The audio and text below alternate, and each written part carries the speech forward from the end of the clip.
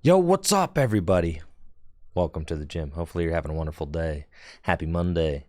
And congratulations to everyone who did well at the Pittsburgh Regional Championships, including Jesse Parker, who you may recognize from the Tricky Gym broadcasts. Finished second place at Pittsburgh out of over 1,700 players. Absolutely incredible accomplishment. We're all very proud of Jesse.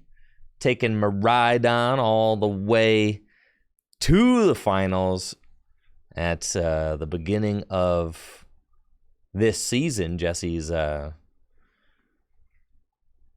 goal was to finish in the top 8 of a regional championship. He'd never done that before, never top 16 to regional championship before, and he got all of that out of the way, marching all the way to the finals after an absolutely incredible 9-0 start to the event. Amazing. Thank you to all the subs getting this stream kicked off. We got Ketanomics, Ruzzy, Slade, Brandon with the tier 3 sub, Atrocious Jake, Hunt Chops with the prime sub, Seymour, Stevie, and Trey. Thank you all so much. I appreciate it.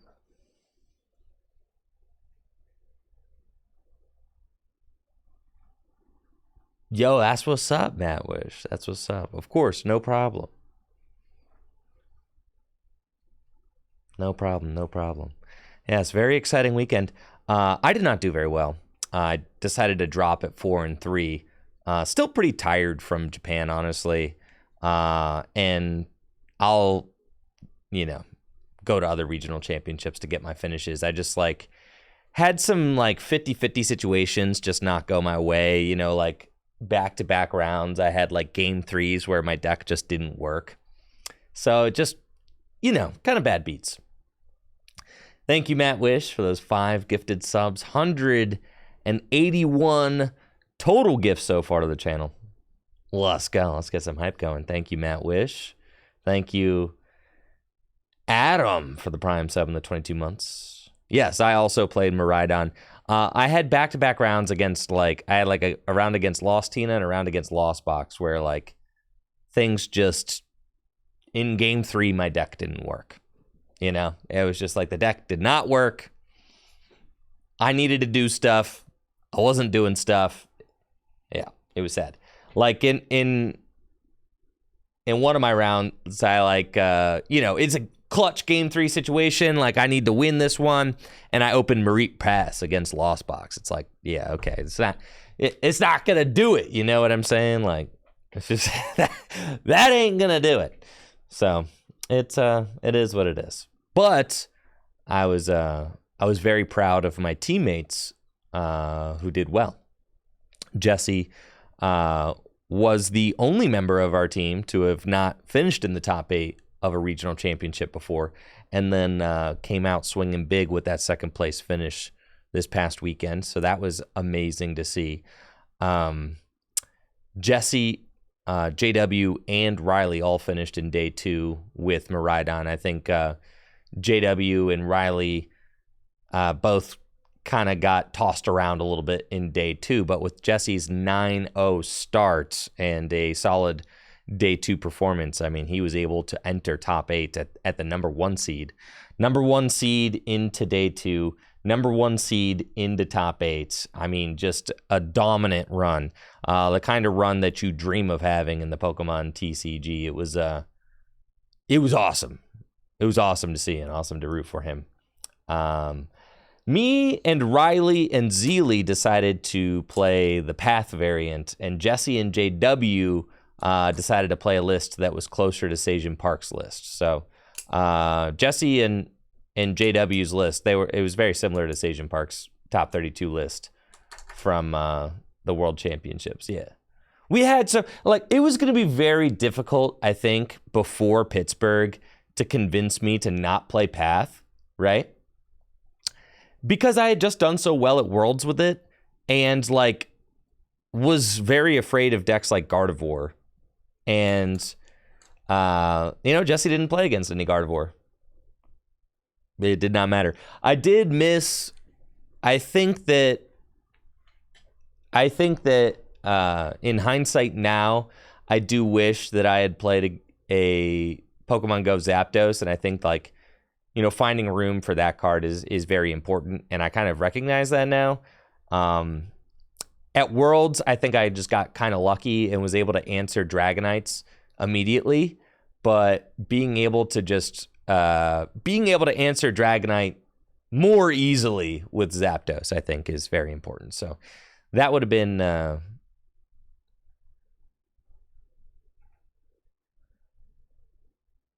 good to have, for sure.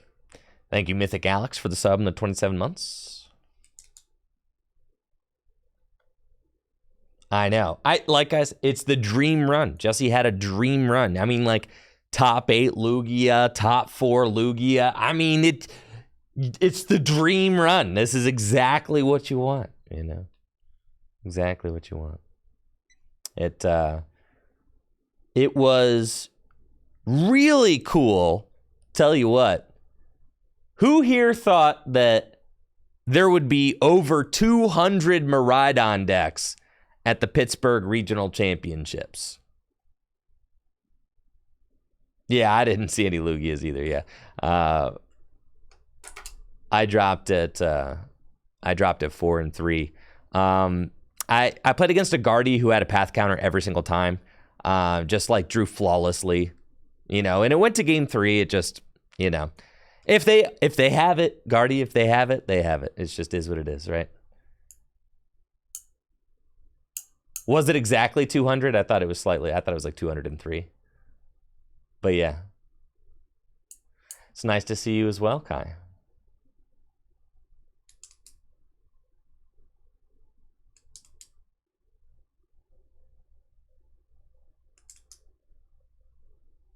But yeah, it was so sick. 11% of the day 1 meta. Miraidon was the 3rd most represented deck. Absolutely insane. You know, people were coming up to me and being like, bro, look at what you did. And I was like, you would have thought I like won Worlds or something. Like, bro, all I did was top 32. It was like there was this like meta awakening, right? There was this awakening to the dawn. Like everybody woke up and all of a sudden decided to start respecting the dawn. Yeah, which was like really sick. So that was a lot of fun to see. I mean, and this is what I've been saying the whole time, is that Miraidon's better than Chien Pao. I've been saying it, bro. I've been saying that Miraidon was better than Chien Pao, and you all called me haters, and you all said I was tripping.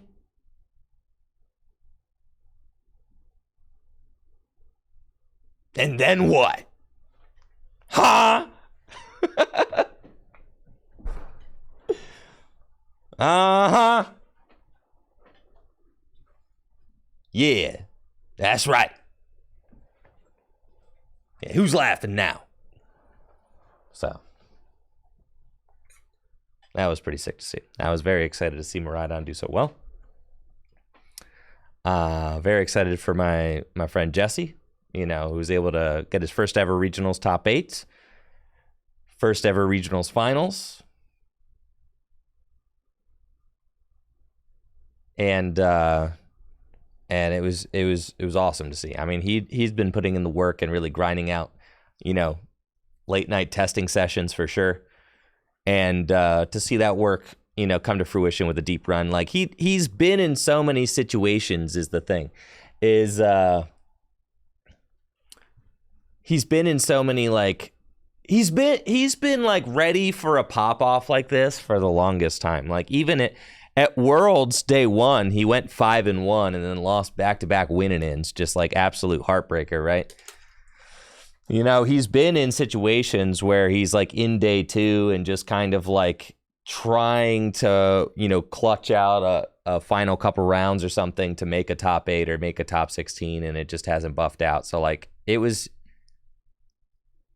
due, and I was very excited, to see him do so well. Yeah, Jesse admitted that he had some stream nerves for sure. Being his first time ever playing on stream, first ever top 8 of a regional championships, like he had some butterflies going on for sure. But didn't matter. Sometimes the script writers, they just like to include a little extra drama, in the situation, Yeah. Sometimes the script writers like to just make a little bit of extra drama for us, But yeah, definitely inspiring. It's got me amped up. It's the best performance by anybody on our team in the post-COVID era. So that was awesome. For sure, too. Riley's made a pair of top 8s. Dankus made a top 8. But Jesse, the first one of us to earn a medal in the post-COVID era. JW won a regional right before COVID. I top 8'd a regional too, right before COVID.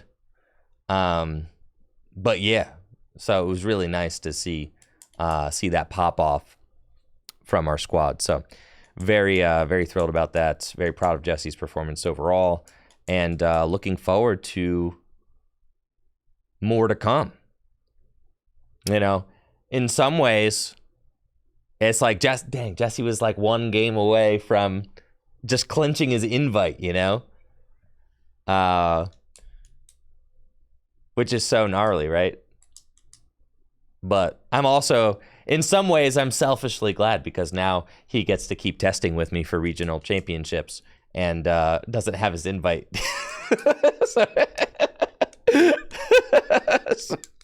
So he's got to keep grinding games with me, all right?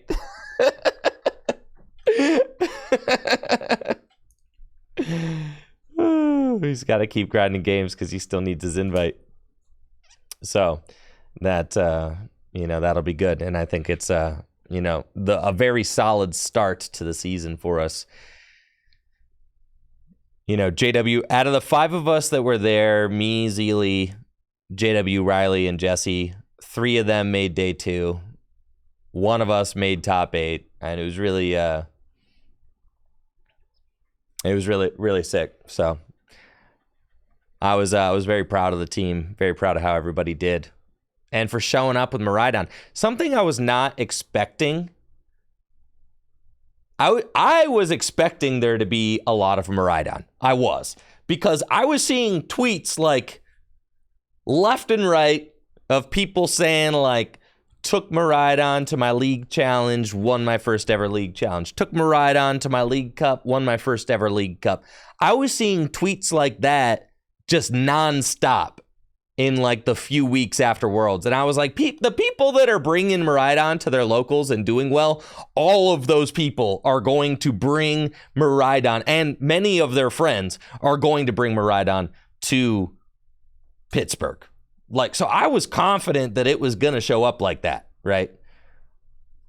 But I still didn't spend any time testing the Miraidon mirror because I was like, why would I do that? You just start attacking, right? Like, what's the... Yeah, just start attacking. I don't know. Just like, how hard could it be? But I ended up playing 2 Miraidon mirrors at the Pittsburgh Regional Championships, and I won both of them, and they were actually kind of interesting. So I'll talk about those a little bit because there was a lot more going on there than I expected. Now, again, I dropped at 4-3. Things just weren't really buffing out for me. There were some 50-50 situations that I just needed to be going my way, especially in these last 2 rounds here versus these Lost Box decks. And just in both of them, game 3 just did not work out. Like, it was really a heartbreaker. Game 3, deck's not working. My one round versus Guardy, it just was like my opponent just countered my path every single time, had everything that he needed. I won game 1, and he marched it back and won games 2 and 3. So that was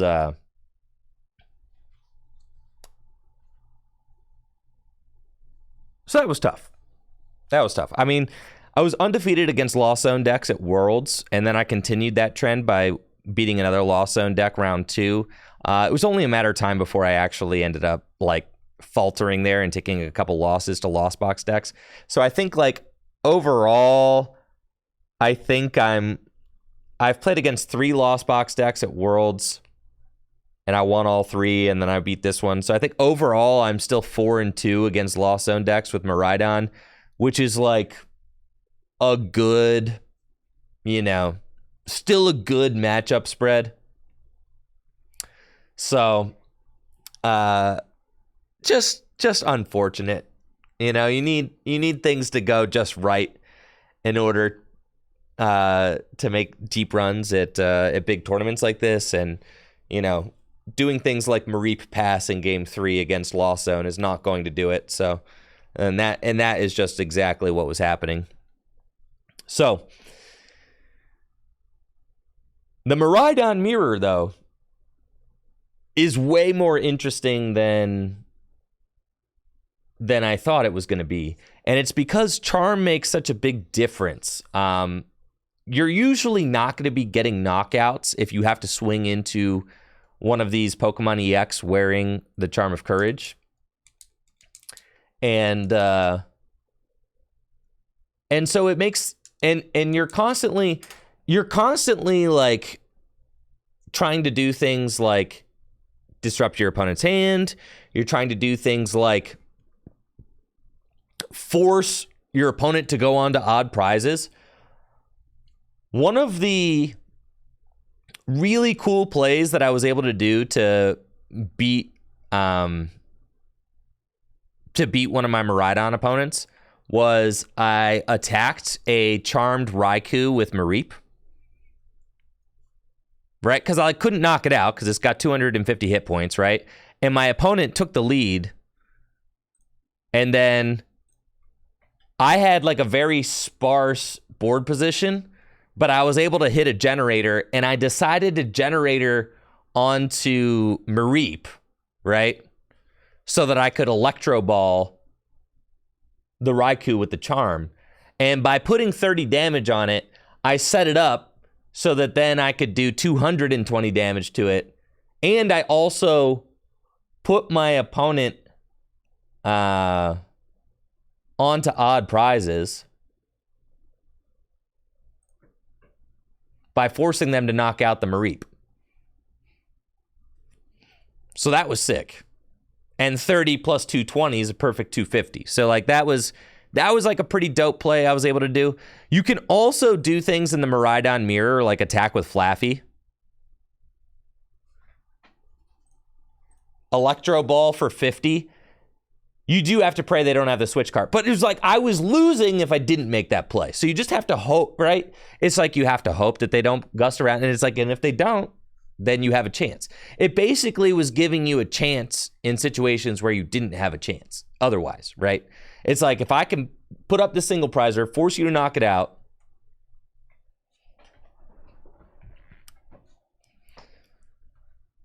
you can also do the same thing, attack with Flaffy. So like at the end of the game, you can go, if your opponent has like a Charmed EX active and they got 2 prizes left, right?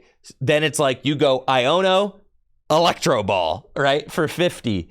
And it's like you hit them for 50 to soften them up so that then you could do 220 to knock it out, right?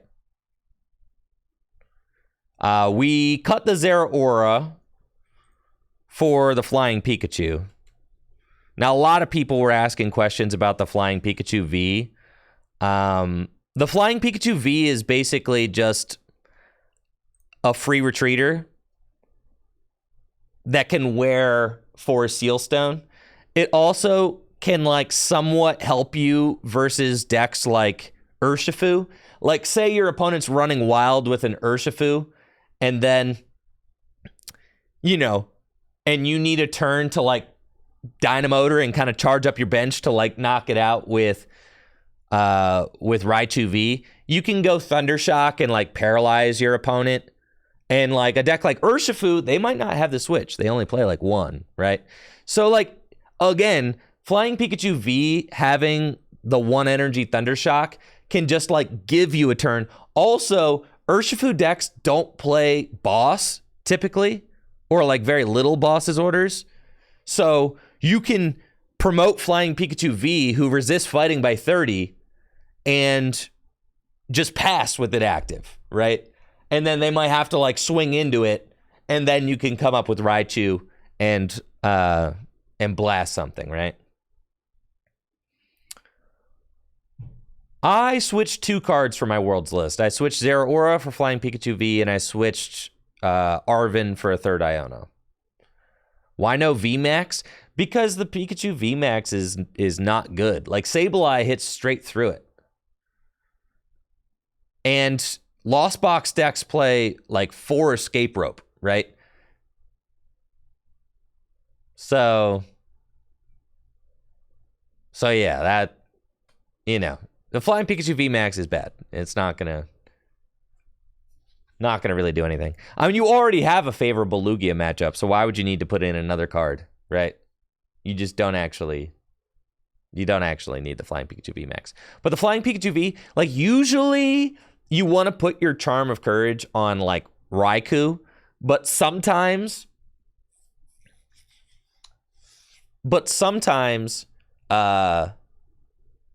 you want to put the Charm of Courage onto like Raikou or maybe Raichu, but sometimes those are the only Pokemon V you have in play, so you have to put the Force Steel Stone on them.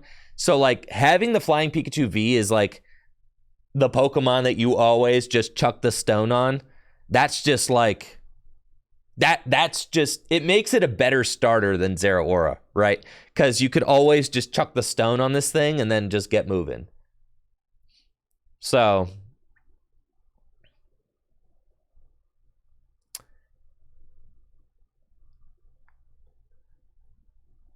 I think that both like the path and the non-path versions of the deck are really good and really valid. You know, I think it just comes down to, you know, what the better call is for the day. I think, you know, for Jesse's matchups, I feel like the pathless version was like the perfect call. You know, for everything that he played against for his entire run, it was like amazing. Riley said that there were games that he had played during his run where he absolutely was getting destroyed if he didn't have the paths in his list. So like, I don't know. I'm still kind of back and forth on it, but I see like a lot of merit to the pathless build, a lot more than I did previously. So I think like obviously both versions of the deck are very strong. It bothers me that Beach Court helps out Lost Zone so much, right? That bothers me a lot. And so I would be inclined to think of like other ways to play, because I feel like the Beach Court low-key helps out your opponent more than it helps you. Like Beach Court helps out your Lost Box opponent more than it helps you, which is like not okay, right? That's what it's not okay. Right?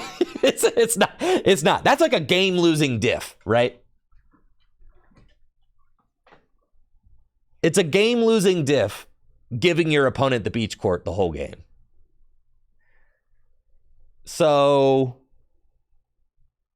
that's also something that you really got to think about. And then like also like if your opponent's Lost Box deck or whatever plays like, it's like, what if they play like Pokestop, or it's like you're going to counter the Pokestop, which helps them, with Beach Court, which also helps them. Like it doesn't feel good, right?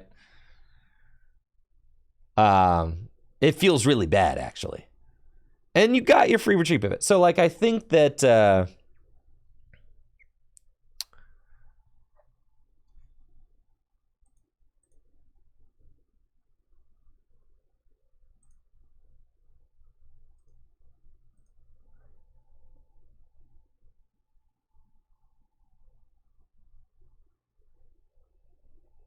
I think that, yeah, I would want to think about the stadiums a lot. I played against this dude, I'm pretty sure his name was Derek, who had a really interesting list. Thank you, Big D Games, with the Prime sub. It was really cool. What's the stadium that searches out the tool cards?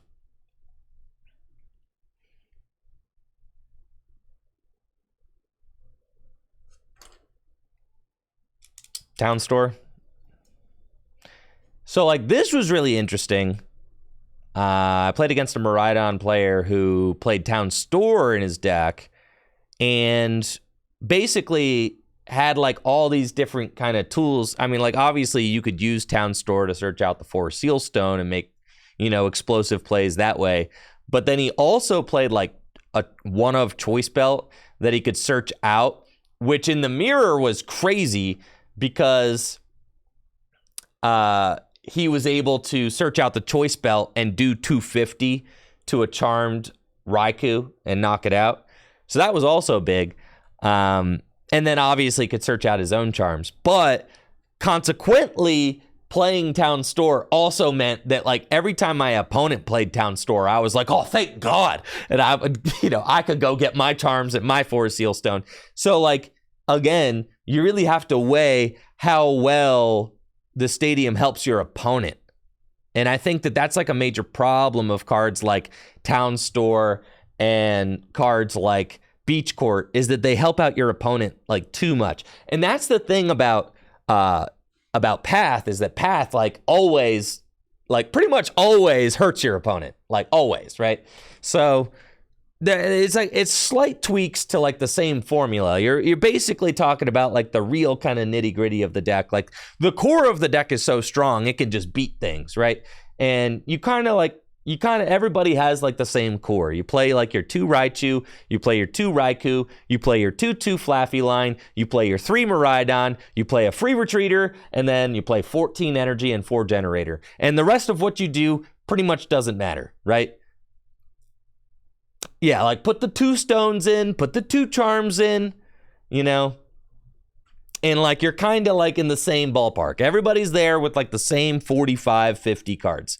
And then what you do with the final 10 spots or so is really going to kind of, like, change, slight variations of the deck is going to kind of change, you know, some smaller interactions during your games.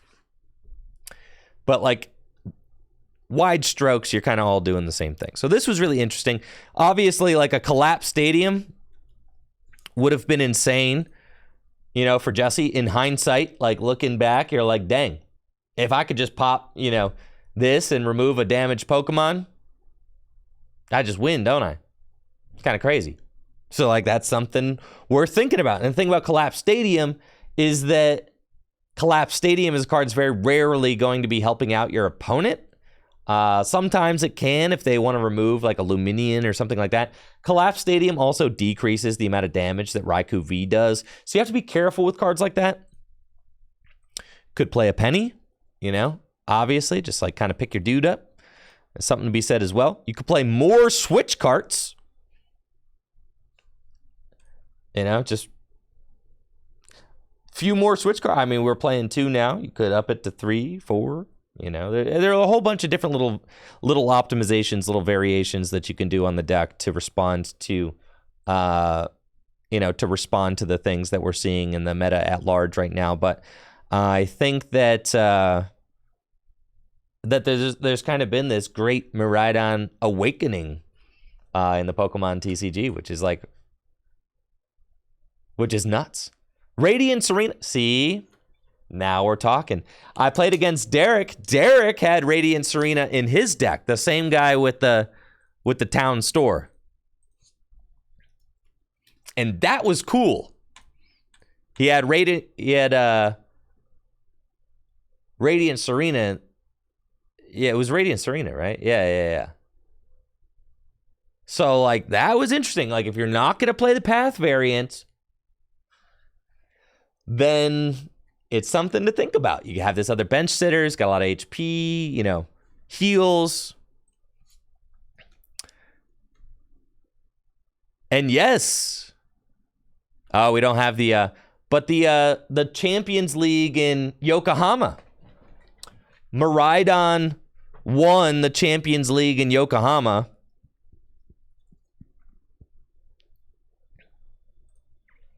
Which was also really cool to see. Let's see. Do I have... Yeah. Okay, cool. Let's see. It's pretty sure it's right here. Yep. The Yokohama Champions League. Yo, check this spice out. You got your Mew EX, fill your hand to 3. So Miraidon Path won the Yokohama Champions League. Just want to say, all right, all you Miraidon Path haters out there, is still Miraidon Path, dog. Won the Yokohama Champions League. So, like, there are... I really mean it when I say, like, there's definitely, like...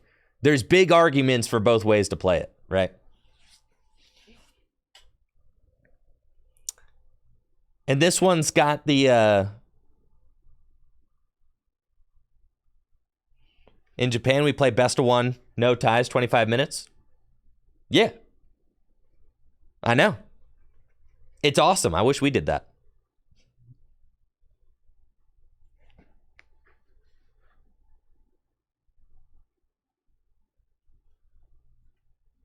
I know. I've been saying this. Yeah, get me 25. You know what was like the worst thing in the world was playing 50 minutes and then having to wait for 40 minutes until the next round went up.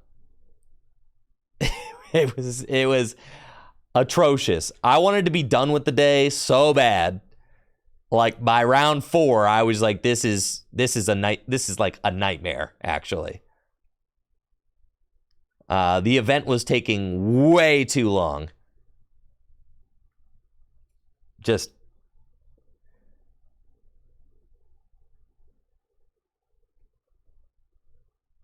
the delays were abysmal. It took all the wind out of my sails, right? It just was like...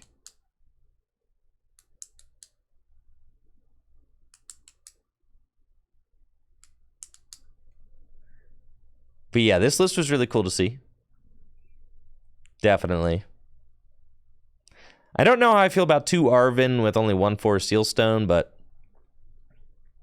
And I also don't know how I feel about just 1 Raichu V, as I feel like that card's really important. But all in all, I mean, it won the Japan Champions League. Awesome stuff. You know, Jesse got a lot to add to this achievements resume now. 2nd place, Pittsburgh. Let's go. That's sick.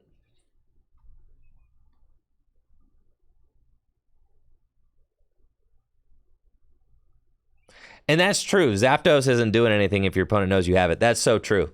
That's true, right? So, like, the Zapdos is much better as a surprise play, which probably better in best of 3. 100%.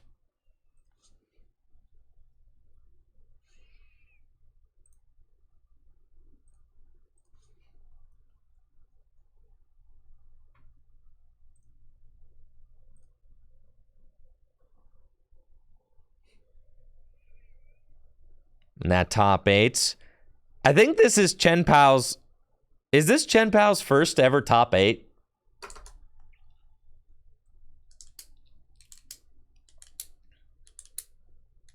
I'm like pretty sure it is, right? Chen Pao had never top 8'd anything. In paper, well. Don't make me say it. But yes, Chen Pao had never top 8'd anything. And this was his first top 8. So that's big. I don't know what happened with the DQ. I don't know anything about any of that. So that was a big finish. Lucas, it's a big finish for Baxcalibur as well. Baxcalibur really showed up to this event. I know I'm a hater on the deck, but it definitely did.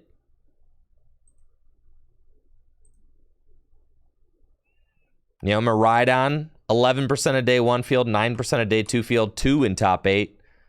Lugia, also the big story of this weekend, but Lugia not necessarily prepared for the Miraidons.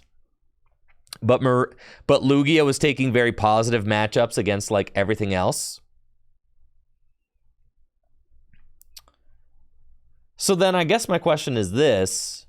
Am I surprised to not see more Pidgeot do well? No, I said that Pidgeot and Charizard were bad going into this. Because of Path. It's because Path is such a prominent play right now. I legitimately do not think that you can rely on. I was a Pidgeot Charizard denier going into this. Because of Path. It's like Lost Tina was the deck to beat going into this event. Like, you can't play a deck that just folds to Lost Tina at Pittsburgh. You could not have done that, right? And, like, Charizard and Pidgeot decks were all going to be very bad against this. And this is what I said was going to be, like, this was the deck to beat.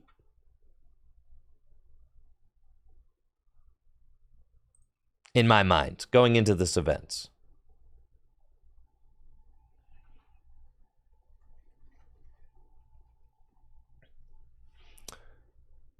So then I guess, like, going forward into Peoria, you know, how do you respond to this? I think that there was a certain amount of the metagame, certain amount of the player base that was like, except Tina, but Dave, you know that Lost Tina was the most popular deck at this event, right? You know that, Dave. So you can't just lose to the most played deck, can you? You can't do that.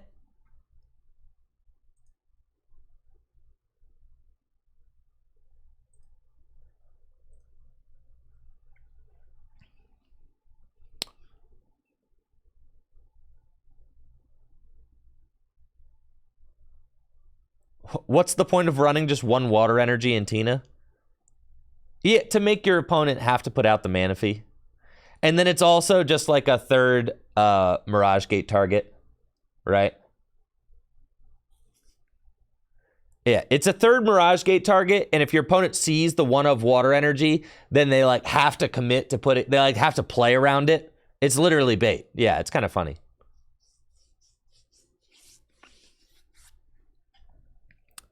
But, like, you see the water energy in a Tina deck, and you're like, all right, I got to go get Manaphy. I have to play again around this Radiant Greninja.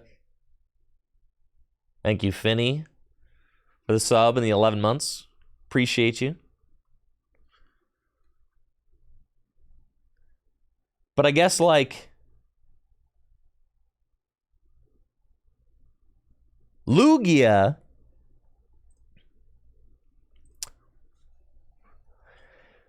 Will Lugia decks start playing the Dunsparce? What do you think?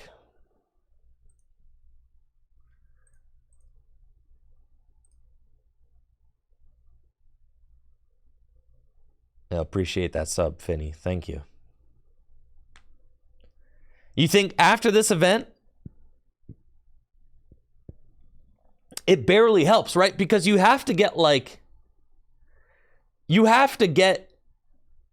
2 Dunsparce into play, and then, or no, not 2. You have to get like 2 Lugia into play, and then you also need to get the Dunsparce out, right?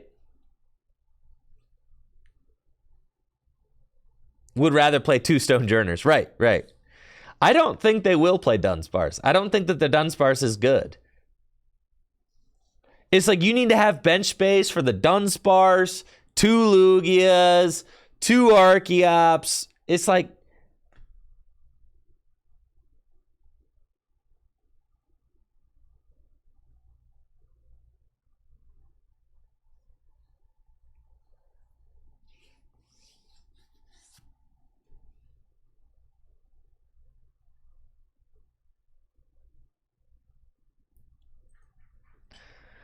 So that's something to think about too, going into Peoria. Because I felt like the World's meta, obviously Mew just clean shop. Mew dominated Worlds, right?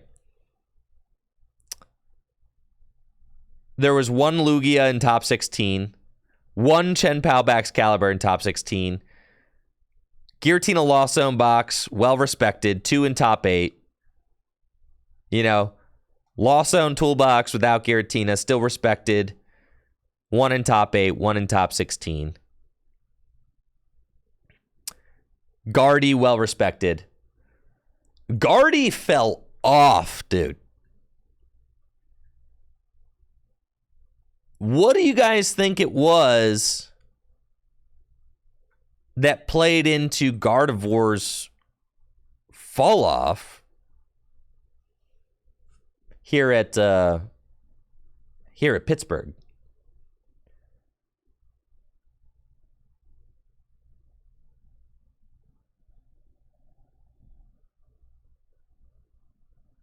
Just Lost Box, the amount of Lost Box being played. I mean, I guess like Lost Tina has like a... I mean, Lost Tina was the most popular deck. And Lost Tina has like a decent Guardy matchup, right? And Turbo Lost Zone Box has a good Guardy matchup. And it also was like a very well-respected, Yeah. So I think like probably the amount of Lost Box decks, right?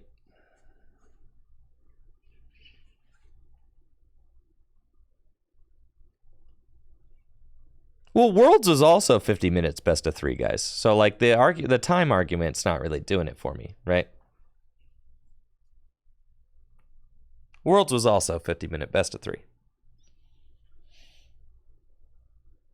And there's still like, you know, Guardy second place, Guardy top 8. Yeah, Spectral Thief Tord was also at Pittsburgh playing Guardy. And there's also non-Tord players playing Guardy.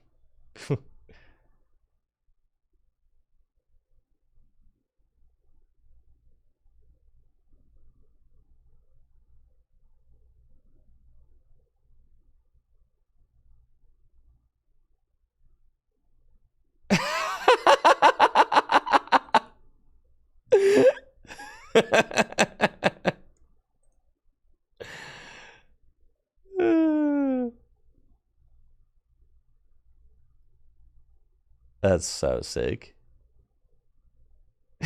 Please, mods, do not protect him. He needs to know. I gotta tell him. I got to. God. Bro. Get a job, you know?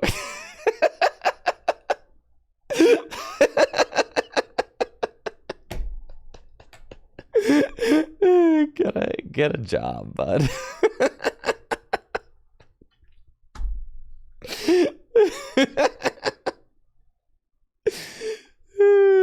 Hilarious. Yeah. So sick.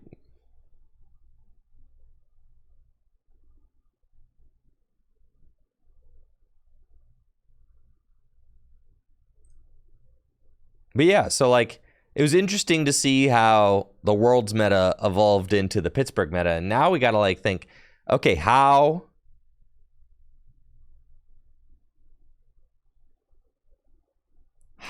is the Peoria meta going to respond to what happened at Pittsburgh? Will Miraidon remain like a top pick for players? Was it a one-hit wonder? Is it a deck that people will tech for? We got all these questions. It's interesting, right? It's really interesting. So a lot to think about going into Peoria.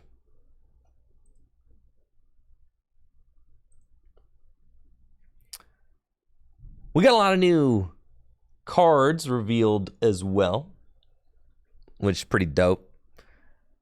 Lots of new stuff coming out.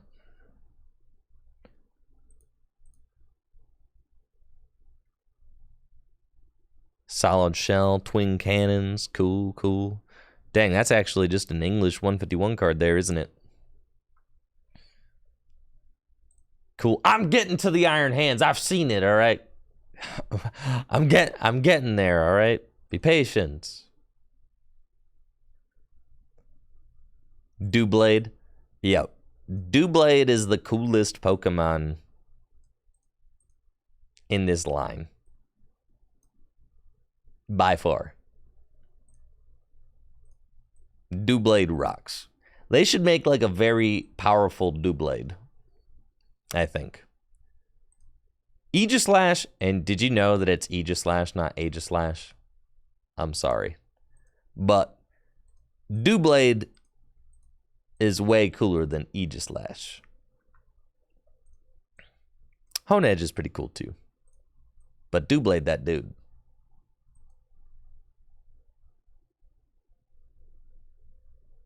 I know. I think Natalie heard the commentators refer to Drapion as Drapion. And she was like,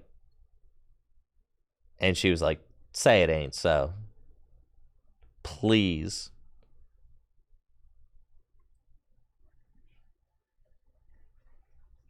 So yeah, the Aegislash got an ability, Sacred Shield, prevent all damage done on this Pokemon by attacks from your opponent's Pokemon EX and Pokemon V. Next, it's not good. All right, these kinds of abilities aren't good anymore. They don't work. Giratina V has Shred. Okay. Giratina V is the most popular deck. What are you going to do setting up your stage 2 Pokemon is just getting knocked out. Okay, nobody cares. I ain't doing anything. Oddish from Path to the Peak being released as a promo card. That's hilarious. Yeah, it's illustrated by a graphic designer at TPCI. That's cool. Wow. Yeah, that kind of thing like doesn't really happen. That's like really interesting. Thank you, Fufuji, for the Prime sub and the 3 months. Thank you.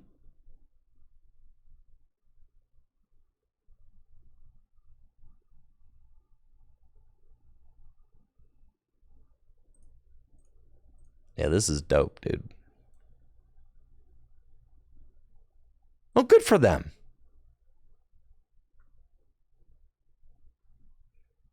That's awesome.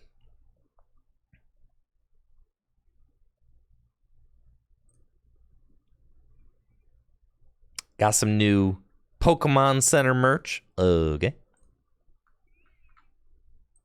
Goldengo. Man. Okay. I know. I said I was a Goldengo hater. But this card, I had not seen that. This is my first time seeing this card in this artwork. And I was a bona fide Goldengo hater. I was. But this artwork, I think this is changing my tune on this card. I think this is changing my tune on this Pokemon. These arts go sick. Look how cool that is. They're the same. They stack, dude. See? That's so cool.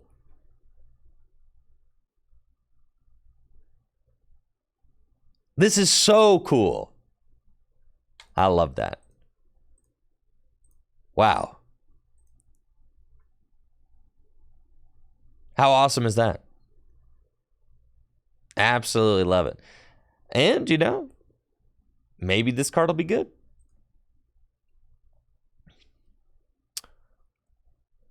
Yeah, that. Rika. Sorry, Rika. You are not a very good card. Look at the top 4 cards of your deck. Put 2 of them into your hand. Shuffle the cards. Put them on the bottom of your deck. Yeah, that is not a very good card. And then Jirachi.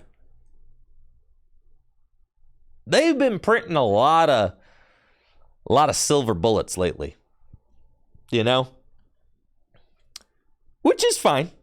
I think it's fine. You let a card kind of run rampant for a while, and then you check it.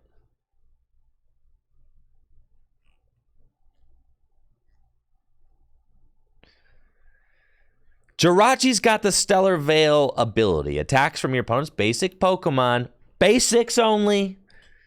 That's you, Sableye. That's just literally you. That's Sableye. Can't put damage counters on your opponent's bench Pokemon. Well, I wonder what kind of basic Pokemon out there would you want to stop from placing damage counters on the bench Pokemon?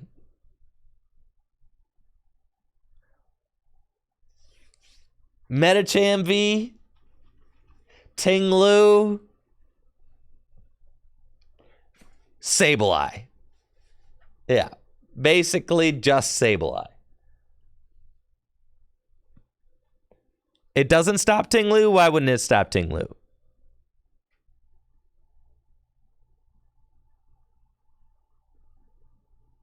It stops Cresselia. It's true. Cresselia. Because Ting-Lu's ability, doesn't Ting-Lu have to put damage counters on it first?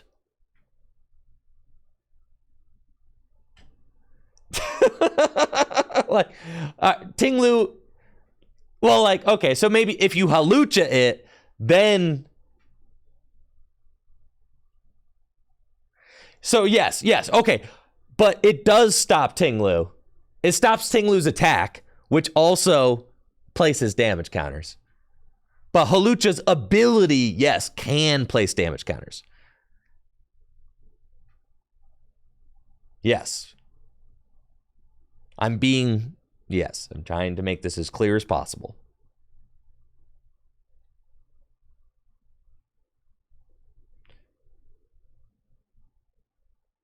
But here's the problem with a card like Jirachi. I feel like they just printed Jirachi to make to make everybody just shut up. Cuz they knew this card wouldn't do anything. Yeah. I feel like they just printed this card to just be like, there, here's your copium. Yep, whatever. Because the thing is that in order for this card to do anything, you'd have to run Manaphy and Jirachi, right? Because Jirachi stops damage counters being placed. Manaphy stops damage being dealt. And in the Pokemon TCG, there is a big difference between damage counters placed and damage dealt. Radiant Greninja deals damage with Moonlight Shuriken to the bench. Manaphy stops that, right? And then Sableye places damage counters.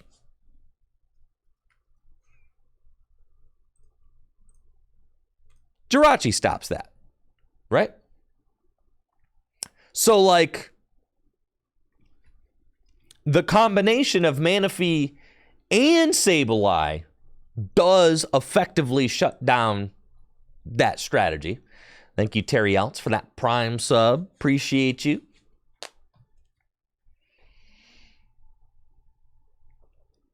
But the thing is also that you could just gust any of these dudes up. You can knock them out, right?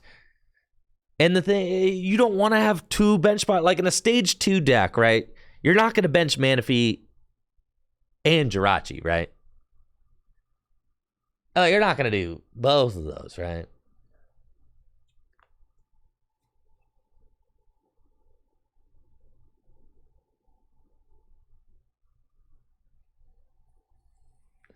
The strategy is to cut Manaphy, play the Jirachi instead, and you Lost City the Greninja. You Lost City the Greninja after it takes 2...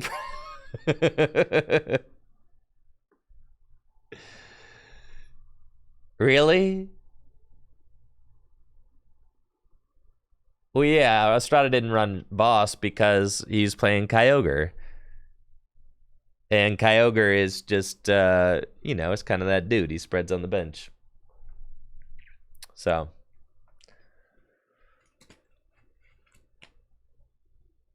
It's interesting. Yeah, Klefki ended up being a bad card. I can't believe it. I really can't. I cannot believe it. I cannot. That is something that blows my mind. I cannot believe that Klefki is bad. I really thought that card had... I really thought it was going to be good.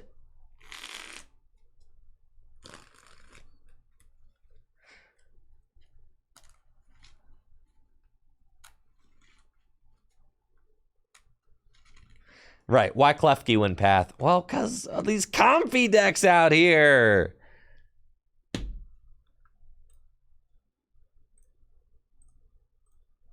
So yeah, I am personally, I'm glad that Jirachi exists, right? That being said, you know, it's not like gonna just kill Sableye, all right? I think we as a community have to stop claiming that Lost Box is gonna die, all right? Because it's not. Ever. In the same way that Mew VMAX will never die. Ever, okay?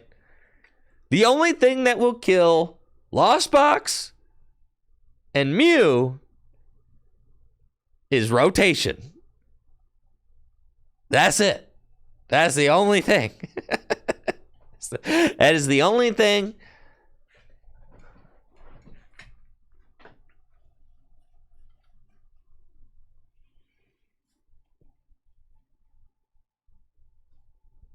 Only thing that's going to kill him.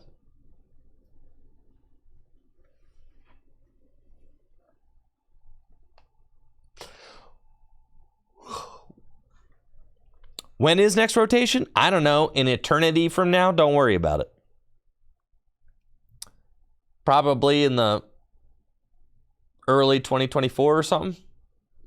Maybe like spring 2024. And then we got Medical Energy. As long as this card's attached to a Pokemon, colorless energy. When you attach it, heal 30. It's basically New Age Potion Energy.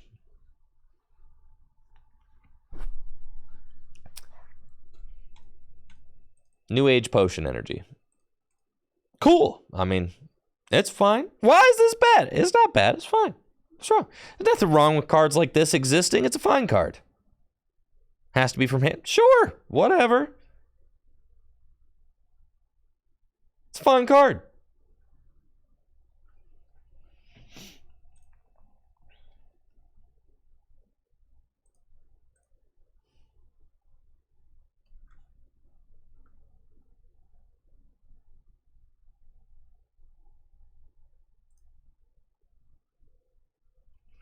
Ancient Roar and Future Flash officially revealed, including Sandy Shock's EX. Okay, cool. Paradox Rift. Wow. It would be really cool if, like, you know, I don't know, if Full Grip Games could run a Paradox Rift pre-release. That would be sick. You know? That'd be cool. Would have loved that. You know? If TPCI hadn't taken away events from hundreds of stores because of league reporting issues, you know. It's fine. It's fine. It's fine. It's fine. Hundreds of stores all over the world. Yeah, it's fine. It's fine. Oh, we're all very excited for the set. Yes.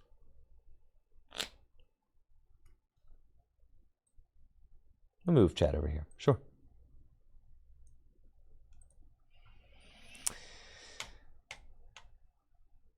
Only a matter of time before Miraidon gonna be able to give you these Iron Hands EX. Let's go, dude. Arm press, 160 damage. Strength amplifier, 120 damage. If your opponent's active Pokemon's knocked out by damage from this attack, take one additional prize. Let's go, baby. It's a dawn year, baby. It's a dawn year, baby. Let's go. Let's go. This is what I'm talking about right here. This is what I'm talking about. I'm so amped, man. I think this is sick. No, I think this is fine. This is totally fine. It's chill. Takes 4 energy. You're fine.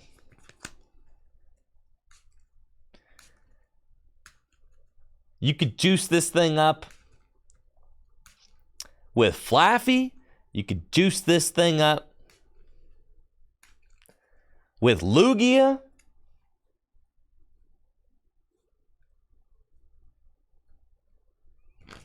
No, I don't agree with the amount of outrage that this has been seeing. People just need to chill out. This is cool.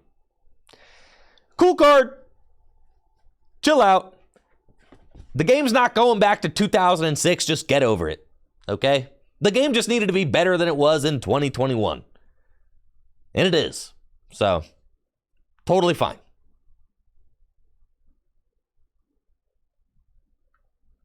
Yeah. People complain about anything.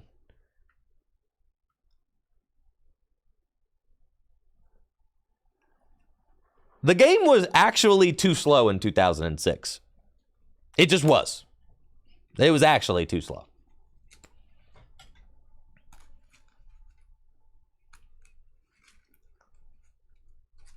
I think that this is exciting. It'll be sick. Look at the iron hands, dude. He's cool. All right.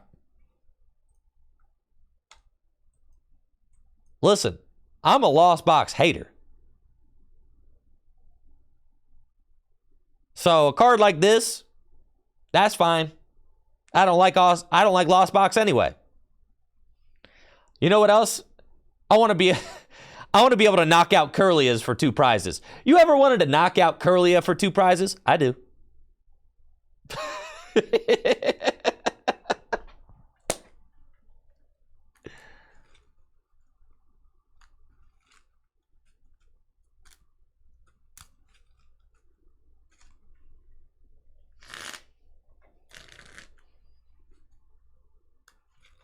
Yes. Lost Zone can run this, but you gotta that's fine. But you put so many resources into it. No. You're fine.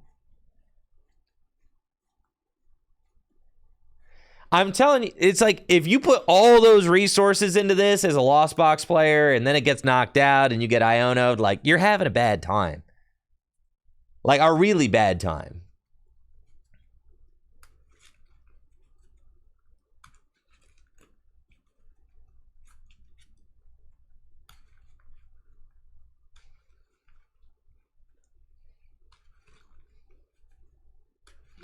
Raihan attached gate. I mean, sure. I still think that this card is better against Lost Box than it is in Lost Box. That's my argument. The card is better against Lost Box than it is in Lost Box. And I'm going to stand on that hill for sure. It's definitely better against the deck. Totally. Sure, Lost Box could theoretically play it, but, it is definitely a bigger threat against the livelihood of the deck. Dude, this thing with a charm on it, bro, 280 hit points. Dragonite can't even one-hit KO it, dude.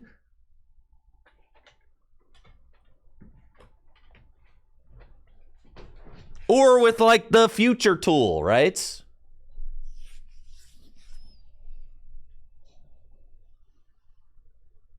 Yeah, or the future charm thing. Either one.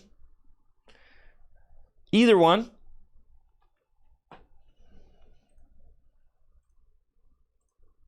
Yeah. This thing is going to be more of a menace for Lost Box to deal with than it is going to be a tool in Lost Box.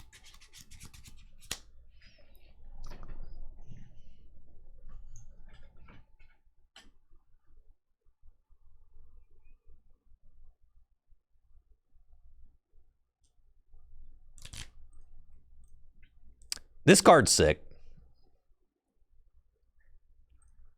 Slitherwing. Apparently there's a fighting Volcarona. It's news to me. 140 hit points. 2 attacks. Basic Pokemon Trampled. Discard 1 card from the top of your opponent's deck. Okay. And then Billing Burn. 120 damage. This Pokemon does 90 damage to itself. Your opponent's active Pokemon is now burned. That's cool. All right. So, in the context of Gym Leader Challenge, this thing is not very good in Standard. I guess unless you're like... It could be relevant in Standard if there's like an easy way to power it up and you're hitting fighting weakness, right?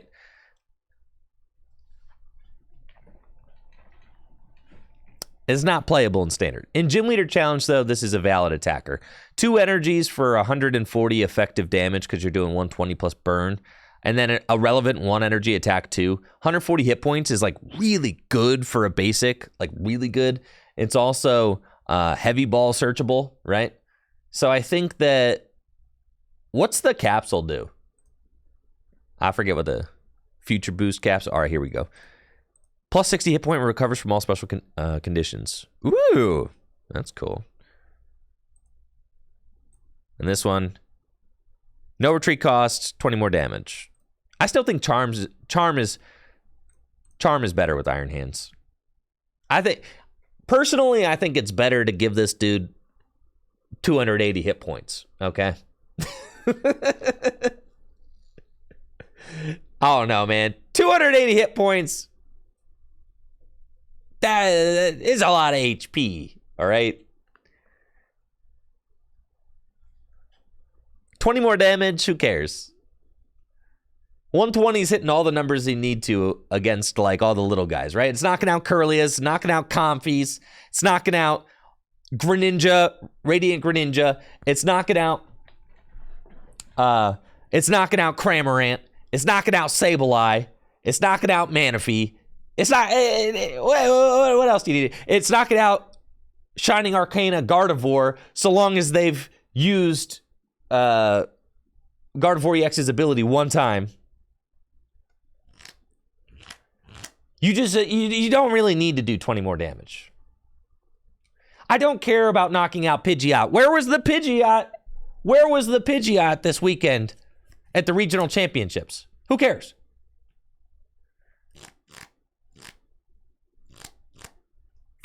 Lugia? Well, it depends on what you're playing this in. If you're playing it in Miraidon, you already destroy Lugia. So what do you care? So then, like, why do you need to play a card to beat the Lugia matchup if you're already beating Lugia?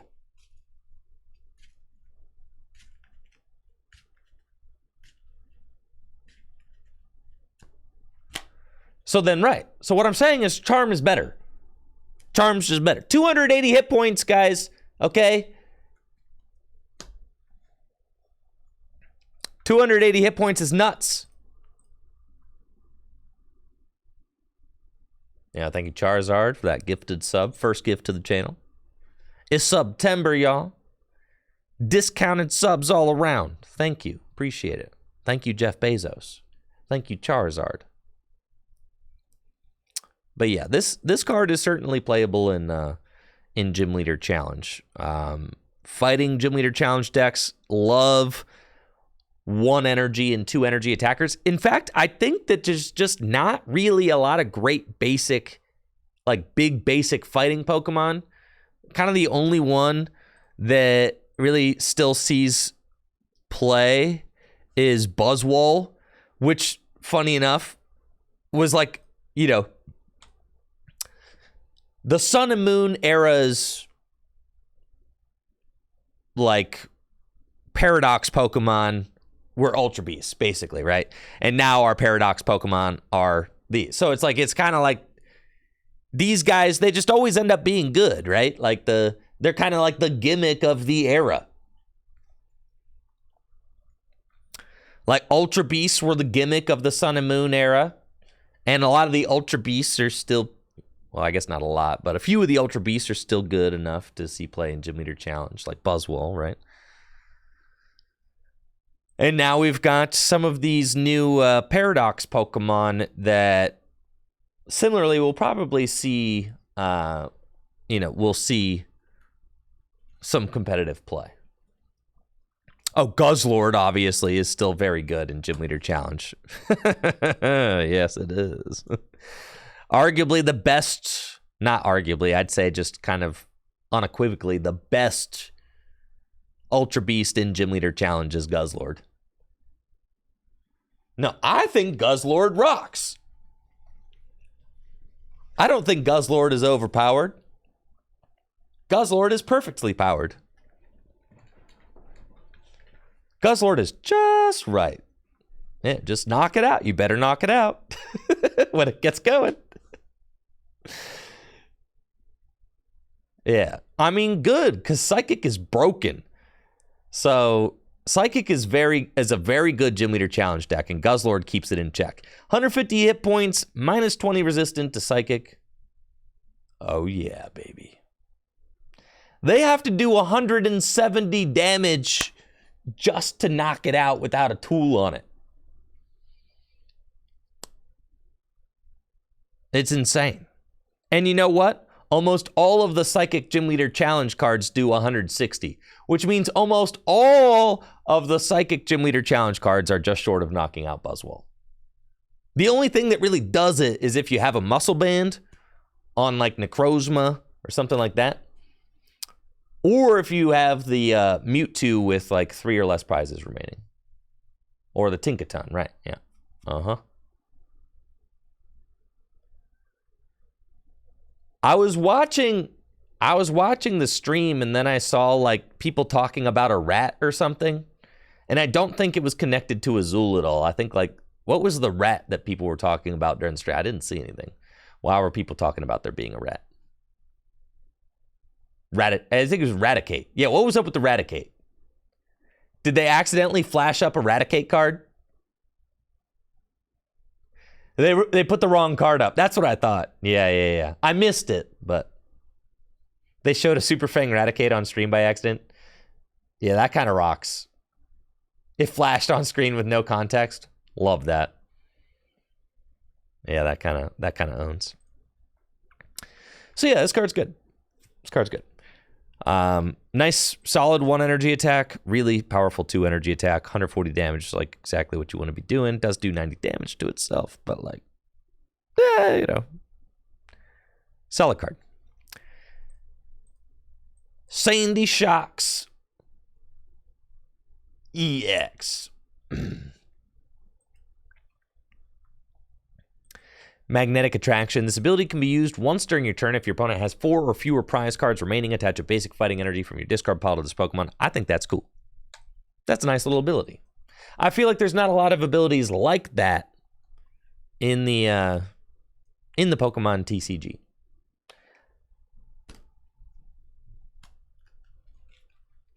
This card's just like pretty good for getting energy in play. And then Ground Spark does 200 damage. And guess what? Can't attack next turn. You know, the card's not really speaking to me right now as a card that's going to be, a metagame mainstay or anything. But it's just, listen, it's just worth noting that it gets fighting energy into play. All right? It's good. It gets fighting energy into play for free. That's pretty good. All right? It's a basic Pokemon. Yeah, fight guys, right? Yeah. Listen, fighting doesn't get a lot of support, okay? It doesn't. Yeah, I mean, like, okay. So say, okay. Hold on. Okay. So say, say your opponent's taking 2 prizes. If you've just got Sandy Shocks in play, it just powers itself up over a couple turns. And that's kind of cool, right? Like you just put it on the bench, you ignore it, and then in a couple turns, he's ready to go. I'm just saying, it's at least interesting. It's low maintenance. It doesn't require a lot of upkeep, okay? That's nice. You know, like Galarian Moltres V. That's nice. Sometimes fighting weakness is a weakness you want to be able to hit for, right?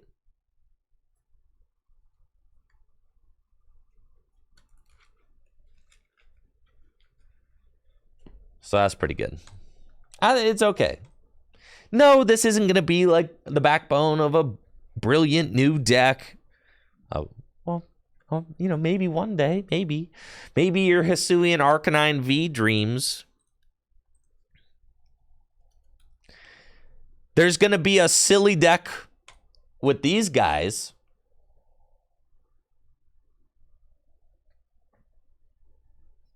That's for sure.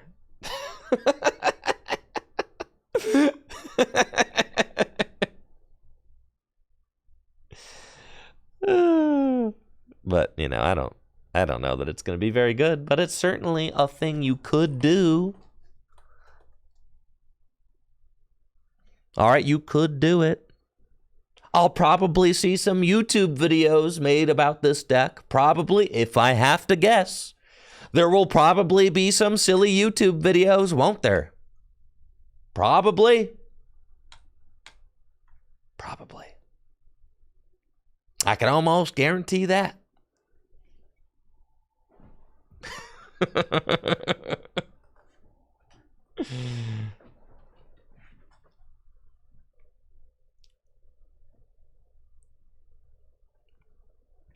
Iron Jugulis? Nah, I don't make silly deck videos anymore. What was the last silly deck video I made? I quit silly decks a long time ago.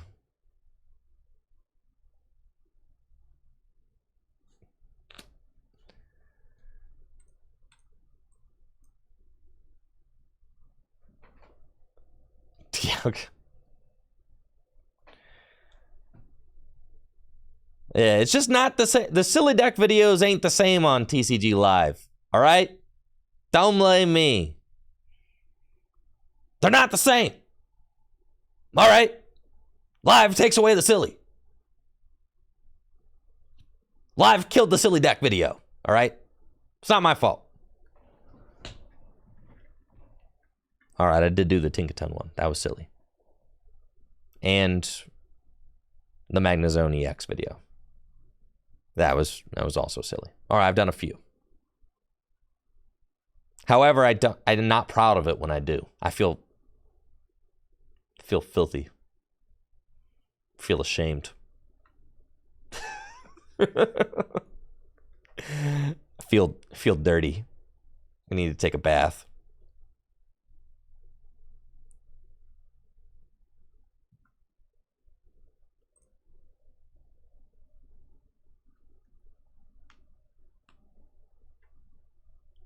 Iron Jugulis. I just don't feel inspired to create TCG Live content. Do you understand why? Okay. I'm not like super proud of like TCG Live being the face of my channel. So I do what I can to create other exciting Pokemon TCG content, which takes a lot more work.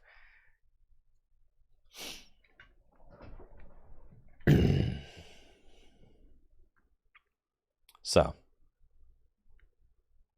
it does. And I'm okay streaming the Pokemon TCG Live because I think of it more as like a Let's Chat with like Pokemon Live in the background.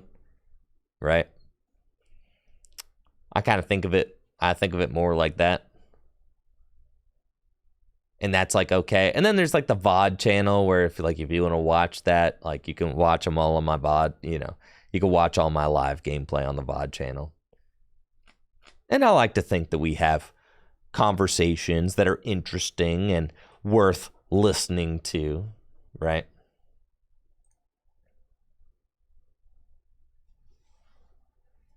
Oh, I appreciate that, Dave. Thank you.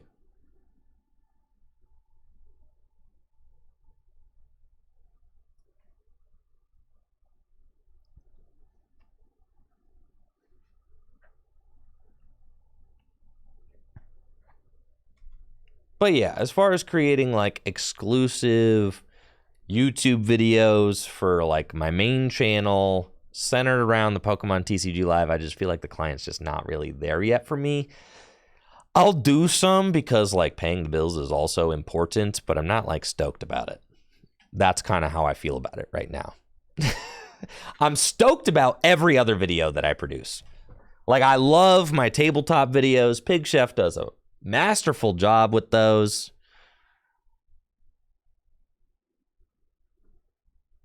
The vlog, I'm telling you, this Worlds vlog that I'm cooking up right now, not the one that we released already on the channel, but this new one that I'm making will be the best video I've ever released on the channel. Like 100%. It's going to be insane.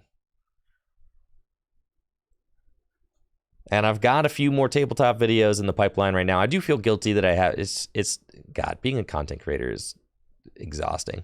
And I know it's like, you get to sit there and play game all day, but like, I feel so guilty having not released a video in like 10 days. And I feel like it literally like keeps me up at night.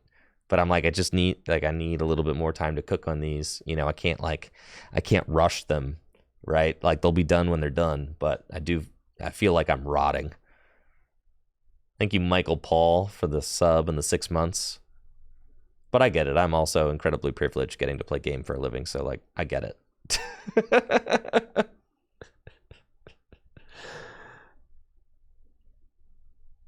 The quality is good. I appreciate that, Zero Pressure, but it's tough to justify it, right? And because like, I could just crank out TCG Live gameplay videos every single day. And part of me feels like I'm leaving a significant amount of money on the table by not just dedicating all my time to just cranking those out, right? Because people will just watch them, because they don't really, people will just watch them. So I feel like guilty for not doing that as well, even though like my artistic and creative integrity tells me to like do what I'm doing now, which is like,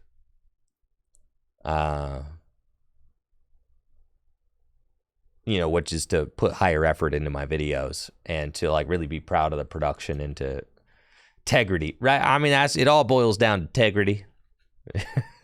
But integrity is hard to make an argument for when it's like, I feel like I'm,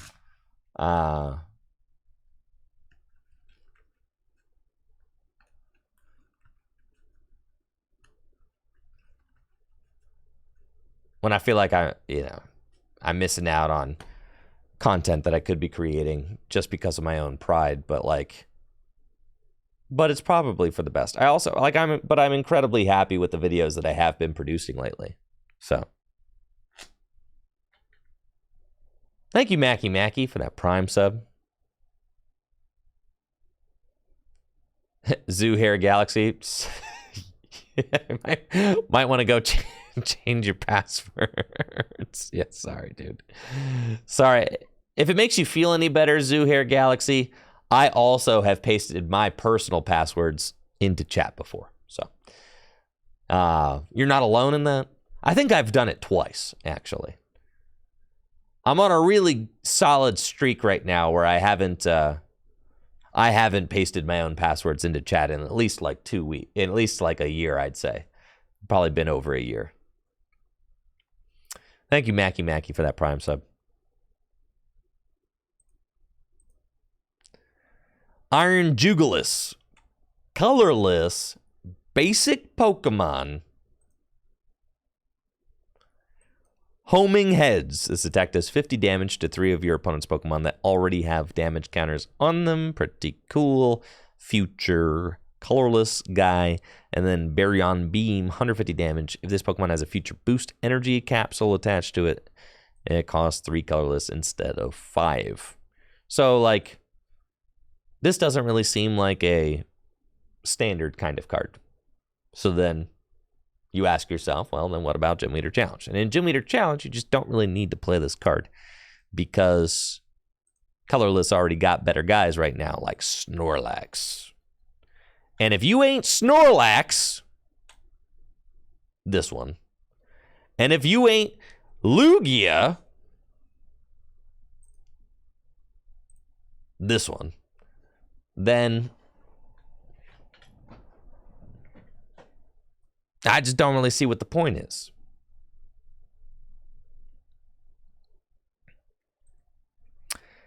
So in Gym Leader Challenge, I think there's just better attackers. I mean, like, okay. So for the people who are saying play it in Future Box or something, like, I guess it's this first attack and you play it in combination with like the Guardy, right? Metal Gardevoir or whatever. I suppose. And for that, I could see it. Iron Valiant, yeah.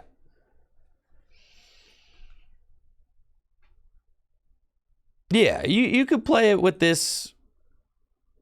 And you could play it for that first attack in Lost Box, frankly. I mean, you could, right? You could. I mean, it's okay. That first attack is okay. But, again, it, like, boils down to how much Manaphy is there, right? And so, like, I'm kind of like a spread hater when it comes to the Pokemon TCG.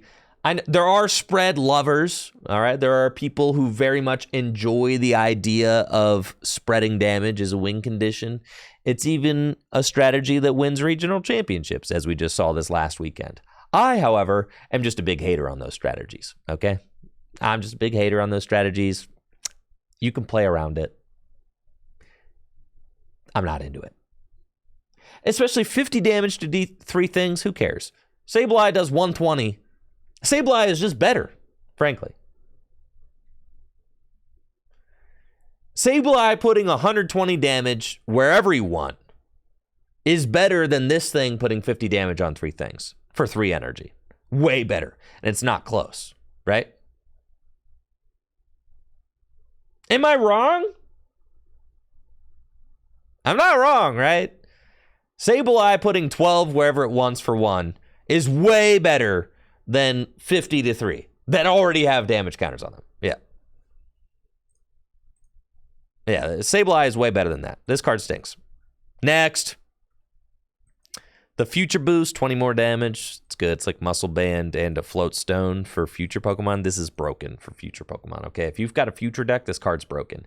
They won't print Muscle Band anymore because it's too broken, right? They won't even print this card anymore, but they said, you know, for future Pokemon, I'll do something nice. Sure. I'll give you Muscle Band. Nobody gets Muscle Band anymore. Plus 20, way too powerful. Unless you're a future Pokemon, in which case you can get it. It's not an item. They just are copying and pasting, I think. And then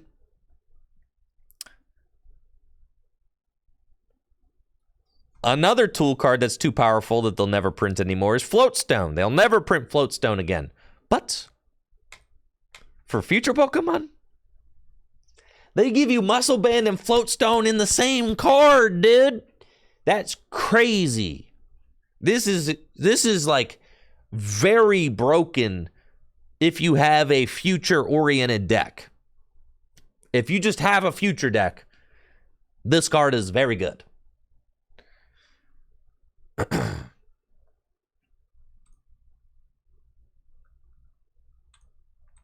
But that's the thing, is that it only works on future Pokemon. So you're going to want to play it in a deck where you're mostly playing future Pokemon. Ancient Booster Energy Capsule. The ancient Pokemon this card's attached to gets plus 60 hit points and recovers from all special conditions. Why are the ancient Pokemon getting bodied here? This card, okay, this card is like Muscle Band and Float Stone combined. 2 incredibly powerful cards that are so strong that they don't get printed anymore, right? This one is like a full heal. Is like a full heal and a Charm of Courage. And let me ask you, how many times you have to deal with special conditions in the Pokemon TCG anymore? Almost never, right? Just terrible. It's like Sparkling Robe. Yeah, it's like Sparkling Robe and this card never saw play. This card's good, but you might as well just play Bravery Charm. It's like, I mean, I guess if you like have a deck that's full of just ancient Pokemon, then it's still like probably worth playing. But let's make things completely clear. This card is way better than this card. The ancient Pokemon are getting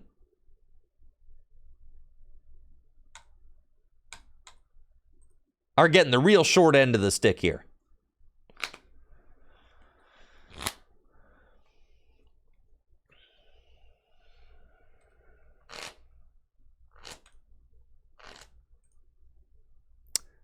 I did see this. Professor Sada's Determination. Choose up to 2 of your ancient Pokemon and attach 1 basic energy from your discard pile to each of them, then draw 3 cards. That's pretty good. That's pretty good. This is good. This is good. Do you know what other card was good? This card was good. This card's good, and it only accelerates 1 water to Pokemon V. And if that card's good, then this card, well, yeah, that card's going to be real good. It just has to find like the right deck, right? Welder doesn't matter if there are no good fire Pokemon. Melanie doesn't matter if there are no good water Pokemon, right? So, this card is only as good as the ancient Pokemon are, right?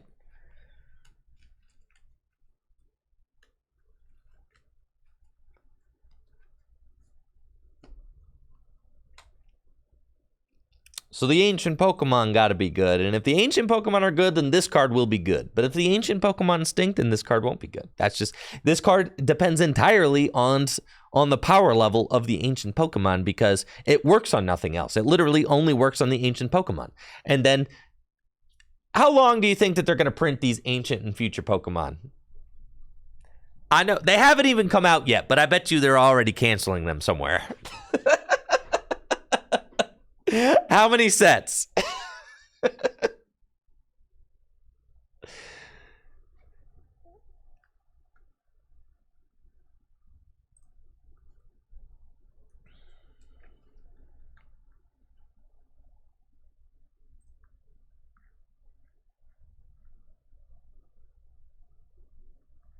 All right. What sets had Rapid Strike Pokemon in them? And Single Strike. You had Battle Styles, Evolving Skies, Fusion Strike. Is it like 4 sets? 1, 2, 3, 4 sets. Okay. 4 sets. It's not bad.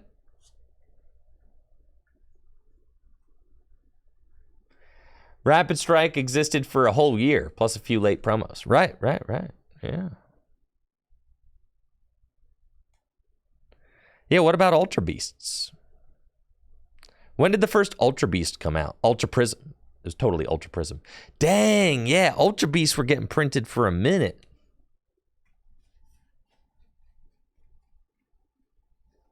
That's crazy. Crimson Invasion. You're right, because Buzzwole was there. Buzzwole GX. Sheesh. Honestly, I think it's possible that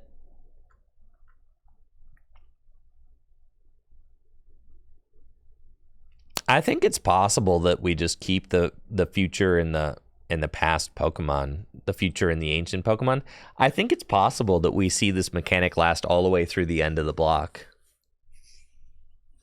I really do, right? Like, what do you think?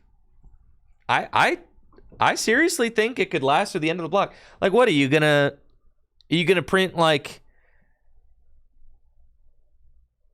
you know, future and ancient Pokemon that aren't future or ancient? Like,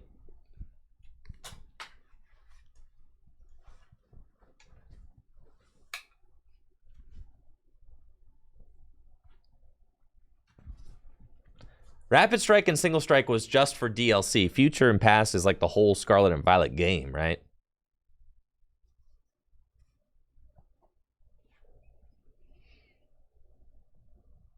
I do kind of agree that, like, yeah, the future and the ancient Pokemon are kind of central to the entire gimmick of the game, right?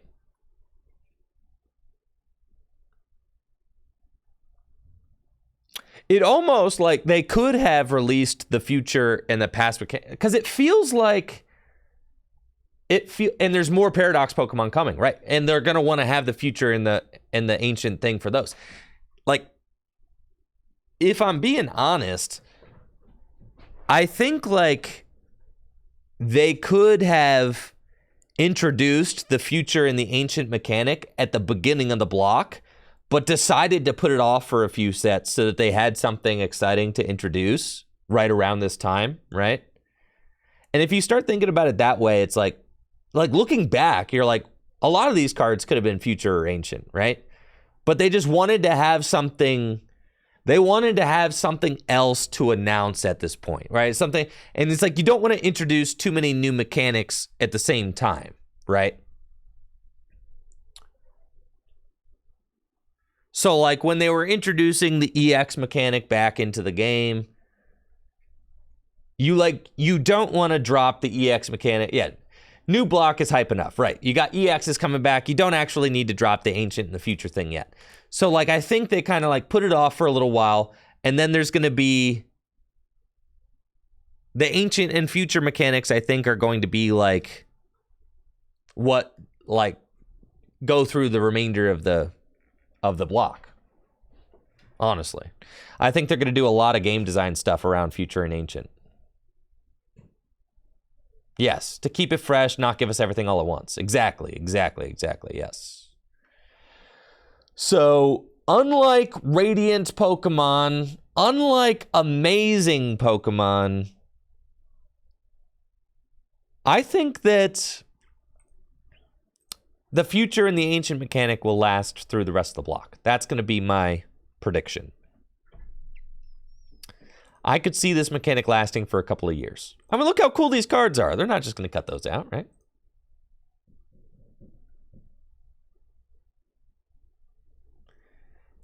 Am I a future Felicia or an ancient Andy? I'm a future Frank. Yes. Miraidon's my dude. I'm riding with Miraidon, bro.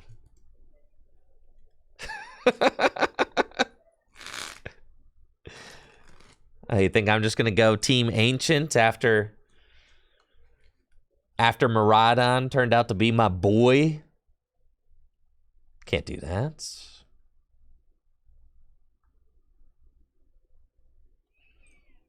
We also have Earth Vessel.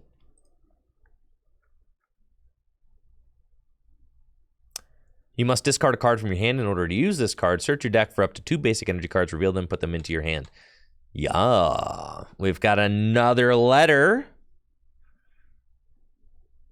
They said Professor's Letter too strong. Now we've got Professor's Letter 2. It's like the same thing, but not as good. They kind of realized that during the X and Y, during the X and Y era, they just printed trainer cards that were just broken.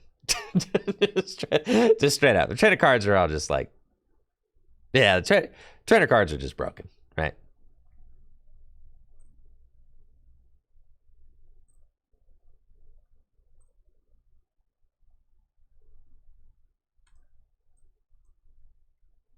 So they like pretty much have nerfed them all. Like here, Earth Vessel's like the same thing as Professor's Letter, but you need to discard a card from your hand in order to use it. So it's a little bit more balanced than it used to be.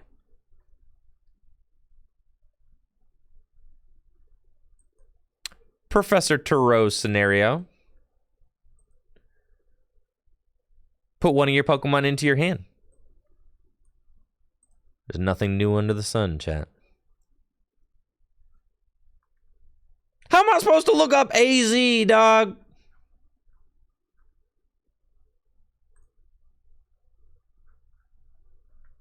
Do you think for a minute that maybe I didn't want to search up all these Pokemon?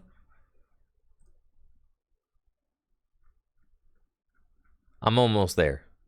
Hang on. Nah, I'm almost there, bro. I'm almost there. Patience. We're so close. Did I pass it?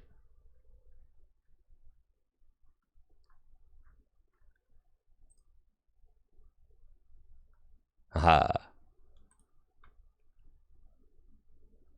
AZ. This card was good back in the day. It was. And now we got AZ2. Isn't this a better penny? Well, in a lot of ways it is better than penny. But in some specific situations, it's not, right? Because you have to discard all cards attached to the Pokemon. So Penny takes only basic Pokemon, but it puts all the cards back into your hand, right? Yeah, but you get to keep the attached cards, like tools, energy, all that. Those also come back to your hand. Professor Turo scenario picks up the whole Pokemon, whether it's evolution, whatever, Pokemon EX, whatever. Pick up the whole thing back into the hand, discard all cards attached to it. Yeah, a card like this is going to be better in Gardevoir than Penny would be, yes. This is better in Gardevoir. Worse in Miraidon, probably, right?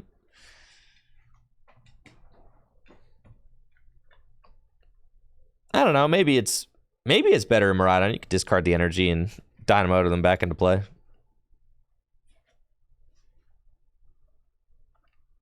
Yes, in GLC you could play Turo scenario and AZ. Yes, you could. Yes.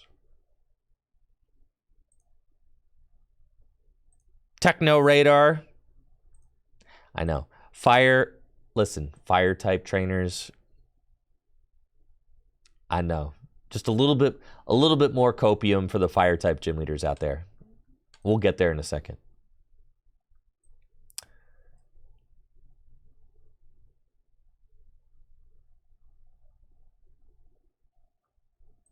Techno Radar. Discard a card from your hand in order to use this card. Search your deck for up to 2 future Pokemon cards. Reveal them, put them into your hand. This card is broken.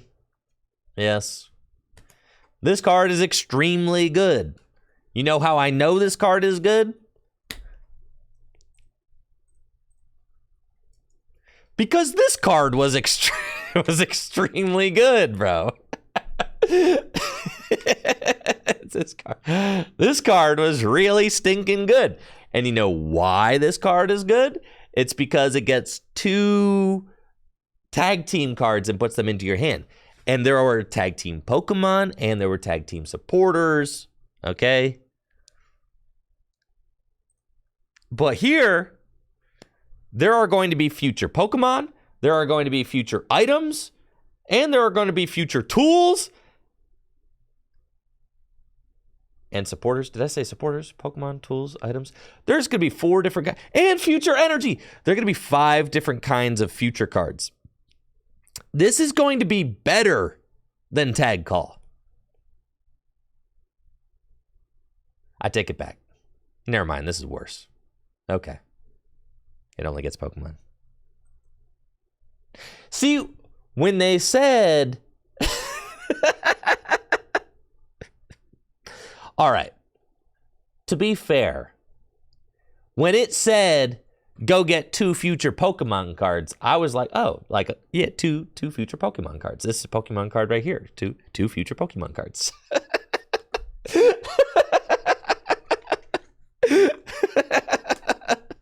Yeah, this is a Pokemon card. Item cards are Pokemon cards. Tool cards are Pokemon cards. You know, supporters are Pokemon cards too. Yeah, they're all Pokemon cards, right? So that's what happened in my brain when I read it. They're like, they're all Pokemon cards. All 60 cards of the deck are Pokemon cards. I can search out any Pokemon card I want. Yeah, they're not Magic the Gathering cards. They're Pokemon cards.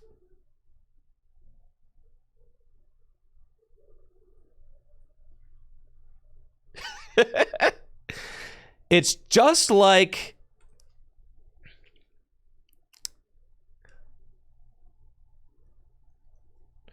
Peonia. Put up to 3 prize cards into your hand. All right, so I could take 3 of my opponent's prize cards and put them in my hand. Then for each prize card you put in your hand in this way, put a prize card from your hand face down as a prize card. All right, so what if I take 3 of my prize cards into my hand and then I put 3 back down in my opponent's prize cards?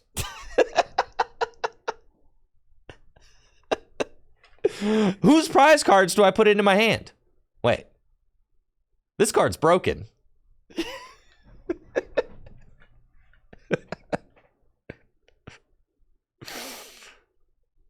Yeah. Just saying. All right, so it only gets Pokemon cards. The Pokemon on the cards. No items, no tools. Dang, this thing was about to be broken if it was like Tag Call. All right, it's like worse than Tag Call. It's still very good, though. Getting 2 future Pokemon into your hand is just, it's broken, too. That's broken, all right? It's great. But it's not that broken, all right?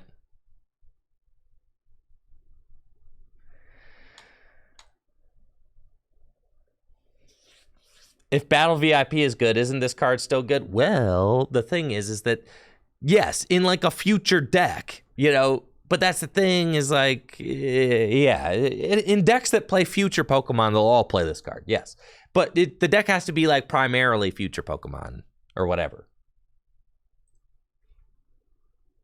It's very good. It's very good. Very good card. It's just not as good as if it would have searched out all the tools and the items and the supporters and stuff. Then it'd be broken, right? Because then you just would play the future decks because you got this item card that goes and gets your Pokemon and your supporters and your trainer. Yeah, it'd be nuts, right? Yeah, it's a very good card. It's just not as broken as I thought it was. Right, because then you could chain them. You could use the Techno Radar to go get another Techno Radar. That would be... Yeah, that'd be kind of sick. Yeah, the Techno Radar chain. All right. Yeah, thankfully that's never going to be a thing. Mela. Let's talk Mela. I can't decide if I'm hot or cold. I really can't.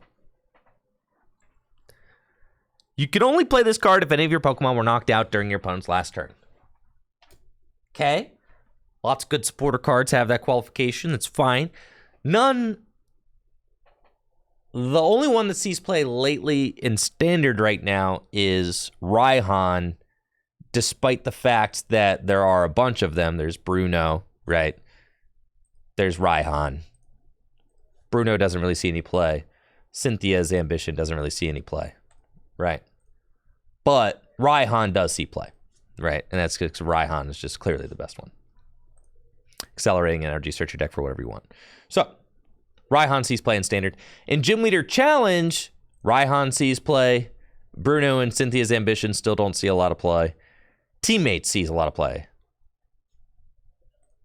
This is like the other big one that sees play in Gym Leader Challenge. Right.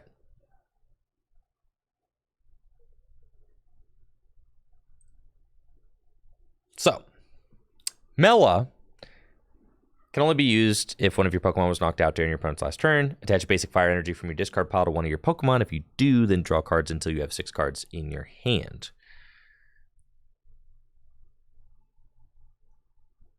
Okay. Now, the thing is,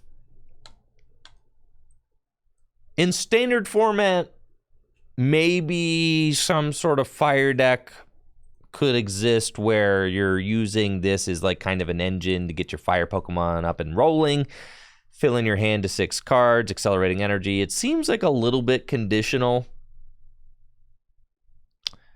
frankly, and like you would need there to be a fire deck that's like really wanting this to exist right now. But I think that in standard, this card is just not as good as Raihan, right?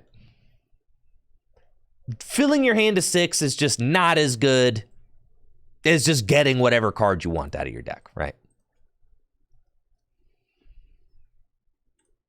And then also Raihan can accelerate any kind of energy. Mela is fire energy only. So it is limited to fire only. So it's something. It's at least kind of like worth thinking about in the same kind of situation that Raihan's worth thinking about, but Raihan is probably just better in a lot of situations. In standard, right? So then we think about Gym Leader Challenge. And in Gym Leader Challenge, Mela joins the ranks of Blacksmith,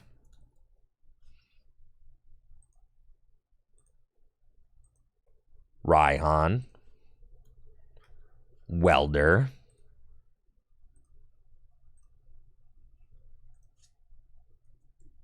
Magma Basin,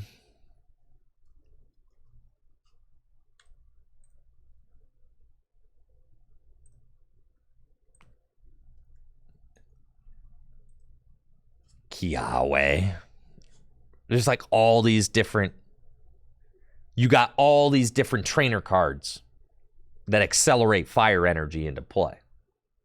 Like all of them, right? You got Blacksmith, 2 fire energy into play. Raihan gets fire energy into play, get whatever you want out of your deck. Welder, 2 fire energy into play, draw 3 cards. Magma Basin, fire energy from the discard pile to one of your bench Pokemon. Kiawe, lesser played card, but, you know, because it ends your turn, right? 4 fire energy from the deck attached to one of your Pokemon. So, in Gym Leader Challenge, where you can't play 2 of the same card,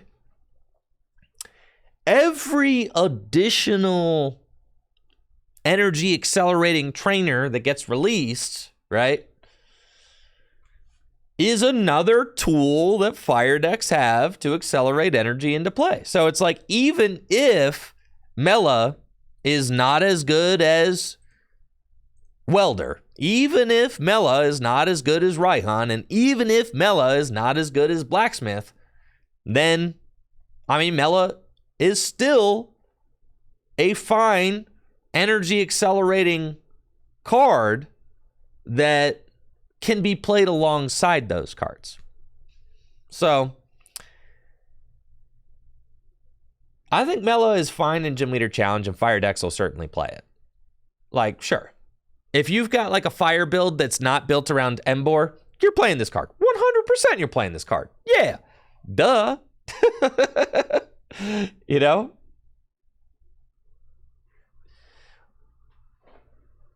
Well, Weeder, I think there's an argument to be made. Raihan is, like, if Magcargo is in play, then Mela can be used to go get cards off the top of the deck thanks to Magcargo. However, sometimes you'll have more than 6 cards in your hand, and that doesn't work, and then Raihan's better, right? Sometimes you won't have Magcargo set up, in which case Raihan is better in those situations too.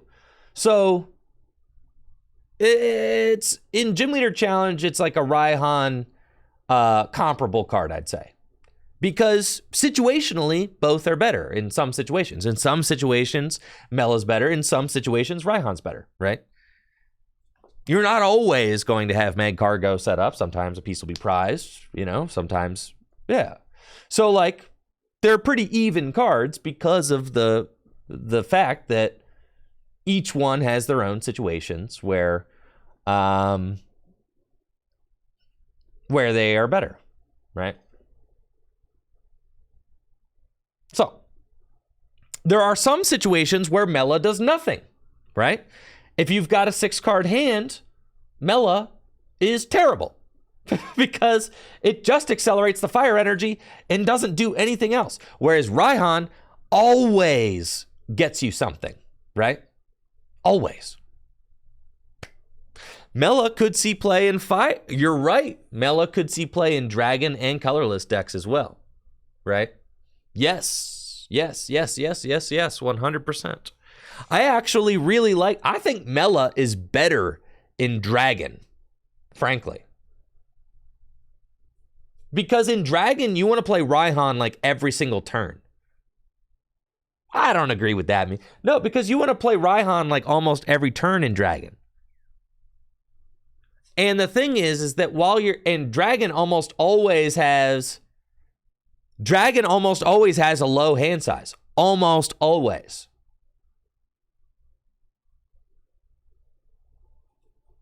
Well, I play letter in probably like 2 fire energy. So maybe it's bad in the way that you're playing Dragon Wheat, but I'm saying that this, as an asset for Dragon, giving Dragon essentially 2 Raihans is pretty good, right? And it can like act as a hand grower, which is something that Dragon doesn't always have. So it's interesting. And since you can use Dragonite to search out Mela for like the exact turn that you have a fire energy in your discard pile, right? It's like, that's worth thinking about, right? And as they continue to print different dragon Pokemon, all they really need to do is print one more dragon Pokemon that has like a fire attack. And then all of a sudden, like, this is becoming like a really solid core for dragon, right? And the fact that you can always search this out and that's like my big thing is like, you know, it's a situational supporter, but Dragon can go search it out for that situation because it's got Dragonite. Whereas like in Fire, you're kind of just adding it to the pool of cards that just accelerates fire energy into play. And you're like, well, I just hope that if I play enough of these things that my deck will... I hope if I play enough of these things that my deck will behave, right? Yeah.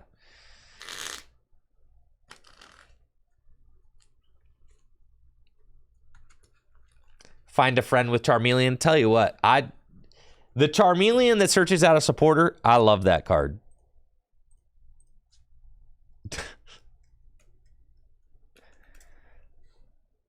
I definitely am I think this is the optimal Charmeleon. Why? Because your fire deck is always dead drawing. Quit playing with me, dude.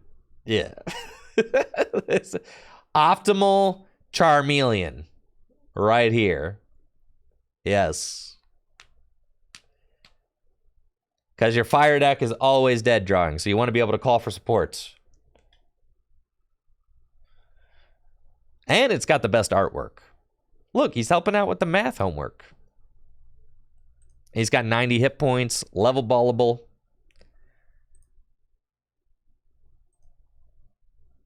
I feel like you're never really putting your Charmeleon in harm's way unless you're going to lose otherwise, right? So like doing 70 damage for 2, like I'd rather just keep that thing on my bench and evolve it into Charizard, right? But if I'm dead drawing and I'm going to lose the game if I don't do something, then this Charmeleon is optimal, right? You're not just sending Yeah. I think this guy, he's the one. And he can do 80 for 3 in a pinch.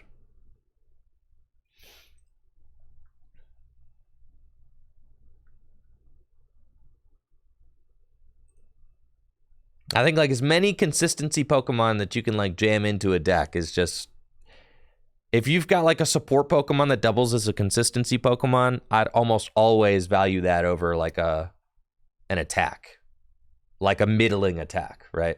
Consistency always, like, and that's just, I think that's just good deck building.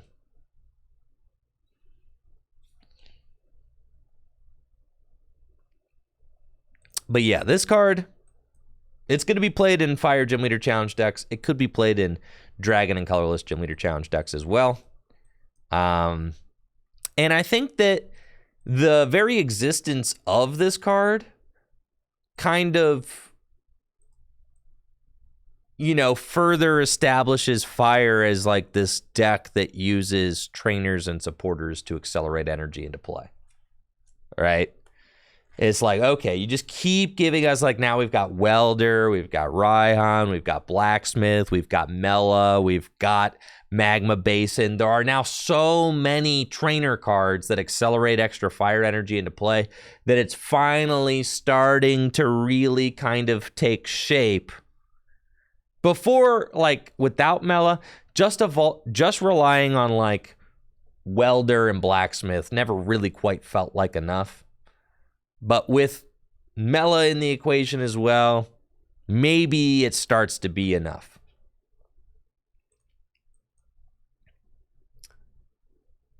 And then, of course, Tulip.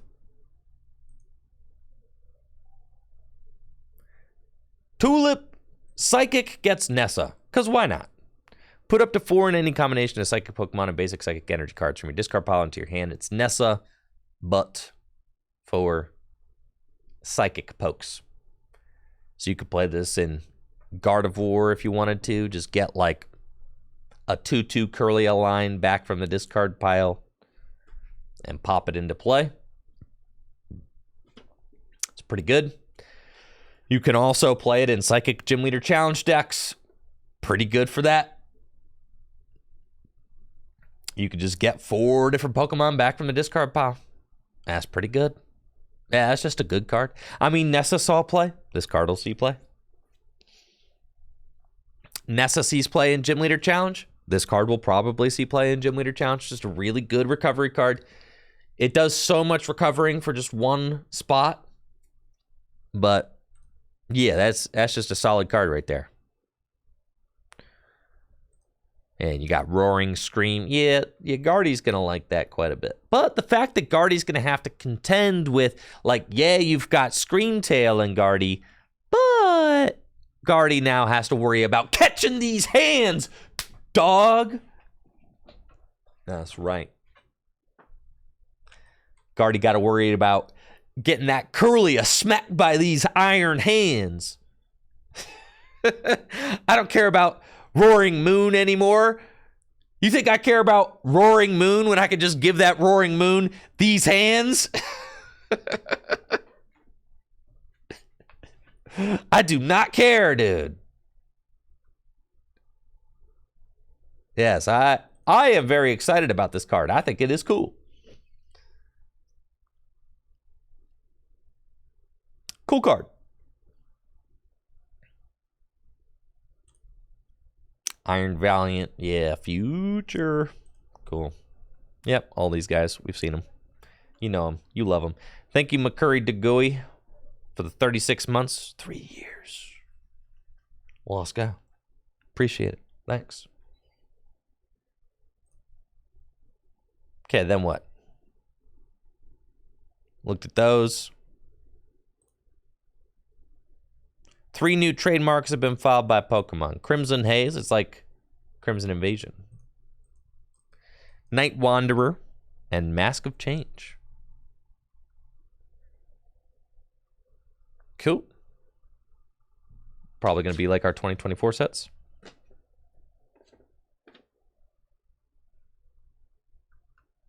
We got, for the remainder of the year, Raging Surf coming out end of September. Ancient Roar and Future Flash coming out in October. Late October, Pokemon Trading Card Game Classic box set. Oh, yeah, Pokemon TCG Classic. You guys remember rolling the marble and then it... Oh, man.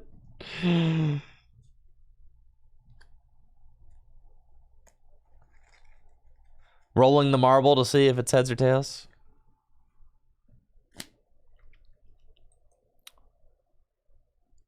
December, Shiny Treasure, right? It's going to be like the shiny set. Cool, cool. That's fun.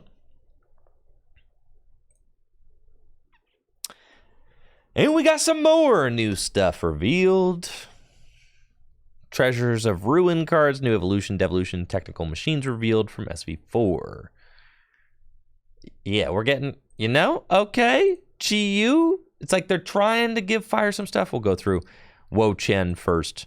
130 HP, good amount of HP for a basic Pokemon. Leaf Gathering, attach up to 2 basic grass energy from your discard pile to one of your Pokemon. These all do this, okay? You'll notice that the fighting guy did that as well, right? No, the fighting guy. Who was the fighting guy I looked at? We looked at a fighting guy earlier. He didn't do that. He discarded one off the top of the deck.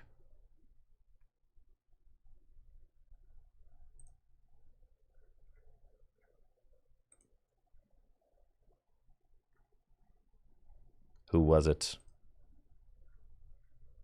You. It was you. Discard 1 card from the top of your opponent's deck. That's what I was thinking. All right, yeah, you're different. That's fine. But that's because you're not one of these, I don't know, what do you call these guys? The snail, fish, lion. These guys all do it. What are they called? The Treasures of Ruin. I guess that makes sense, huh? Says it right here. Treasures of Ruin cards. The Ruin Pokemon. Got it. Okay. All of the Ruin Pokemon, they all do that. Of which, fighting, Moth Guy is not one. So Chien, sure. Accelerates 2 grass energy from discard pile to one of your Pokemon and does 140 damage during your opponent's next turn. The defending Pokemon's attacks cost 2 colorless more. Unplayable in standard format. These kinds of effects are very bad. Your opponent can just switch or retreat out of them. 4 energy on a single prize Pokemon is unacceptable in standard format and not something we're going to do unless it says win the game when you do it. In Gym Leader Challenge formats, 140 damage for 4 energy is still way too much. And the fact that you want to be one-hit KOing Pokemon in Gym Leader Challenge, you are not going to want to hit them and then hope to prevent them from attacking with the bonus effect. This card is just garbage. Sorry, Chien. Chien, 110 HP. That is low for the, it's low. But it's because he's a little fish, You're not like a giant, monster snail, and you're not like a cheetah cat or anything. You're just a little baby firefish. So 110 hit points is like understandable. Got a retreat cost of 1, which is good. You've got the Fire Gathering, okay, Flare Gathering. Attach up to 2 basic fire energy from your discard pile to one of your Pokemon. Jealous Fire, 50 damage, plus if any of your Pokemon were knocked out by damage from an attack during your opponent's last turn, this attack does 90 more damage. 140 damage, again, 140. 140 damage, Revenge Attack. This card is unplayable. Unplayable filth in standard, but in Gym Leader Challenge, Fire Gym Leader Challenge decks are just bad enough that this card is good in them. That's right. In Gym Leader Challenge, this card is good because there aren't a lot of Pokemon in the fire pool that do this much damage for this amount of energy. Previously, we had the Rally Back Entei, which did only 120. If you want to know how bad Fire was, this is one of the best attackers Fire had.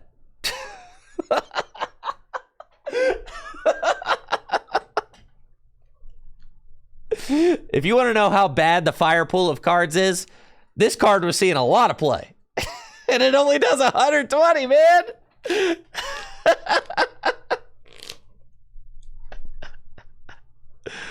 Oh, man.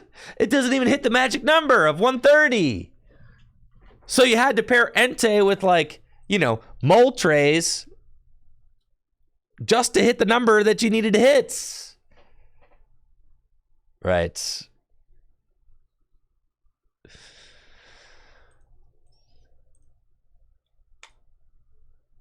And a lot of decks are still going to choose to play this. I mean, Fire may even still choose to play this Entei. But the thing is that now you've got a lot of competition from this Entei, right? But Blaze Ball is expensive, right? So most Fire decks are going to choose to play this Entei.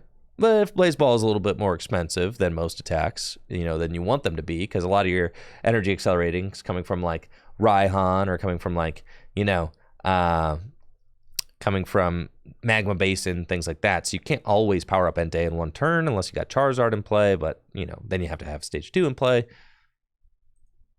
What I'm saying is that Chi-Yu will fill a very needed role in the Fire deck, which is a low energy. That 2 energy cost is kind of exactly where you want to be in the Fire deck, because it's a 1 energy attack with Charizard in play, which means you don't have to play one of your energy accelerating supporters for turn. It's a solid opener, right? Because if you are able to get energy in the discard pile, you could just accelerate them into play, which is really good. And if you're playing stadium cards like Giant Hearth and stuff like that, like then you can help get fire energy into the discard pile and then boom, accelerate them into play. This attack's really good for just 1 fire energy if you've got Charizard online. If you don't have Charizard online, you could still use Raihan or Magma Basin or the new Mela supporter to power this up in one go. It does 140 damage, which is enough damage. Okay, that's very good. It's a good number to hit. We like that. With a Muscle Band, it hits 160. With the Moltres in play, you're hitting 150. This is good stuff. Good stuff. All right. Fire doesn't get tossed a lot of bones, but I feel like this is a nice bone. Fire appreciates this, okay? It's something that helps those Fire Gym Leader Challenge decks really get rounded out. That's good. That's good stuff right there. Great. See, like, it shows how bad the Fire pool is, because you're like, oh, he does over 130? Oh, my God.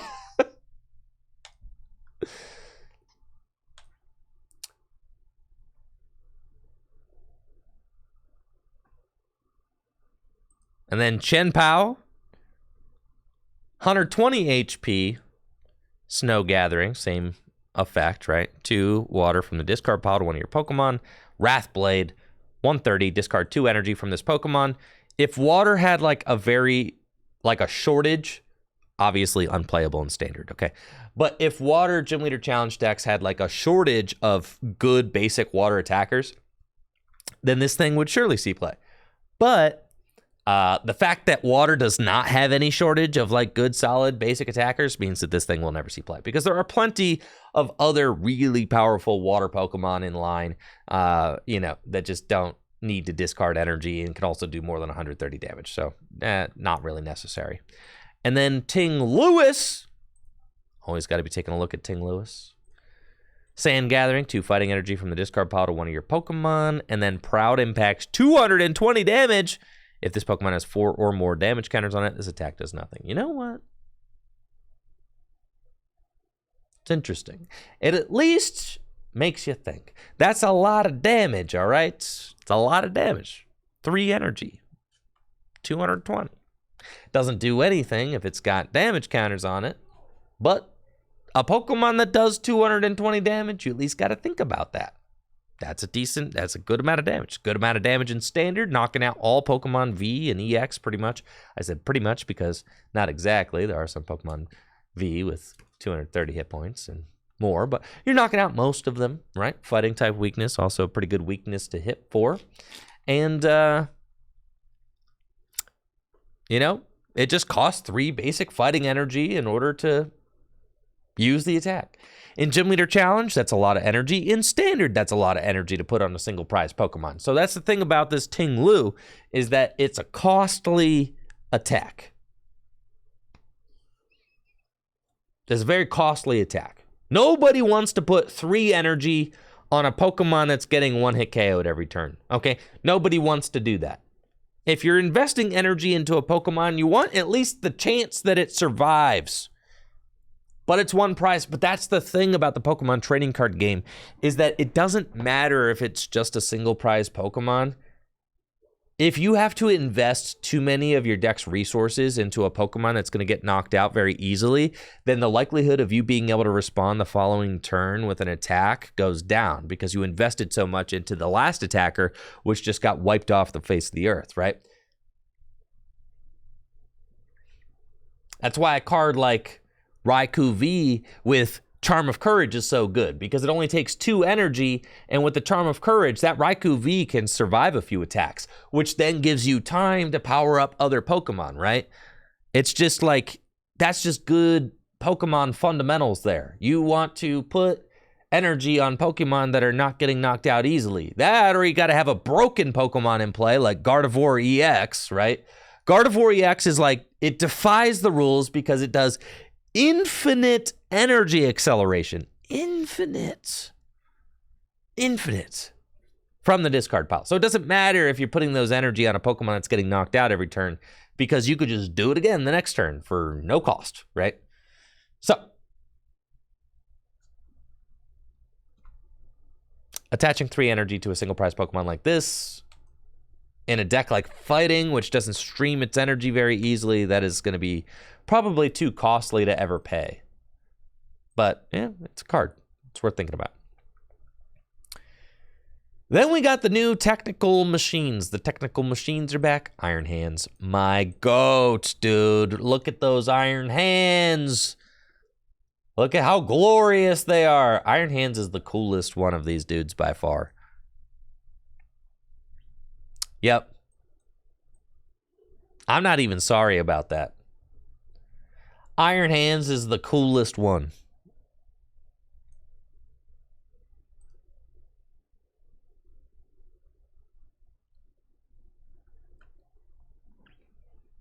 Technical Machine Devolution. Attach this card to one of your Pokemon in play. That Pokemon may use this card's attack instead of its own. Discard this card at the end of your turn.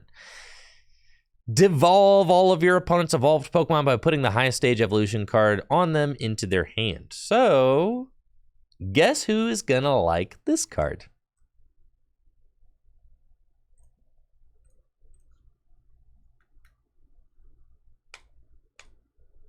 This guy right here.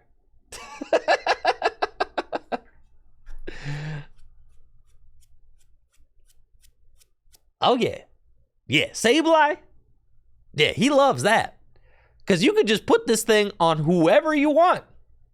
If you played Rare Candy to get your Stage 2 Pokemon into play, guess what, Sableye is? Gotta eat that up. So you could spread damage onto your opponent's board with Sableye and Radiant Greninja, right?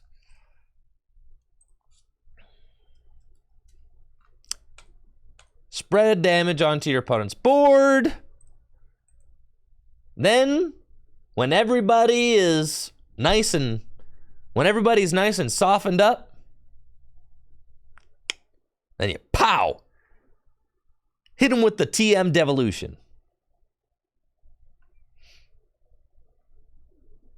And then, on the flip side, oh, this is crazy. Guardy, dude? That's crazy.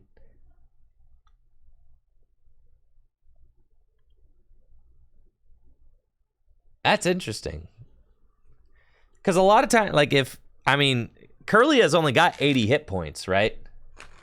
So, if they put 8 damage counters on their Gardevoir, and then you devolve, you knock it out. And then if you have Sableyed like another Curly or another Gardevoir on the bench or whatever, you could take double knockout.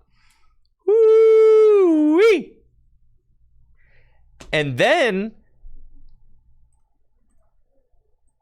evolved Pokemon. All right, so like if they use Mirage Gate Curlia to put Curlias onto the bench, those are no longer evolved Pokemon. However, if those evolve into Gardevoirs, then you devolve them, then yeah.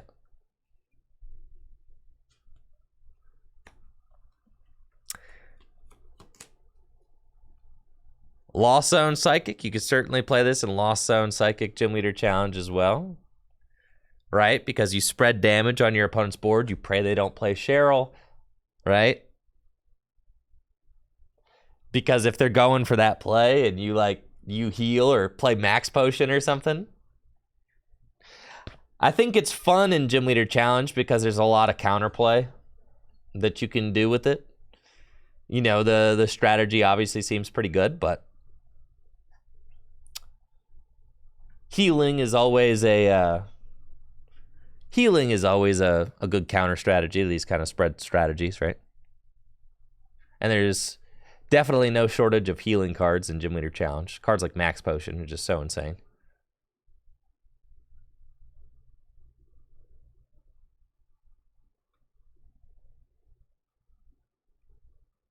And then you've got TM Evolution. Choose up to 2 of your benched Pokemon.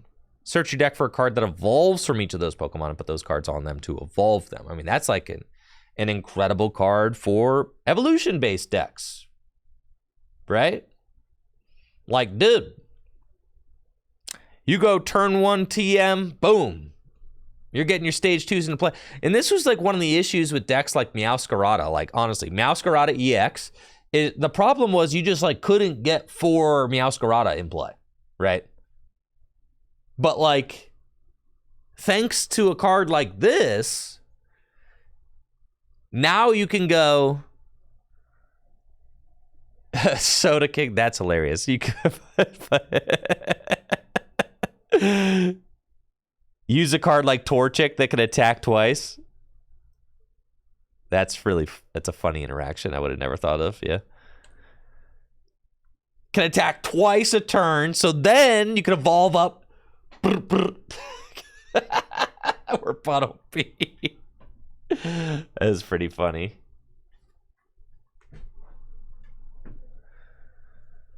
I think this card is better in Standard than it is in Gym Leader Challenge, because in Gym Leader Challenge, there's always the possibility that you prize some of your middle evolutions. But in Standard, I mean, the card still could be good in Gym Leader Challenge. It just could. It could, right? Because you can search out tool cards. You've got Guzma and Hala.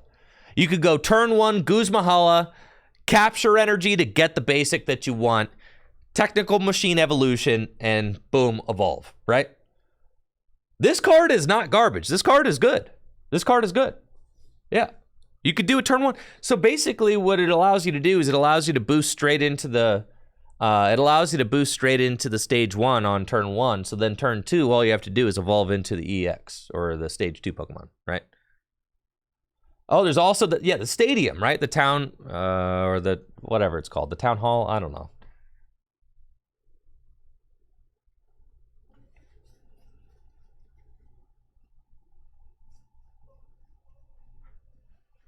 Artisan. Not Artisan, Town Store. Yeah, Town Store gets tool cards. Yes. That one. Yes, but Torchic, oh, this is crazy. Torchic, okay, so in Fire-type Gym Leader Challenge, you could go turn 1, Torchic, and Torchic could get 2 stage 2 Pokemon because it could go...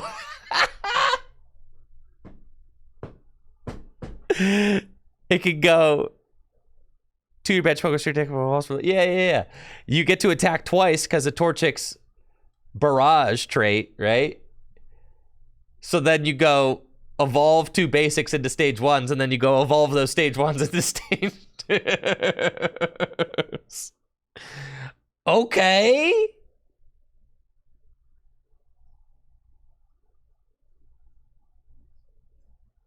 That's pretty sick. You can Goose Hala for Artisan Capture and Evo tools. Yeah, see? That's it. Yeah. In Gym Leader Challenge, you can... Yeah, you Guzma Hala for... Okay, that's actually a serious thing in Gym Leader Challenge that you could do. Right? You could do... Turn 1... That's not even crazy. Right? Like, you could do that.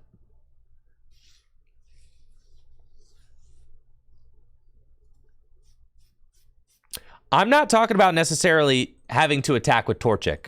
That's just, in my mind, that's kind of a meme. But I'm saying, in Gym Leader Challenge, like, Yeah, attacking twice, I mean, that's like the whoa, crazy, right? If you happen to open in fire, though, if you happen to open cast form has free retreat.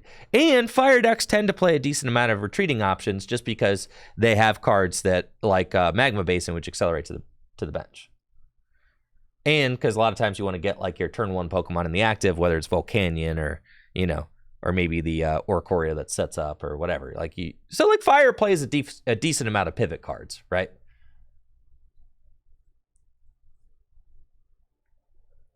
But what I'm saying is, like, generally in Gym Leader Challenge, any deck could theoretically play this card, Capture Energy, Artisan, Guzmahala, Tag Call, right? And it's like, because in Gym Leader Challenge, like the Tag Call engine is already played in Gym Leader Challenge to go get Guzma and Hala or Mallow and Lana or Cynthia and Caitlyn, because those are 3 like relatively played supporters in GLC. But imagine this in Dragon. All right, let's think about Dragon for a second, right? Because Dragon is like kind of, when I think of like Guzma holodecks, I'm thinking of Dragon. Like Dragon is the Guzma holodeck, right? And Dragon decks already play Tag Call. They already play Guzmahala, right? You could play it in grass as well. Frankly, you could do this in grass too. Certainly.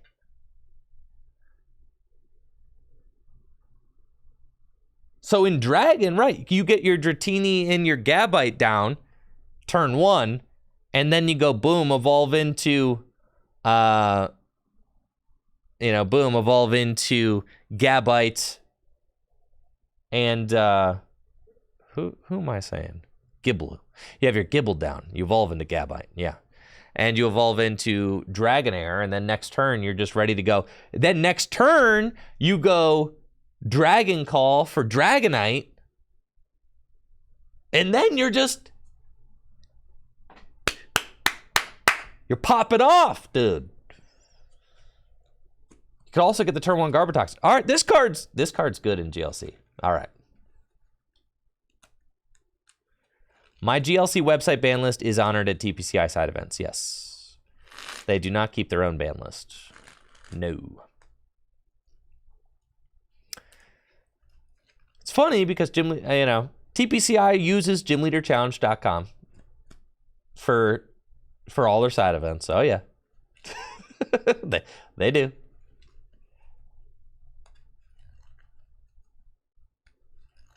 Nah.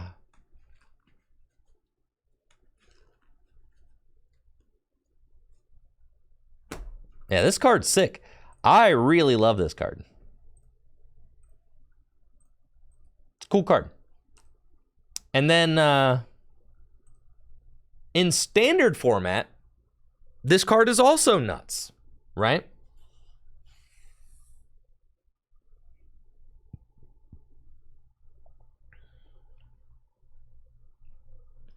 Because in standard format, you could just be like, yeah, you could play it in Gardevoir. You could just be like, yeah, I got two Curly a turn 1. Your go, bud. What? And you could play the Town Hall, which goes and gets the tool cards. I actually think Town Hall, what is it? Town Store? Whatever, dude. Town Store. This card stocks, okay? Because in Gardevoir, this works as a stadium bump for Path. Yeah. This card is going to get really good because tool cards are really good, right? And I already think that this card is probably slightly better than it gets credit for in standard right now. But as soon as these like insano new tool cards come out, like in the TMs and stuff, because I was just thinking that to myself, like, dang, there really needs to be a way to go search out the correct TM. And like, because you don't want to play 4 of these, all right? Like, you just don't. I don't really think, like, you don't want to put 4 of these Yeah, I mean, Soda, you're kind of spitting there. Yeah, for sure.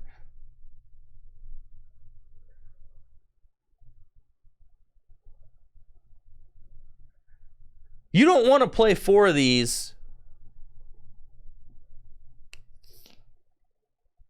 in the in your evolution deck, right? That's just garbage. Like, you're already playing cards like Battle VIP Pass. You don't want to draw these things in the end of the game either. But you could play more Town Stores. You could play Arvin. Arvin, sure. You could, but that's the thing, is you could Luminion.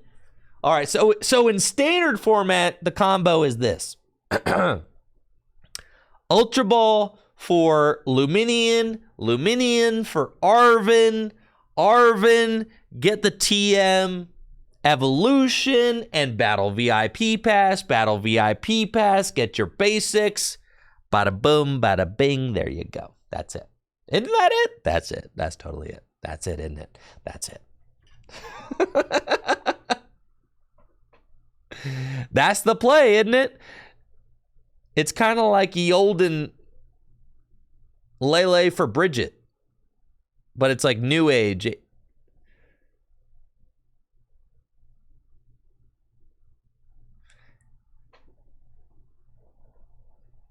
There's a reason why tools are their own cards now, apparently.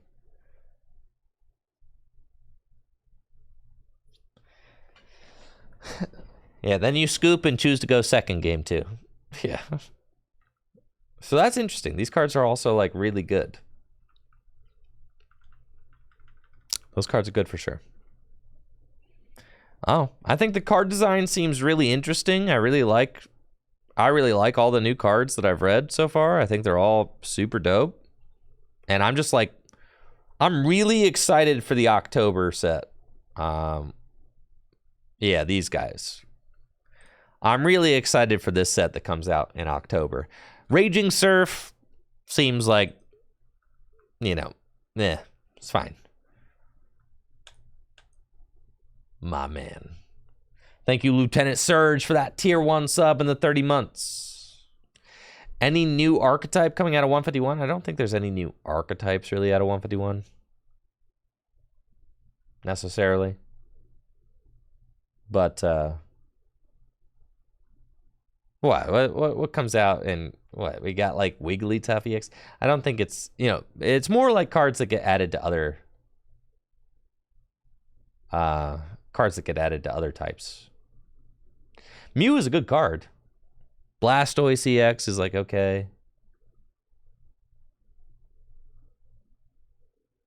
Anyways, I'll be right back. Give me a quick moment, and when I get back, we're going to play some Pokemon Trading Card Game live. All right, I'll be back right after this.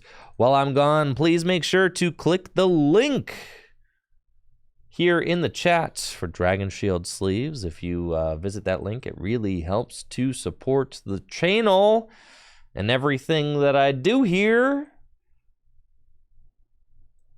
So, definitely make sure to check that out. Dragon Shield.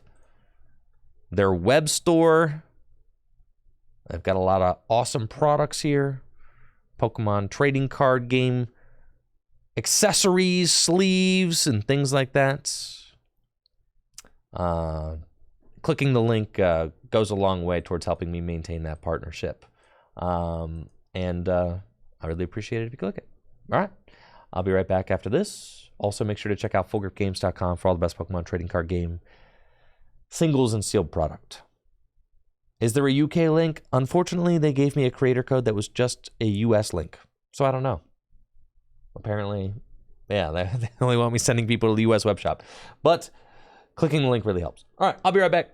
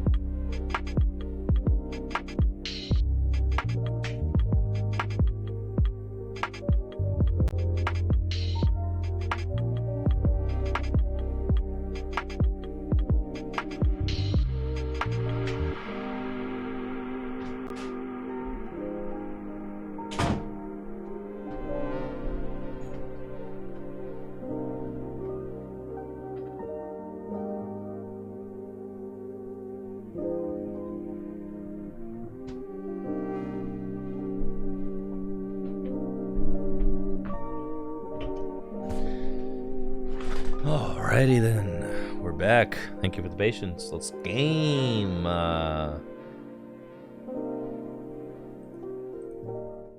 Can't believe we went all morning with no gaming. There was just so much to talk about.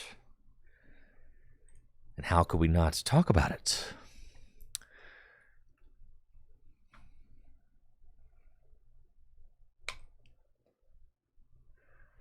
Well, let's go.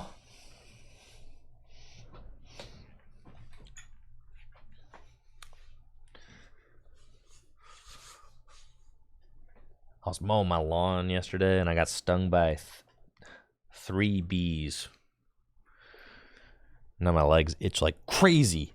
Yeah, I got stung by a bee while mowing my lawn the other day. And I was like, that's weird. And I didn't think too much of it. But then the next time I mowed my lawn, I they have a little nest or something in like a hole in my yard, and I didn't realize it. I thought that the bee from the previous time was just a rogue bee that was just out being a hater. But then I realized that I must have mowed over top of their house or something, because then I had 3 bees just getting lit up. And I live on a hill, so I let go of the lawnmower, was like, ah! And, started trying to get them off of me or whatever and run away. And then I realized, I had to go chase my lawnmower down the hill because it was about to run off into the street. And I was like, I gotta, ow! Ah! I gotta go get the. So then,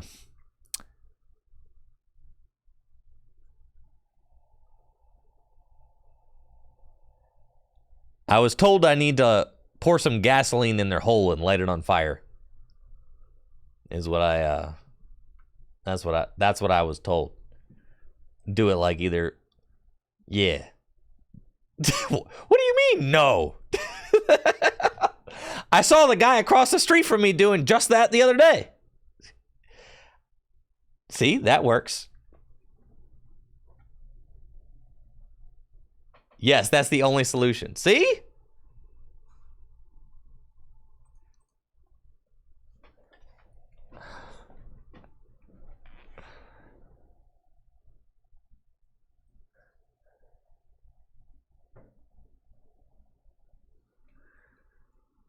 Listen, as it is right now, I cannot even mow my lawn, okay? because I got this huge patch of lawn in the middle of my lawn. I got a huge patch of lawn in the middle of my lawn that is unmowed right now. The whole lawn is mowed except for where the bees live. It's their lawn now. No. Listen, those bees messed with the wrong dude, all right? I've been stung 4 times now.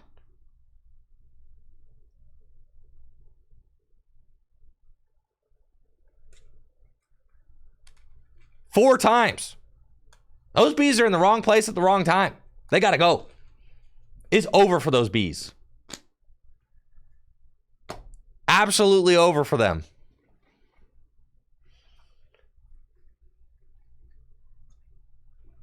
Call a bee relocator? Yeah, that's me, and I'm gonna relocate them to the grave.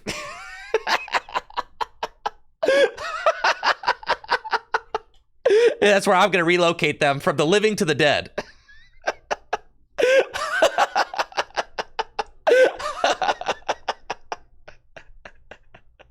Nah, dog. Nah.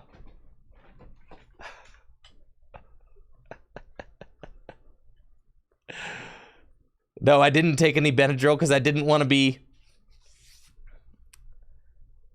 That's what I'm saying. Both of the last times that I mowed my lawn, the first time I got stung by one and I was like, it's just that's weird. And then the second, when I got stung by 3 the last time, I saw where their house is. I know exactly where their little hole is now. I saw them all swarming around it. I'm like, oh yeah, those things, yeah, they're dead.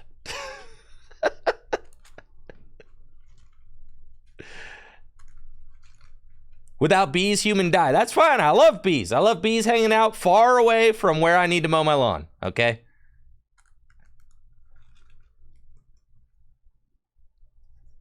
Maybe it is hornets. I don't know what the difference between a hornet and a bee is. They're probably wasps. I don't listen. All right. I know exactly what they look like. It was not. They were no honeybees, dude. They were not honeybees, dog. They were not. Let's see.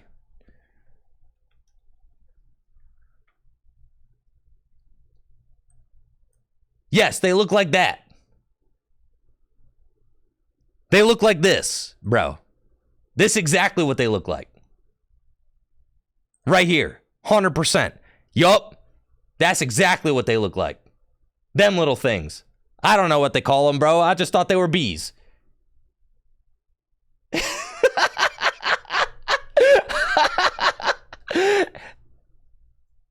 Yeah, they're like yellow jackets, dude. They hurt, man. My legs still hurt, bro.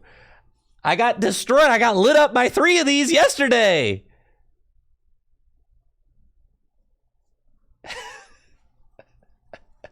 That's why I'm telling you, bro. I am going to kill them.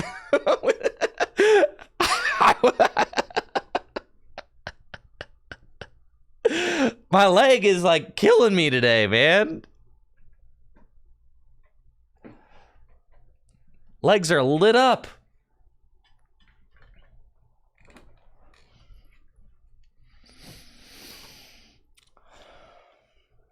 So yeah, these little things. Oh my.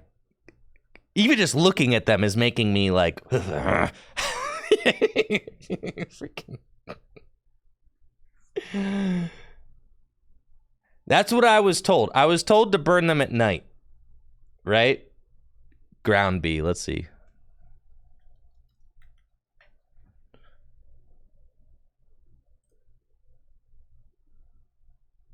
Yeah, something like that. I don't know, man. They look exactly like this.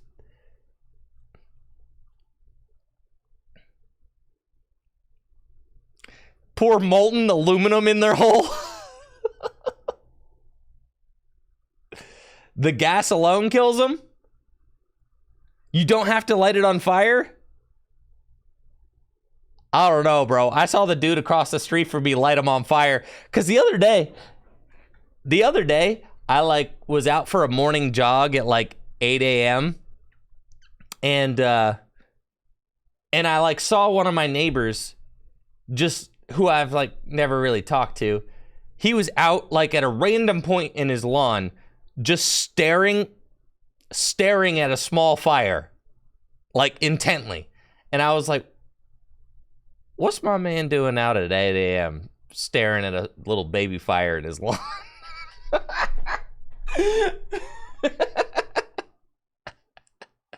And now it all clicks and makes sense. I'm like, I know exactly what he's doing now.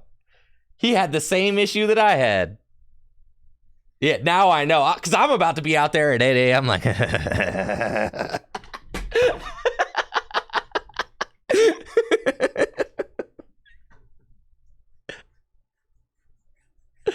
ah! Yeah, that's about to be me. Laughing maniacally. It's going to be my Joker moment. Killing the freaking bees.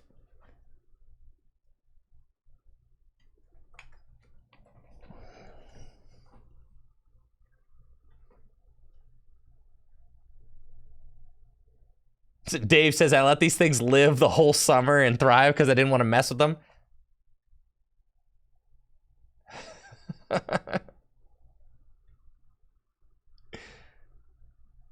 There's so many videos of people doing that, but then the ground just ends up exploding. Wait, I don't want to explode the ground.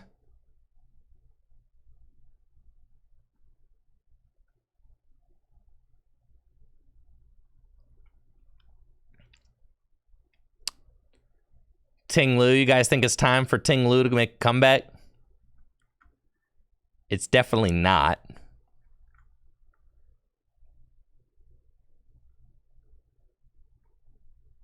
I think I probably just deleted. No, Ting Lu's here. With the soul. Oh, it was. Ting Lu is so bad, bro.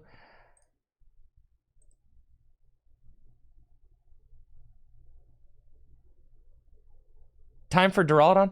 Dude, Miraidon destroys Arceus decks. Absolutely not.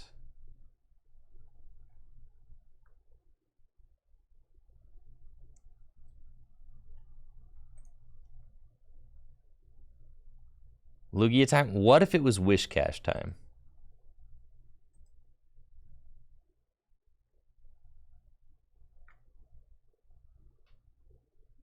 Yeah, it does.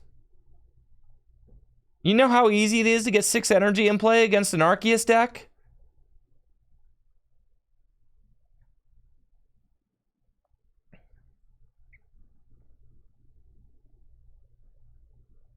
Wish Cash with Koraidon and Poppy? Holy smokes.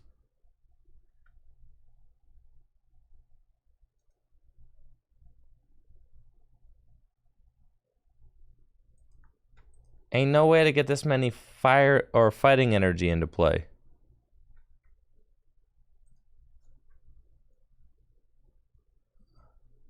Man.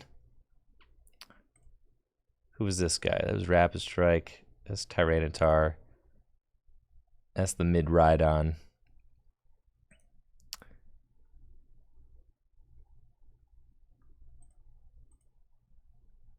Let's edit this deck.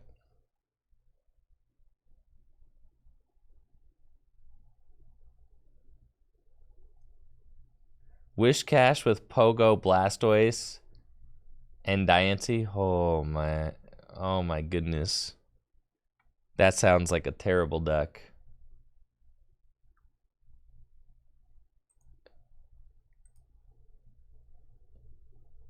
Yeah, I know. Jesse's list was very similar to Sage Park's list.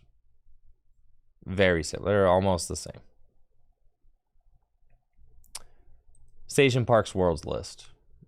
They're very similar. Let me look at Sage Park's World's list.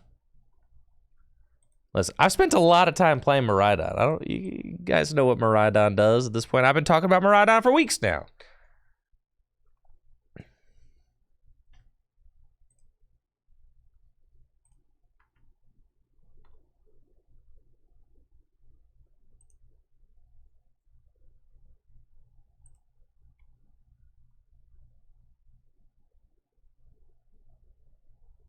It was this minus Vacuum plus Bravery Charm minus Penny plus 4 Sealstone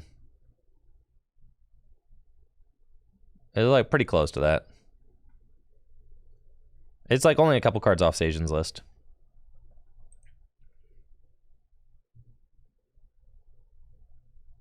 I talked about why Flying Peak over Zeraora. You could put 4 Sealstone on it, and Paralyzation can be useful.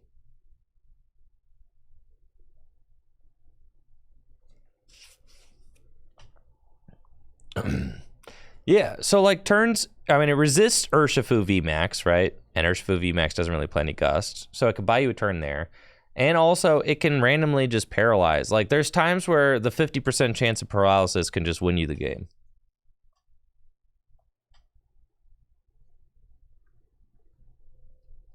Pikachu VMAX is also a terrible card. That's why I know Pikachu VMAX. It doesn't work. Pikachu VMAX doesn't actually work versus anything. Damn, you all are list crazy right now. I'll wait till Jesse posts a list. It's his, you know, it's his finish.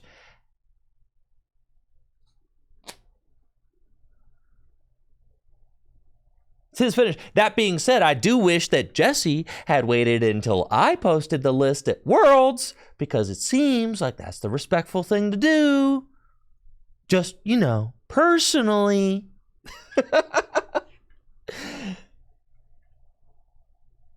Just saying. But yeah, I'll just wait for Jesse to post. He posts it whatever he wants. You know, that's fine.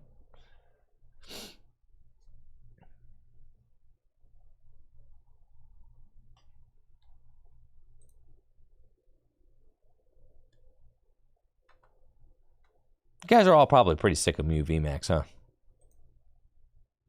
But what if Mew is like good though, you know?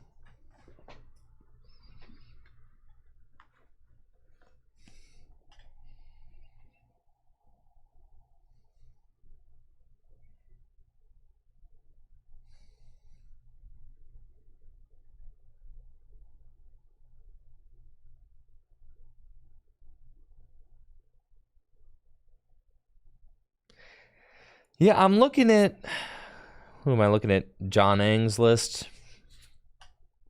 John Ang didn't play no Town Store. Maybe he wasn't hip to the technology, you know?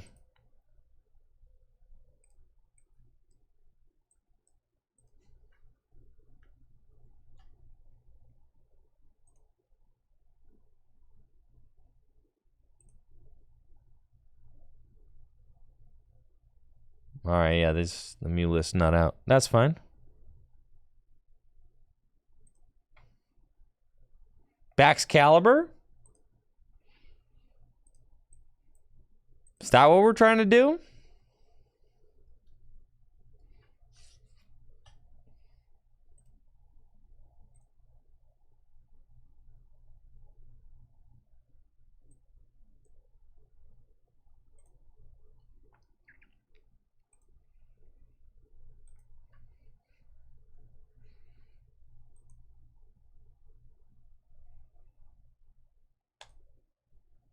I think I'm down to backs it up.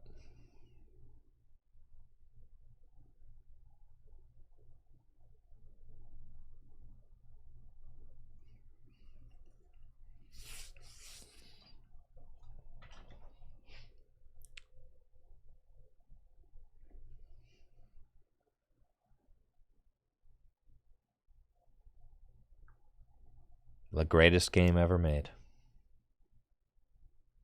Here we go, baby.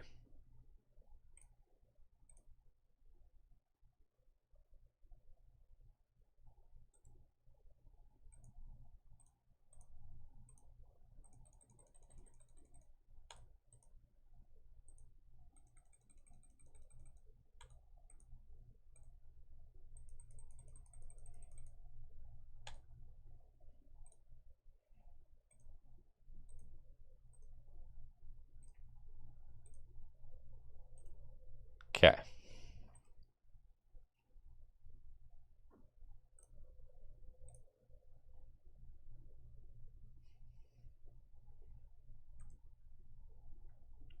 Very nice. This deck is a pile. All right.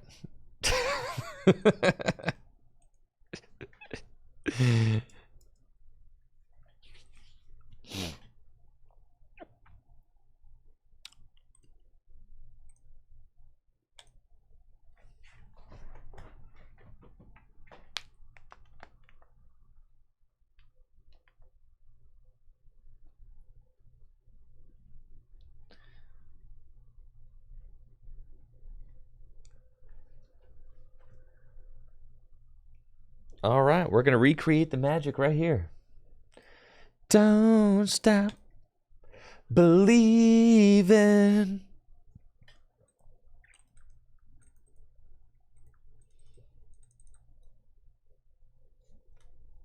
This is going to be the gas for sure.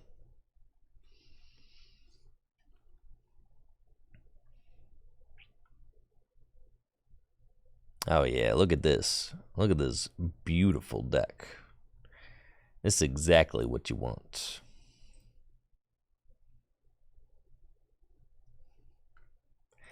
What do you know? Playing against Mid-Rhydon.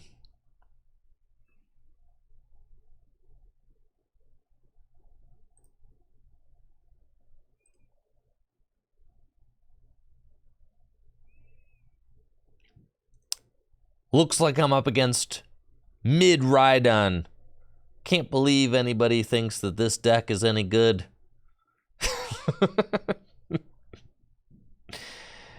My opponent just has to fleet foot and pass. That's cool. I've got the Nutter Butters opening right here with Irida and Radiant Greninja. Good stuff.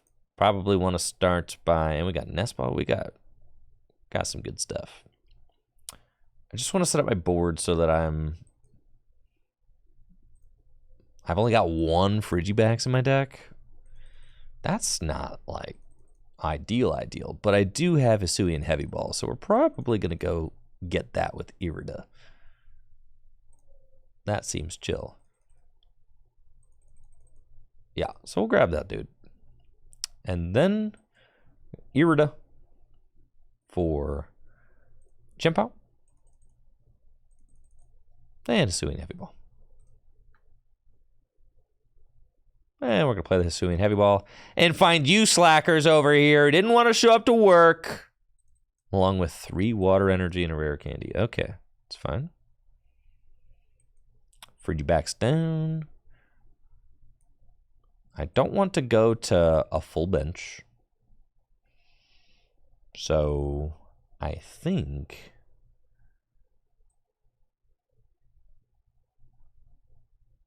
yeah, that's fine. All right, and we're gonna escape rope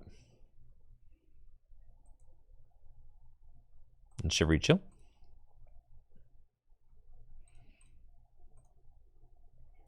And then I'm gonna bench the Radiant Greninja. And I'm not gonna go to a full bench, but I do want to draw more cards. See? That's good. And then we can attach an energy to Mr. Chien-Pao. And pass it on over to you. That's solid. And we'll see what my opponent's got going on. They probably have a supporter card in their hand. Top deck Miraidon. And can now use Tandem Unit to get things up and rolling. They've got another Miraidon and a Raikou. My software wants an update. How about later? Maybe when I'm not in the middle of working. Can't you see that I'm busy? They got Zeraora out. Cool. Free Retreater. Mareep in the active. And Arven as the supporter for turn. They probably want to find... Yep. Generator. And they're hoping to hit double lightning.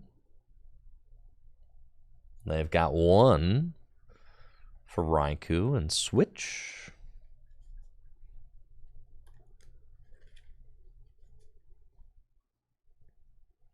And they may just swing into the Chien-Pao for 200, which is why I did not fill my bench. So that they couldn't hit this knockout. But it looks like they are going to use their V-Star power. Not exactly sure why they do that. They just want to play another generator. Okay, sure.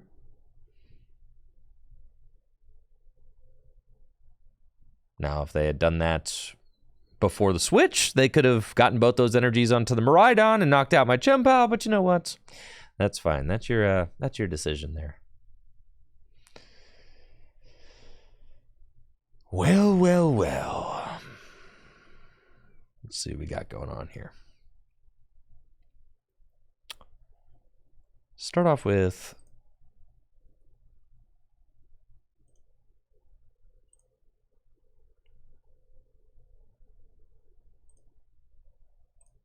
Shivery Chill is fine.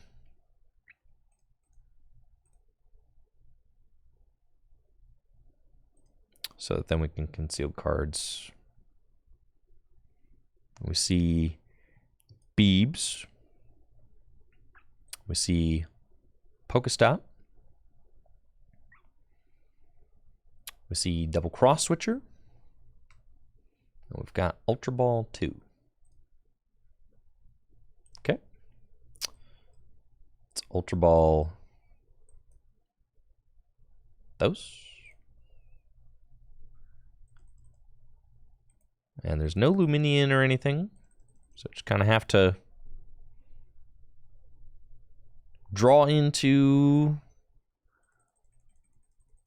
the pieces that I need, which is what I'm going to do right meow.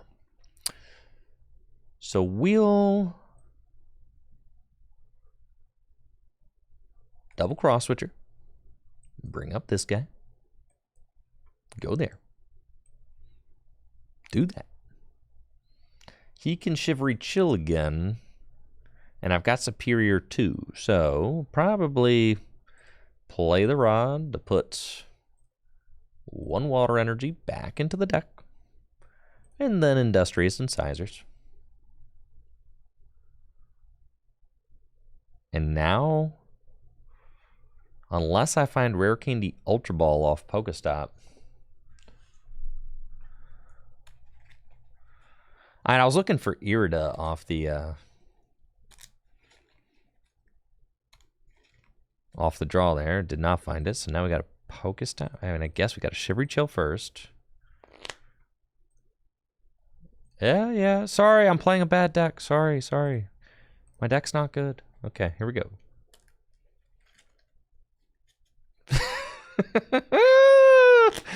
Why would anyone play this pile, bro? I mean, I guess I could have Ultra Balled for the Baxcalibur and drawn one less card, and then seems like garbage, dude. It's fine. It's fine.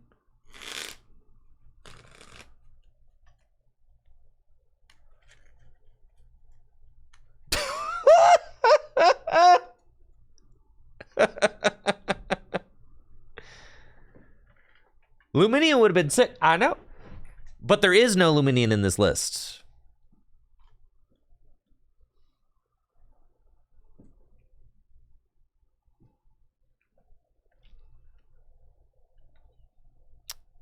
There's no Luminion in here, bro.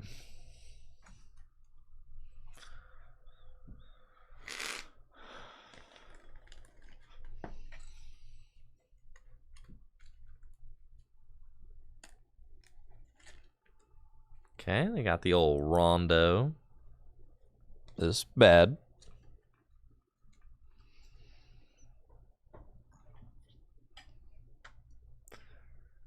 You don't really have like a good like big attacker. You don't have a good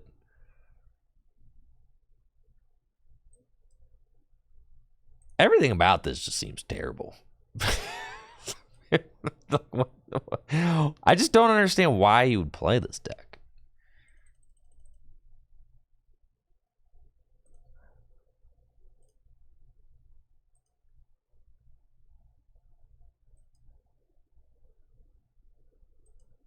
I'm like, not playing well right now. I should have gotten this superior, but it's fine. I also wanted to get rid of that. I got 3 energy in my discard pile.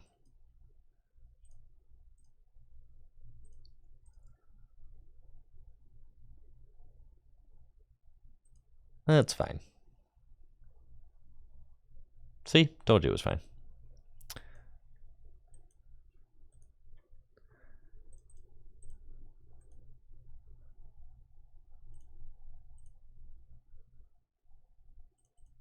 I should have done that, and then concealed cards is fine. Whatever.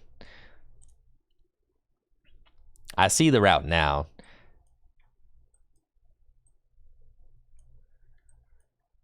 And you got to discard 5 to take this knockout? This is ridiculous.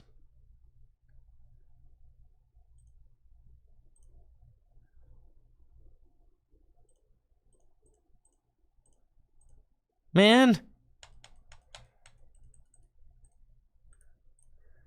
Bro. How do I... Oh, man, this UI is really... It's getting me excited. All right. Yeah, that was sick. Love that. Taking my 2 prizes. Here we go. Wahoo!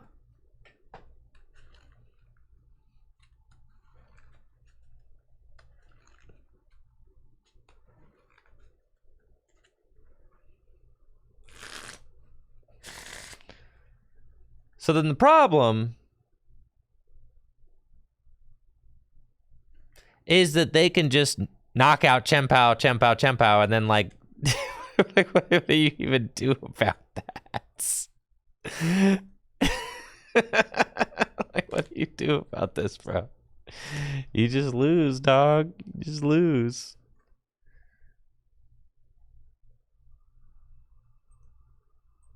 Okay. I have a master plan. Oh, yeah. This is it right here. What if they don't have Switch? You feel me?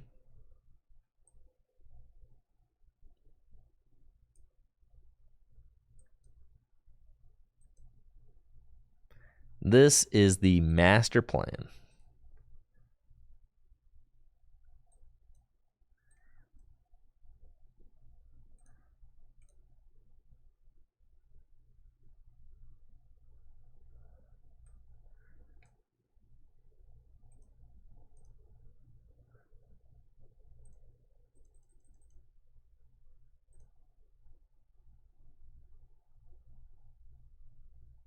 Man.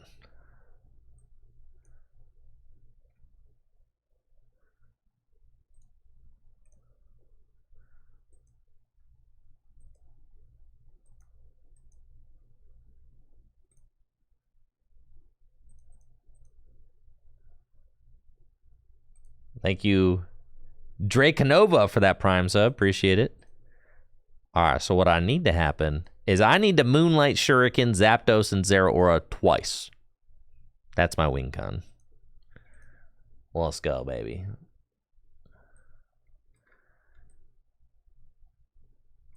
Then I don't even know that I have a boss's orders. Yeah, you give me the thumbs up. Thank you for that thumbs up. I really appreciate that. It's really nice and encouraging.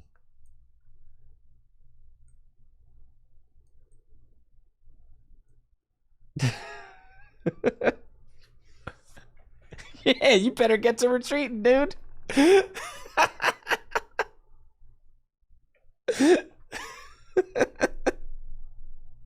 Does this list even play a boss's orders?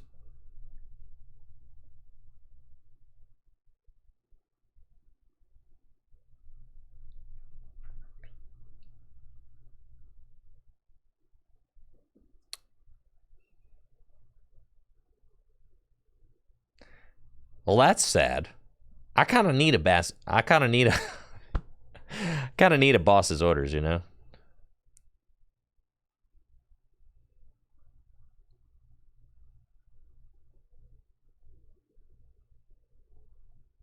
You know, so I can like win.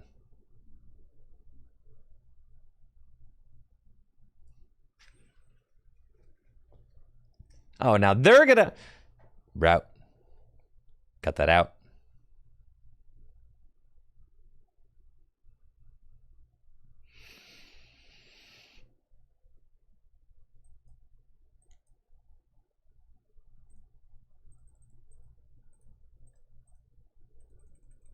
Oh no. I forgot I have no more water Pokemon in the deck.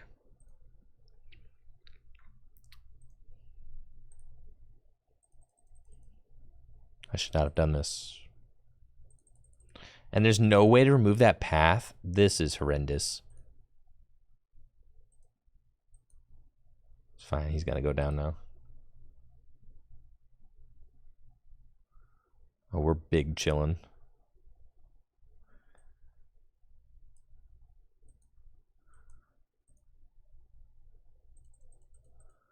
What a disaster.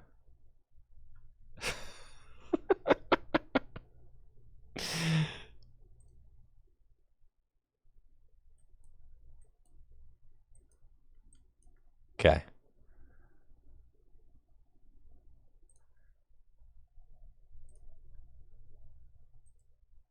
She's so mad. Should I knock out the Flaffy? I'm thinking...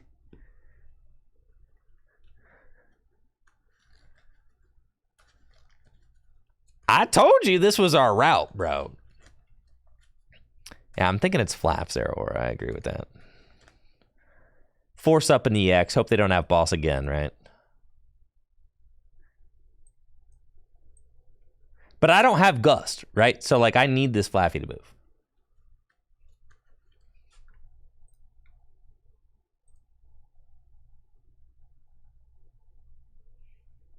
I can't believe it won't let me take both at the same time.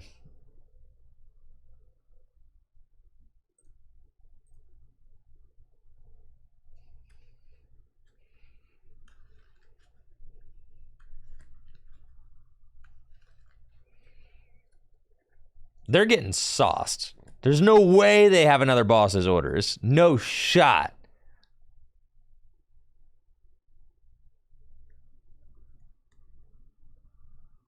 Yeah, you're done. You're roasted. Broken deck. The route. We found the route, chat.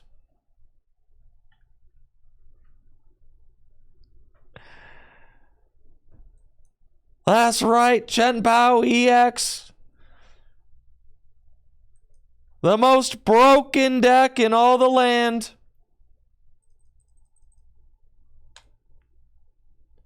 Nobody does it like Chien Pao and Baxcalibur. Look at all these salty emotes. Gotta love it. Why would you emote at me when you're getting sauced like this? Come on.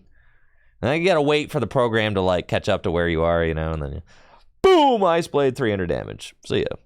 And then you have to drag all your energy into the, like, yeah, you know, just because that's just, and then you go to the boom, and then you get the little, you know, orange dot on the guy, and then the card gets knocked out, and you take your 2 prize cards, and then, ta-da, you win. GG's. Best deck in the format right there. You saw it here, folks.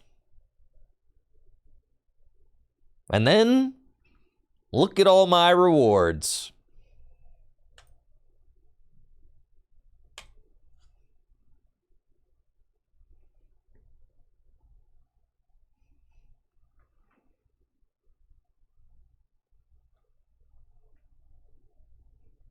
So many rewards. Feeling very rewarded. You all feel rewarded? I feel rewarded. Do you want to go first? Yeah.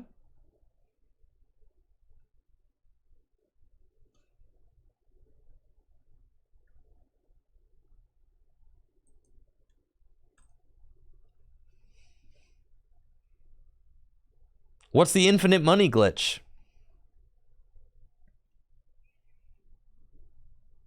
Going first, top deck battle VIP pass like a boss. Playing against some Arceus deck. We're about to get moving over here. They can't knock out my Frigibax turn 1. I know that. Bidoof, Radiant Greninja. Concealed cards. Oh yeah, baby. Well, let's go. Nestball, Chempao.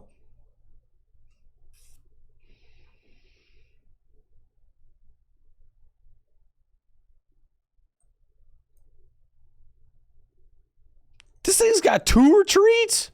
Holy smokes, dude. Get this canceling clone out of here. Escape rope. Shivery chill.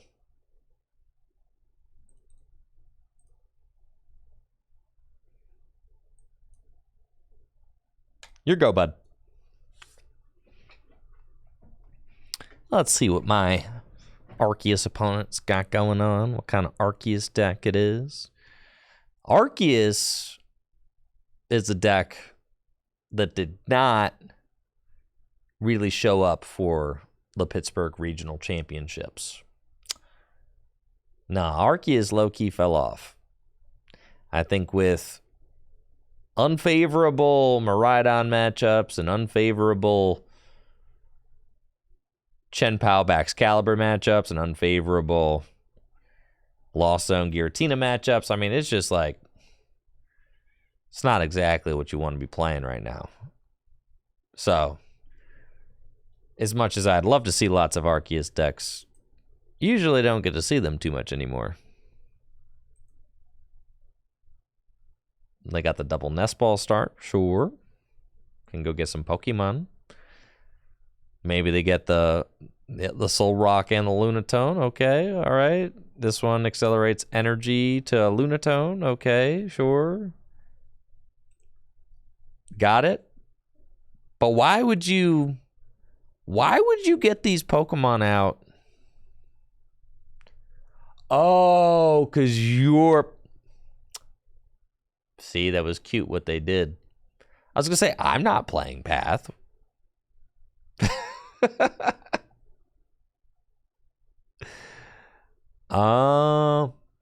I see. See, but the issue here, man, how does anybody play this deck, dude?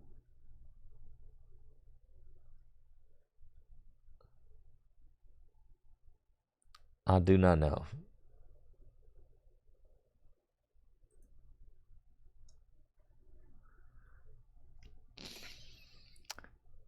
Ultra Ball is superior energy retrieval?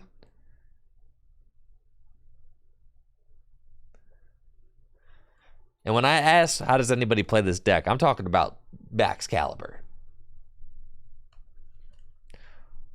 Yo, what? What? Yo. But you don't have any energy in your hand. So what are you doing?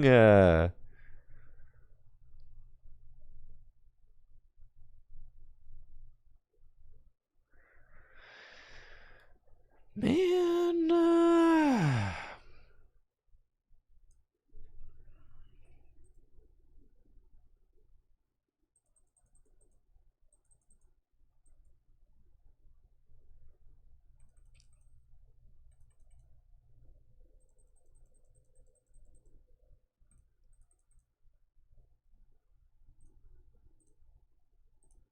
Tell me I can't get 2 of those, bro.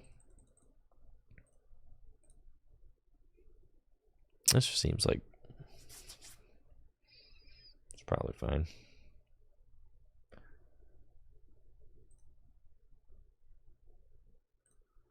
think I just set up Bibero. I mean, I could set up the Baxcalibur and like not really do anything, but It's not really worth it.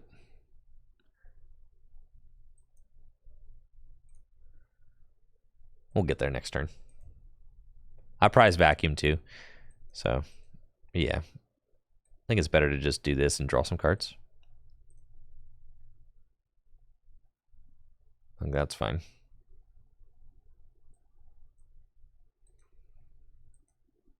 And we'll get there next turn, you know? It's fine. It's pretty much always going to be a next turn situation, so... Sure thing, bud. I know, we were just a little bit short of the knockout rocks play, but... Judge! Man, how does anybody play this deck, dude? Pure torture. Thank you, Lamberto, for the Prime sub and the 41 months. Thank you. There are just so many random cards. You got the cross switchers, the battle VIP passes. You've got the cross switchers, the battle VIP passes, the canceling colognes. You've got so many like garbage cards that you don't want to see at like any point in the game.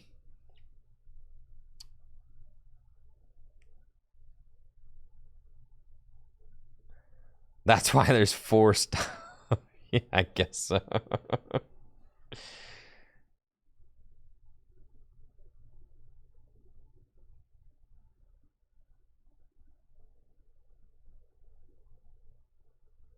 Leafy Poncho?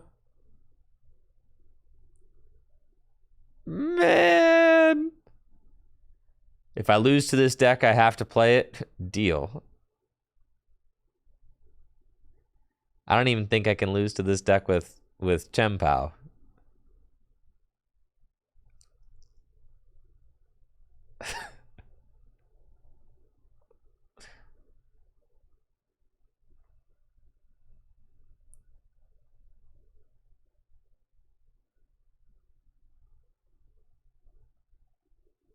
It's kind of sick, though. Using Starbirth under Path.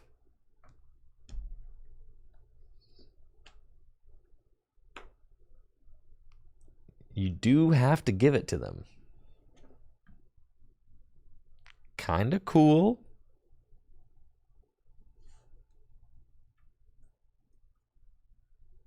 But they're still not getting a knockout.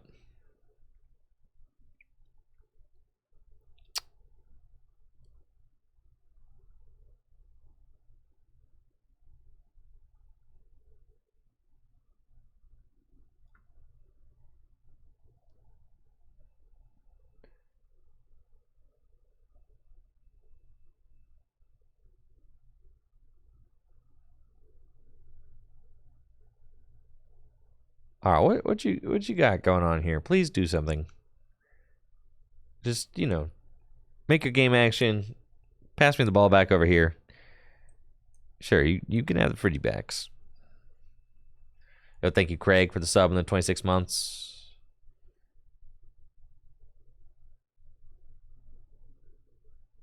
Thank you, Angel Nachos. I appreciate that. They got the 100 damage. Okay, Chien. It's your time, buddy.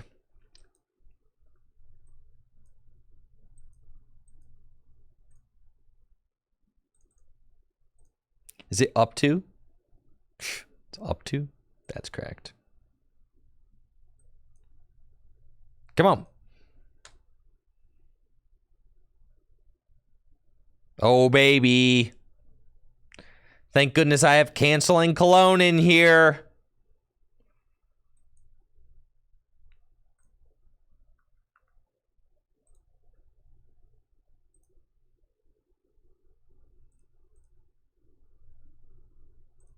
Yes, 1, 2, 3, 4, 5, 6. That's it.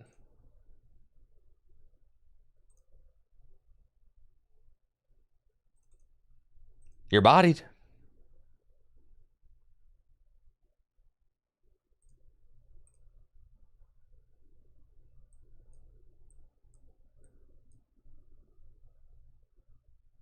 Please get this card out of my sight.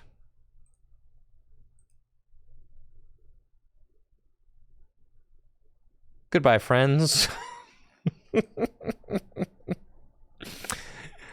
That's fine. I didn't need like another attacker or nothing. That's cool. Yeah, that's fine. All right, slay. Whoop. Boop. And after I drag the 6 energy to the gray rectangles, I take a big 360 damage knockout. Let's go, baby. Let's go. Another back. They ain't knocking out anything next turn. All right? They're not doing anything. Look at their board. Like, what is this? What is this? They're not doing anything.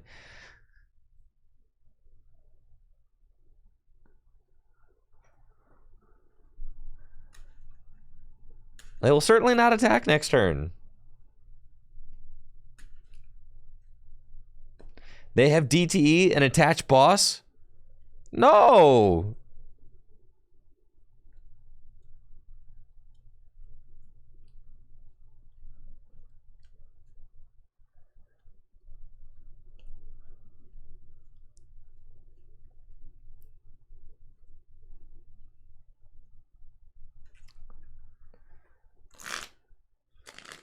Chempow's is broken, dude. It's a broken deck.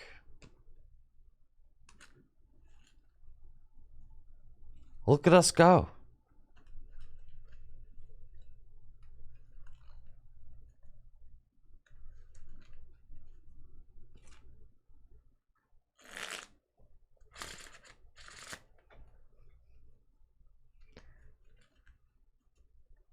Been thinking about making some LAIC moves. I don't know. I'm hungry now.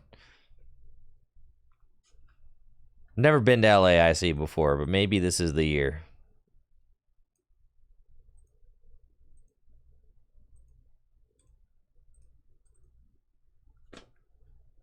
Watching Jesse get second place, I was like, all right, we gotta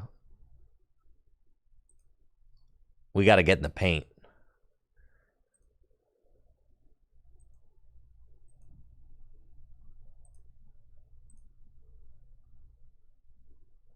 So you're telling me there's a way to get infinite money? All right, how do you get infinite money?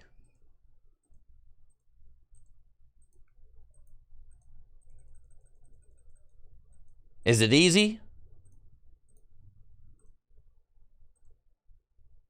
Sounds bad. Well, I'm not going to do it. I just want to know how. I just want to know how you would.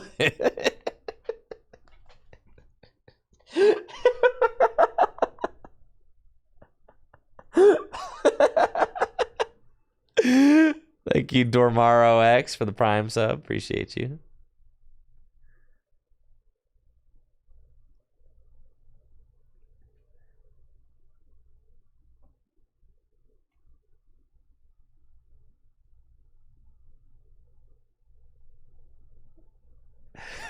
They do call it Tricky Jim. Oh, that sounds like doing too much. You have to slow down your internet speed. Oh, man, that's crazy. Man, that's doing too much.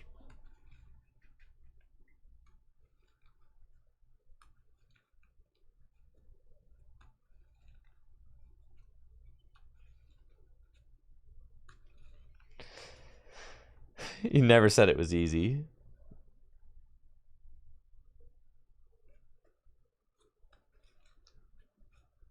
Think about the infinite credits is cool. Well, that's the thing about the rewards is that the game isn't rewarding to play, so then none of the rewards are rewarding to get. You know? So it's like... so the rewards aren't really rewards. So I don't even feel like, even if you told me there's a way to get infinite money, I'm not really even motivated to do it. Because it's like, I don't care. Everything in the game should just be unlocked from the get-go because we have to play it.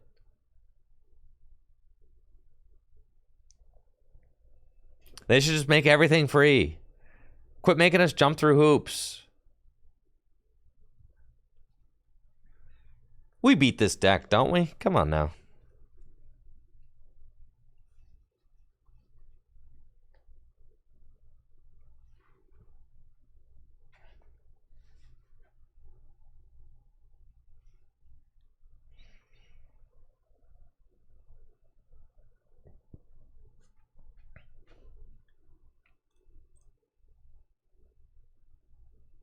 Got Battle VIP Pass, Nest Ball, that's good.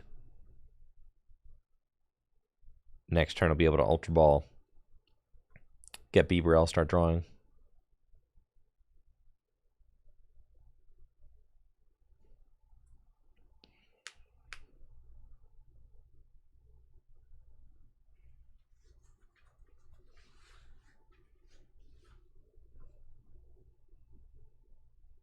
All right, let's go. No Path, turn 1. That's good news. No Radiant Greninja either. This stinks. Okay. So that means I need to go get these guys.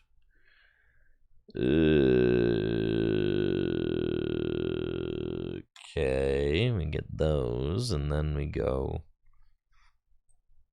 Nest Ball for Chien.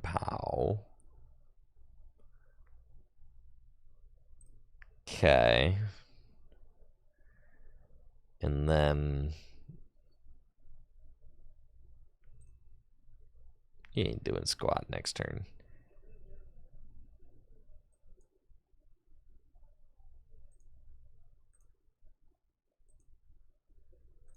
Shivery chill.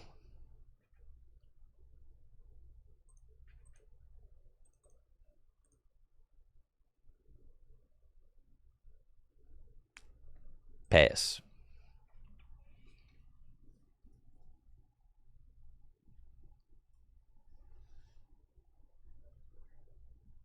For someone just getting back into the game, what is the budget, standard, and gym leader challenge deck?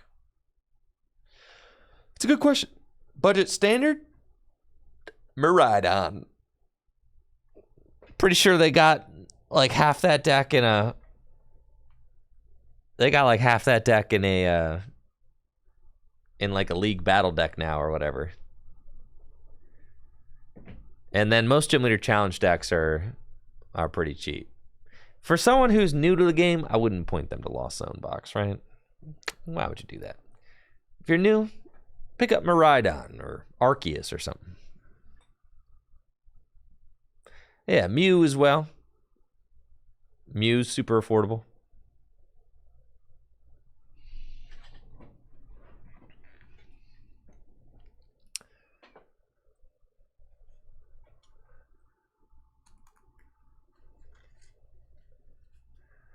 And then gym leader challenge, like water and grass. I'd say grass. Go grass.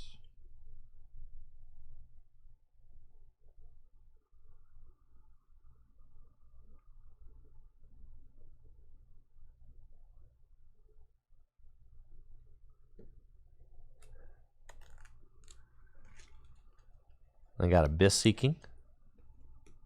Cool.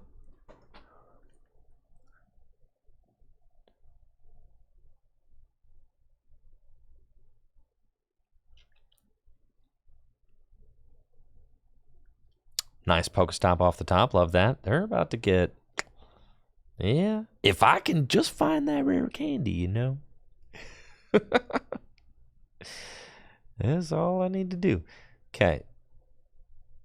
Well, kind of. It's... Yeah, without writing this deck. This deck reeks, dude. My goodness. Terrible excuse for a deck. Okay.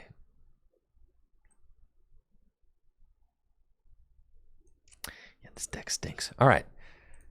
Here we go. It's like you have to... You get Bieberell Industrious incisors for 3, I guess. Yeah.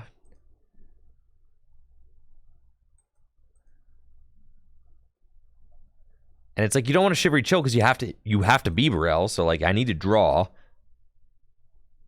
And then it's like, holy smokes, bro. It's like if I had Radiant Greninja, that would have been a slightly easier route. But man, what a disaster. Okay, that's fine. I should have Shivery Chilled, but it's fine. And there goes the Irida that I need. Like, what the heck, man? There's no Luminion in here? Like, how are you supposed to put all that together, dog? Like, what?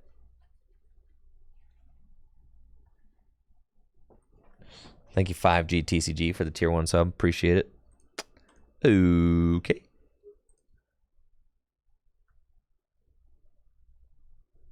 They got 6 cards in the loss zone. I'm about to get absolutely punted here. Listen, the first ever top 8 Chien-Pao list.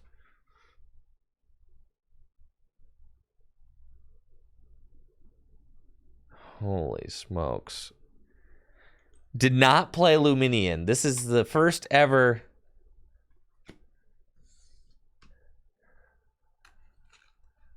The first ever Chien-Pao top 8 ever.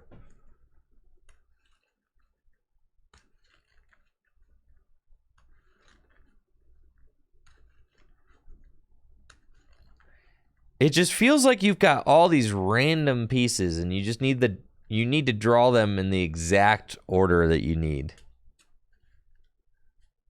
Yeah. Thank you, Mr. Home, for the 27 months.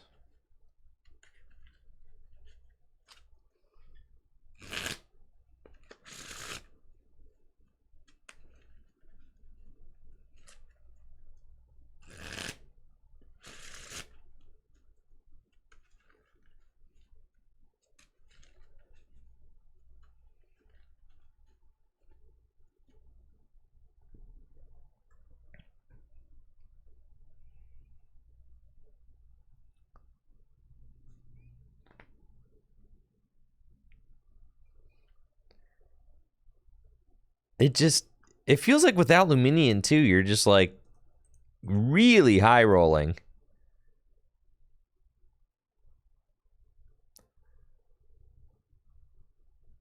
Cause like, what am I doing here? Like, this hand is atrocious.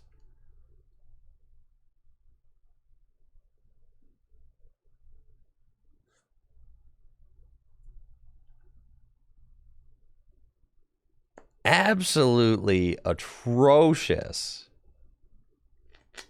I shouldn't be bad talking Chien-Pao this bad. I really hope that people play this deck, bro. Yeah, I really hope that people play lots and lots and lots of Chien-Pao. Lots of Chien-Pao. Yeah, I should not be talking this whack. I just gotta let people, follow their heart.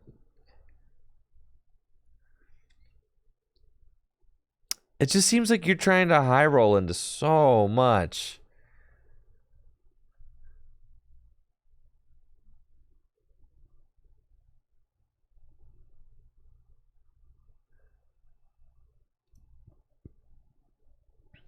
No, it's cool. I got the thing is, even an Irida top deck doesn't solve this atrocious hand.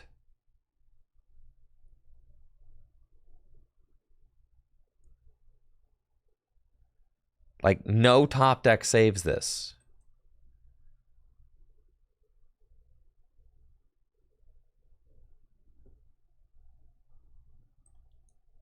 My goodness. I have to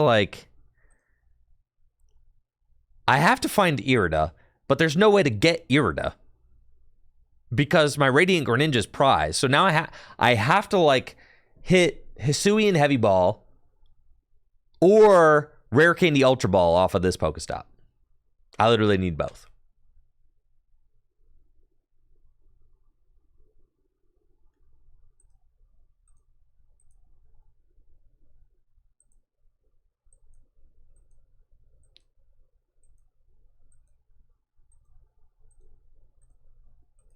No, deck's broken. All right, we got it. This is the best deck there is. We got it, dude. This is it. This is it. This is it. This is it. I forgot about the... Yeah, look at all my rewards. Okay, this is it.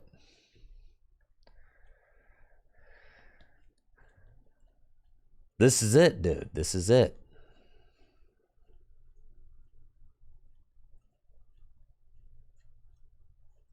Right, I just need to draw the right cards at the right time.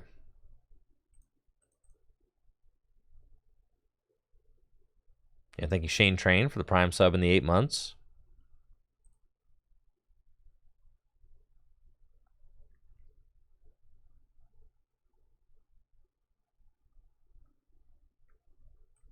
Broken deck.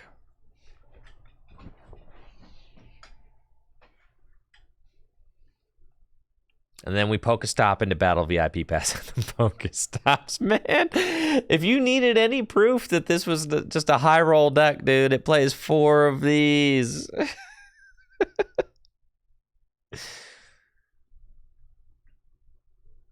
Let's go. Chien feels good. Retreat. Shivery Chill. We thin the deck. Take a look at the deck. Got 2, 3 Frigibacks. Radiant Greninjas there. 4 Battle VIP Pass. Wonderful, wonderful, wonderful. Slam that Pokestop.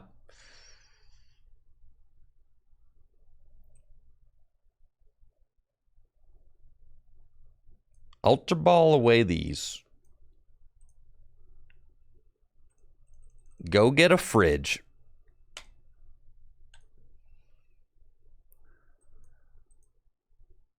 Slam it.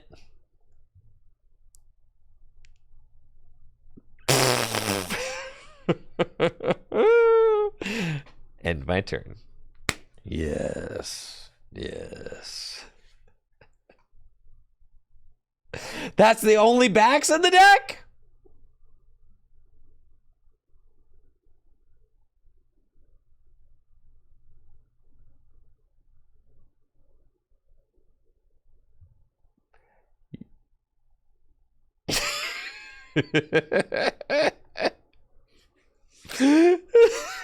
What?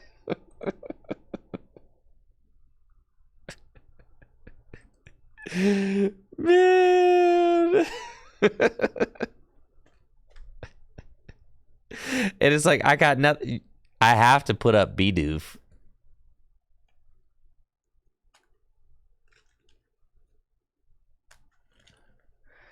Right, we just stop again and get the rod. Right. Yeah. Okay, I got it. Yeah. For sure. Dang, man, that went like way better for them than it went for me. Right, the next Pokestop, we got to get the rod to undo what the last stop did. Right.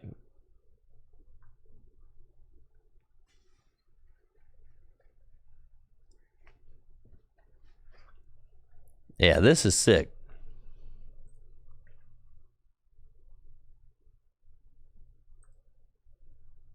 There's Cramolam. Got your 4 cards in the Lost Zone, and they're just going to knock out my Bidoof. This deck, bro. This deck. Gosh.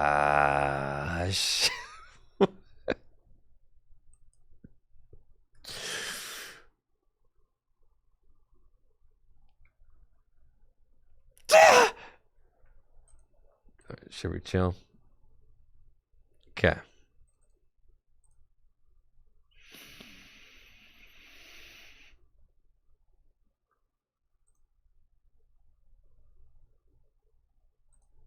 Here we go. Man, thank goodness I got this canceling cologne, man. It's cool. We got it right here, dog. Hold up. That and that. Oh, we got it right here. Come on, guys. Be patient. Just be patient. Just be patient. We've got it. It's happening right here. Dog.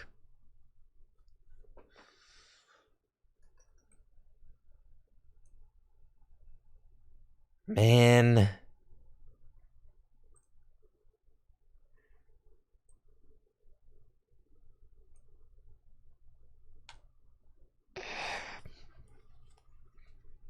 No, we play till the end. All right?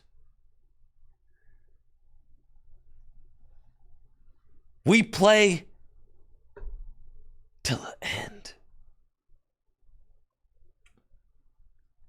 To the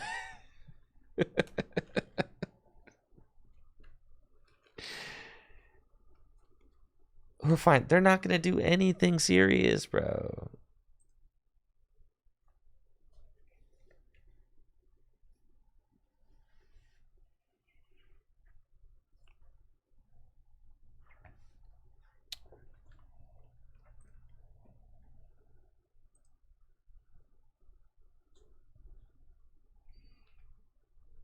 You missed the Radiant Eternatus deck. We played against the Radiant Eternatus deck for like 5 minutes and you miss it?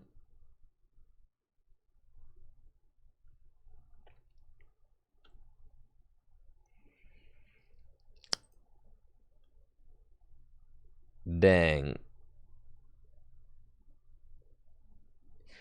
How come all my opponent's decks seem better than this one?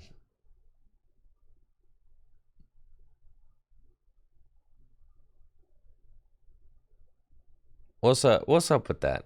How come everybody else's deck seems better than Baxcalibur? What's up with that? It's because they are.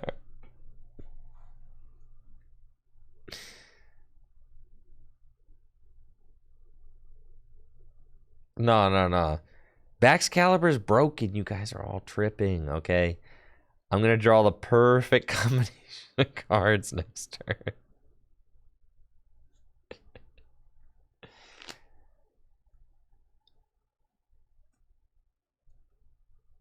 Listen, this one Tina, I ain't got nothing to worry about. All right, I can't even Radiant Greninja next turn.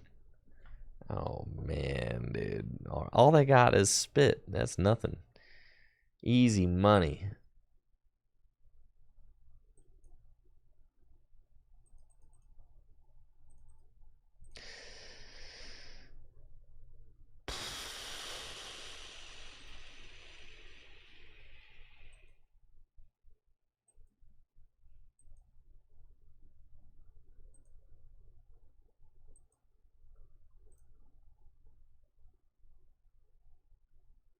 All right. I got one more in me.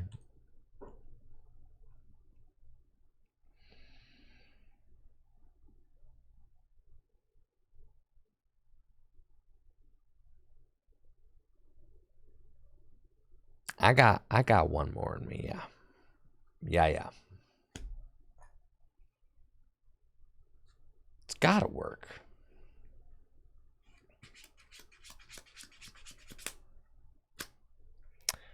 I'll choose to go second. We're gonna mix it up, you know?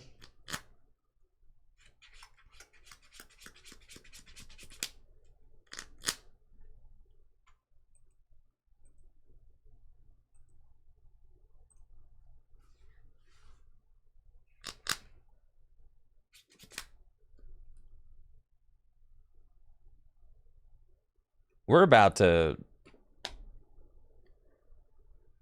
raffle stomp all over this Guardy, though, that's for sure.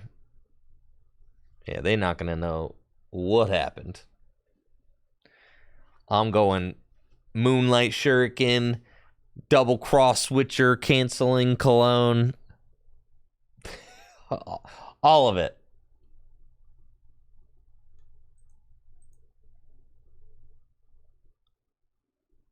What?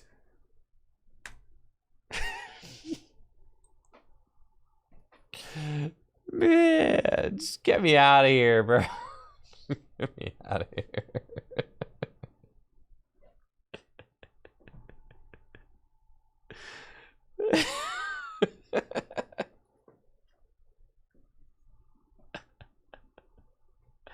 I don't know what's happening anymore.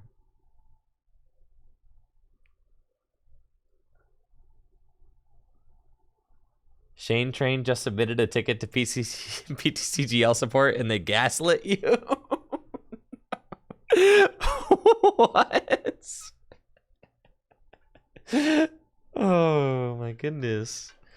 No, not the gaslighting. No.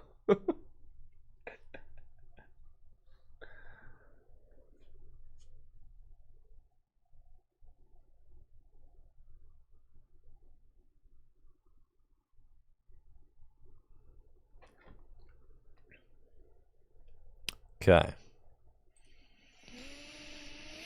Broken deck. Ultra Ball for Luminian could be a potential play if this deck played one, but it doesn't, so we gotta just draw into the exact cards we need. The old-fashioned way.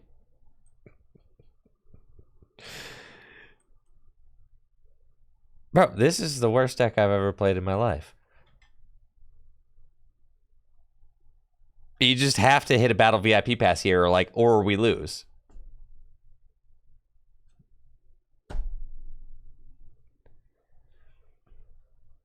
Okay.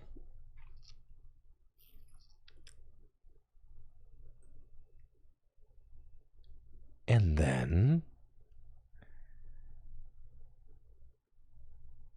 I'm about to get absolutely destroyed.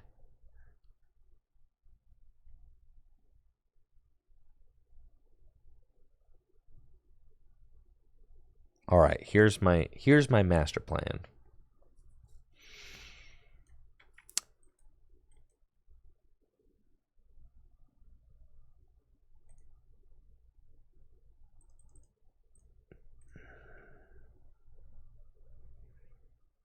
Man.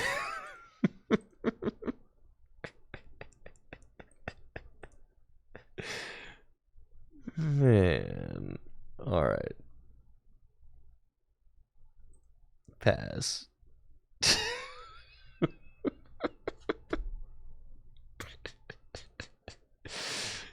What is going on, man?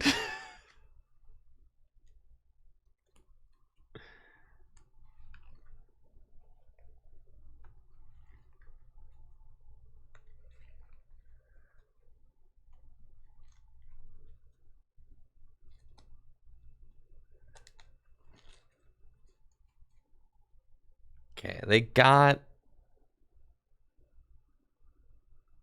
concealed cards, sure.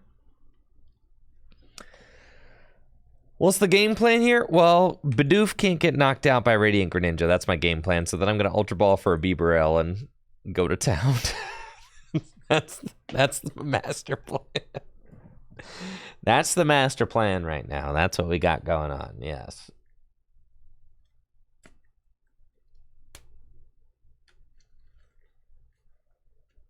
Listen, it's not a good plan.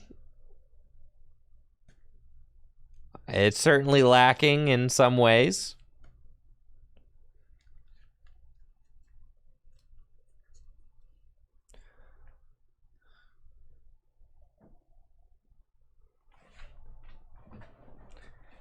The no Luminion is so wow. See, limiting my bench for the Zinnia's Resolve.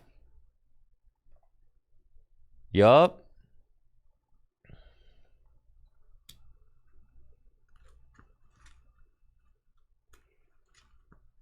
Luminion for Irida just seems like such a good play.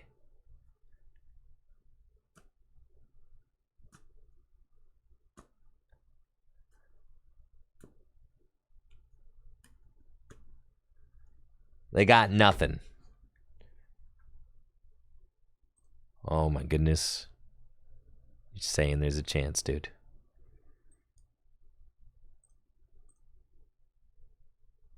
Let's go, baby.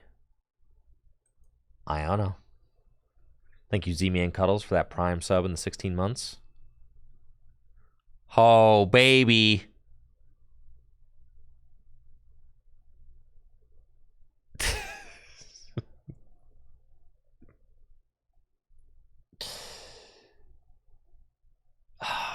I'm like not even doing anything. I need to find like another nest ball or you spin. You can't just spin. All right, I'm spinning. All right, I'm spinning. All right. Oh no!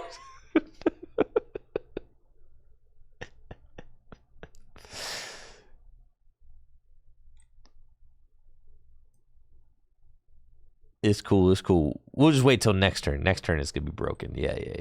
All right. We're almost there. All right. So then,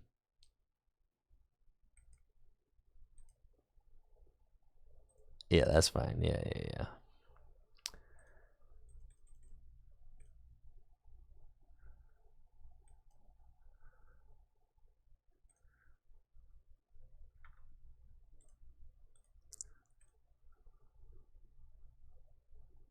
Oh yeah, we're cooking now, dude.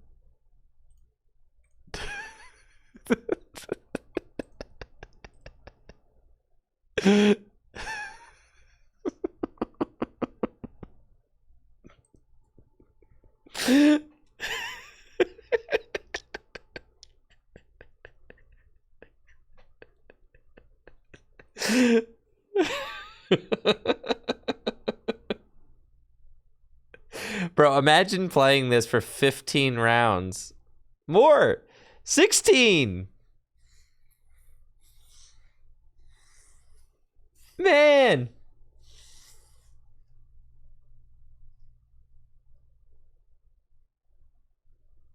It feels like there's just so many cards in this deck that you don't want to see in certain situations.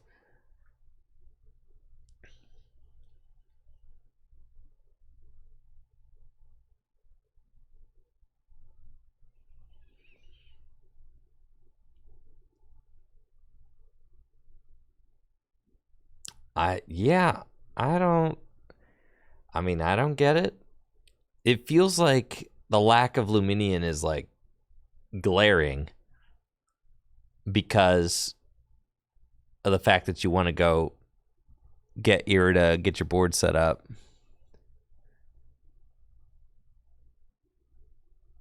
And it feels like you're just trying to like spin the wheel basically and just draw into things. That's kind of how I feel. I feel like Cross Switcher just like between the Cross Switcher and the canceling clones and the Battle VIP passes, you have so many cards in this deck that are considered bad cards. Like during most of the game, right?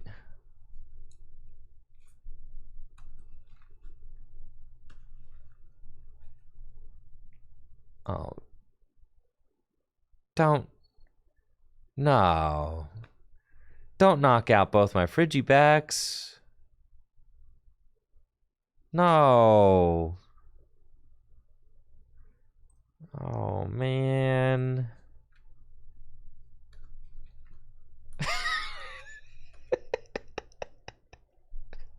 Your opponent hasn't even attacked yet. You're trying to keep this deck under control like a wild horse.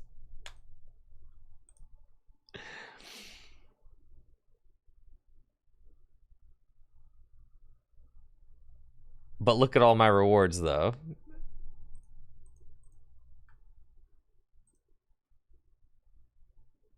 Okay. This was a horrible experience. Everything about it. Playing this deck.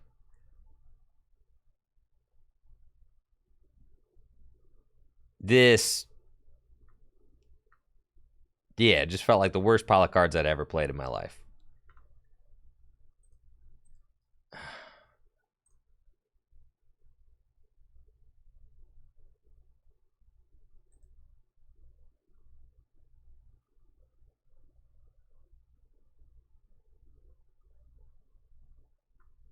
Five supporters, no Luminion either. So, like,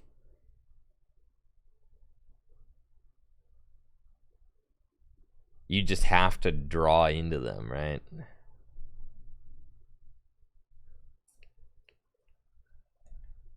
It's like you just got to find the right cards at the right times, which just feels so bad.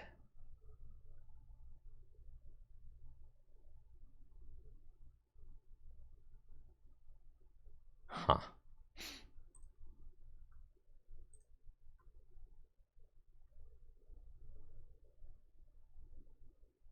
Okay.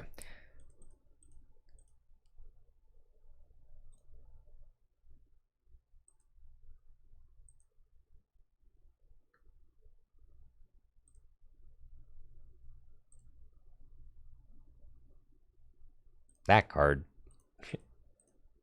Absolutely not.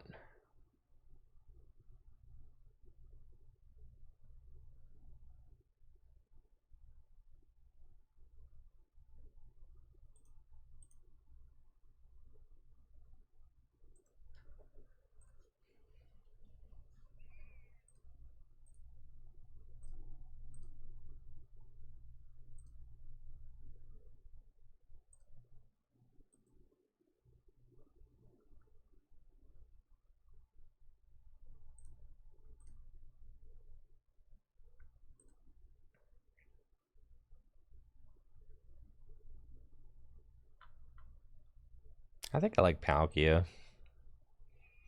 myself. I feel like if you're gonna play Arceus, you like might as well play all the cross switchers and all that stuff.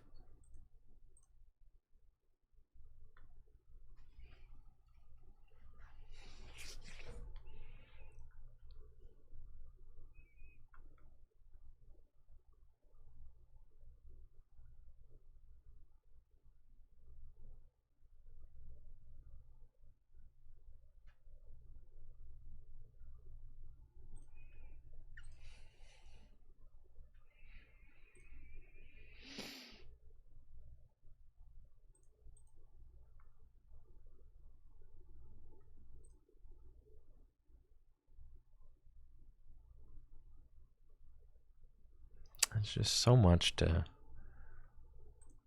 You need so much to go right.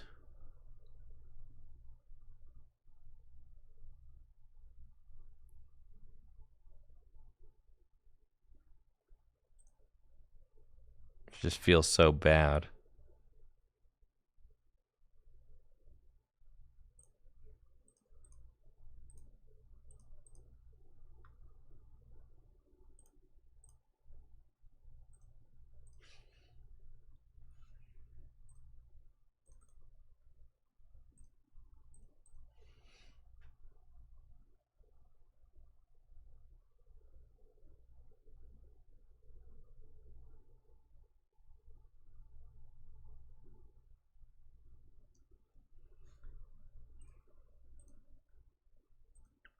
All right, but like, what if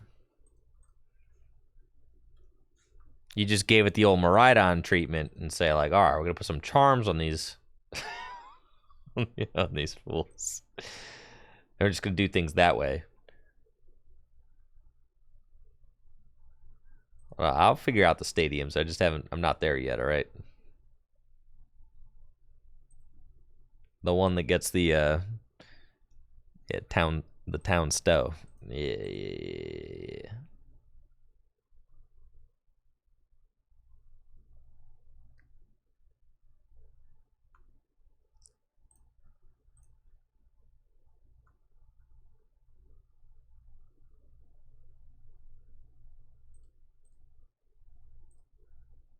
Thank you, Kringleberry. That's sub in the 4 months. Appreciate it.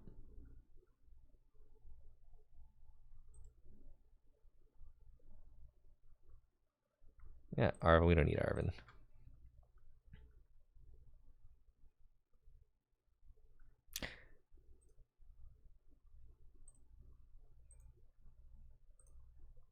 And then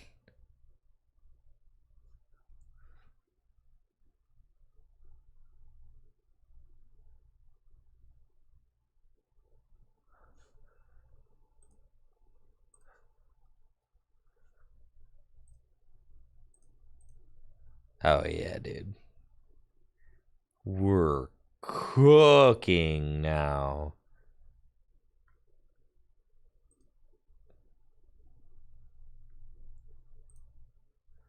We cannot be stopped, bro.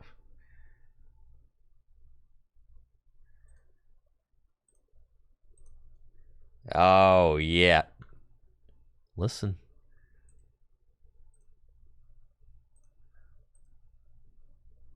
You want to solve it or not?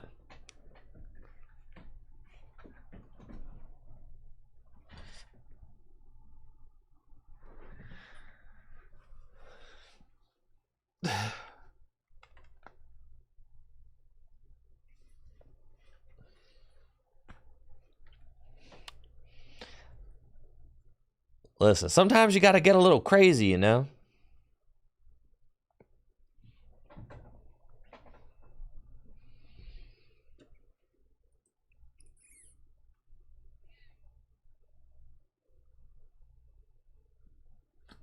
Sometimes you just got to burn the kitchen down.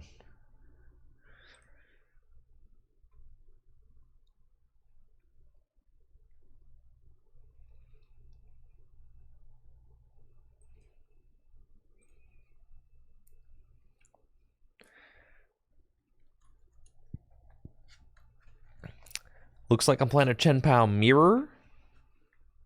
Cool.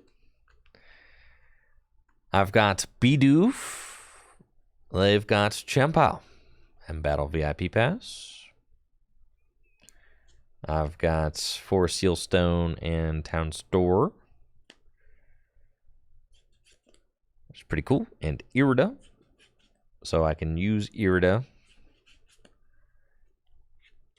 to go get Battle VIP Pass and somebody else. And then potentially get that 4 Sealstone up and going. Get me something that I want out of the deck. That'd be good. And it's going to be all about trying to just stream attackers. I've got the Arceus version. There's Bidoof 2, so with double battle VIP pass start, you're going to be having a pretty good time. And I suspect because of how hard they popped off, they are going to get the turn 2 Arceus double cross switcher. You know, they're gonna do it. They're gonna just do it. They're gonna get everything that they need, right? Because that's just the way it goes.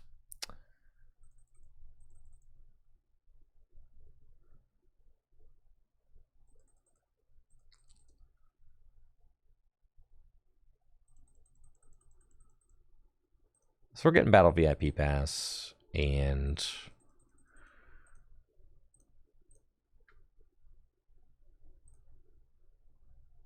Manaphy, I suppose,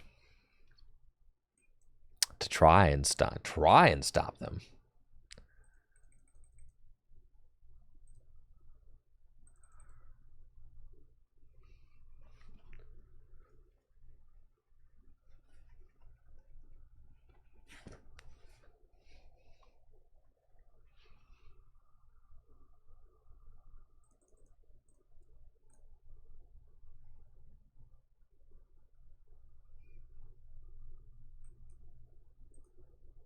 They're going to be so upset about this.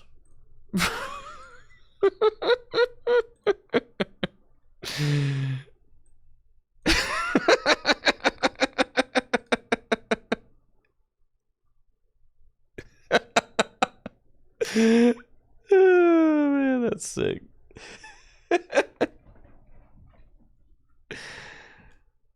And then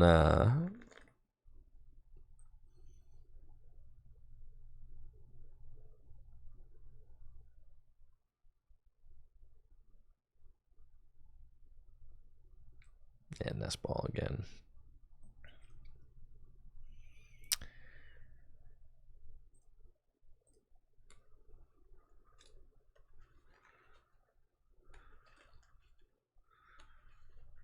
And it's a really tough board to be looking at, right? Because they could just gust up and knock out the Frigiback, so I need to get another one.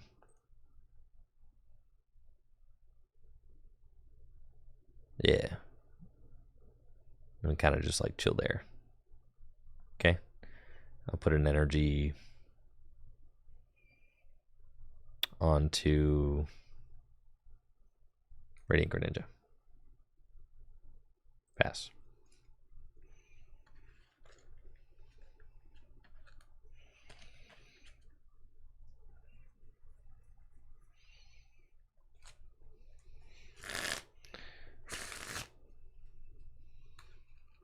I've got Empoleon and Luminion in the deck.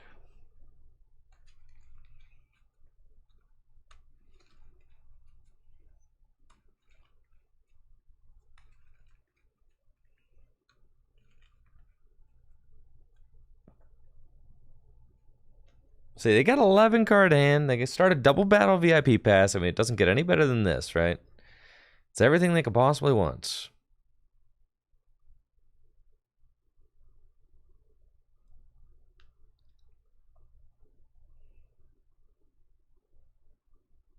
Everything. They got Frigibacks down.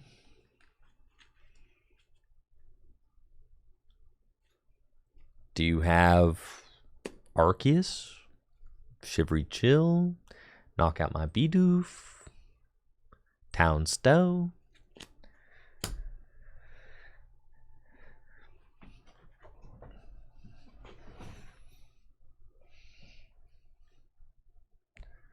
Super Cold? Sure.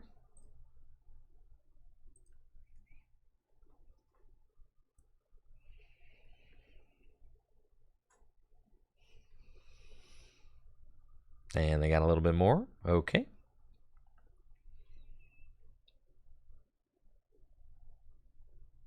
And I'm just going to Hailblade. Okay.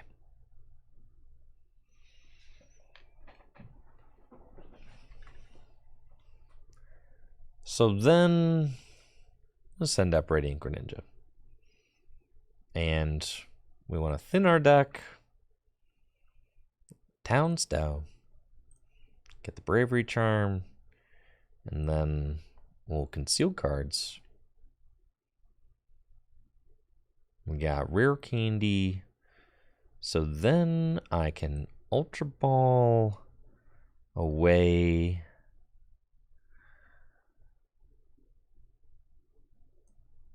Boss and Bravery Charm for Luminion's prized. I lose. Okay. For Empoleon.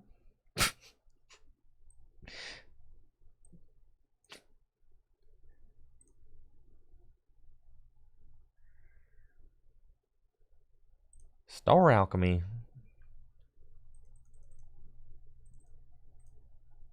I think we just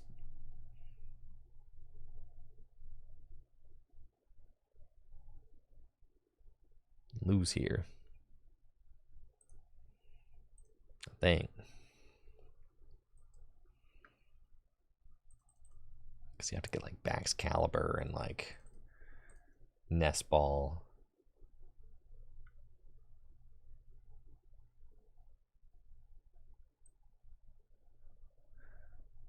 You have to Nest Ball for Chien-Pao. Retreat.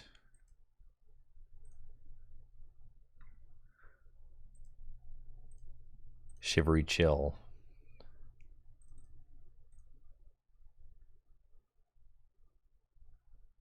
Oh, what a disgusting.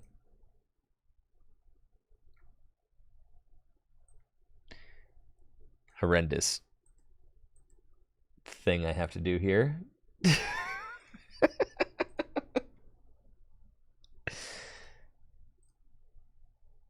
Whatever.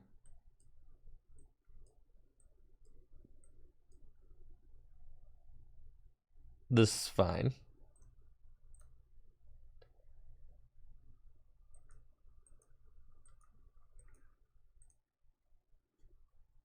Yeah, I could not have used Greninja to kill those two because Bidoof has bench barrier.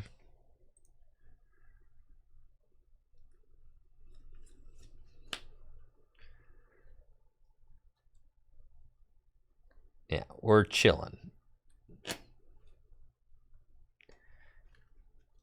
I do like that the town store card like getting extra cards to the hand is good. It feels like you're always kind of like, you want an extra card in your hand to be able to Ultra Ball away, or you want an extra card in your hand to be able to like Superior away, and being able to like go get Townstorm Miraidon's not bad. I played against an opponent who had that, and it was pretty cool. Why not Starmie V instead of Empoleon? Because Empoleon, bro, Lost Box just won.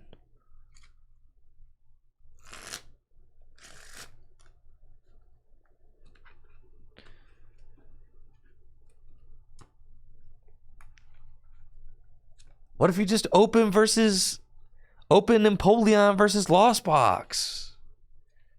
Isn't that sick? Come on.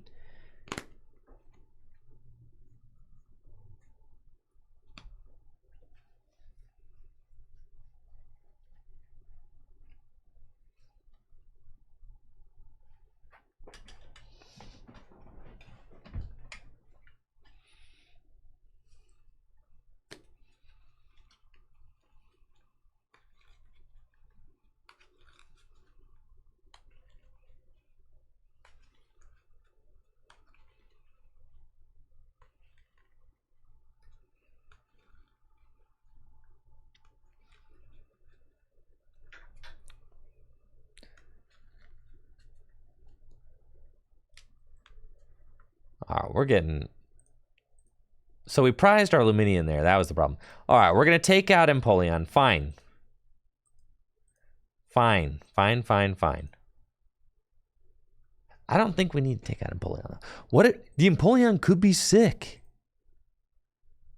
But we prized Luminion there, which was like our undoing. And we needed to not prize Luminion.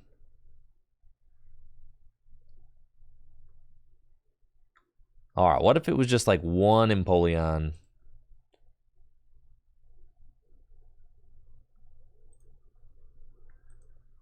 Nobody expects Empoleon anymore, all right? Nobody. 2 Luminion. All right.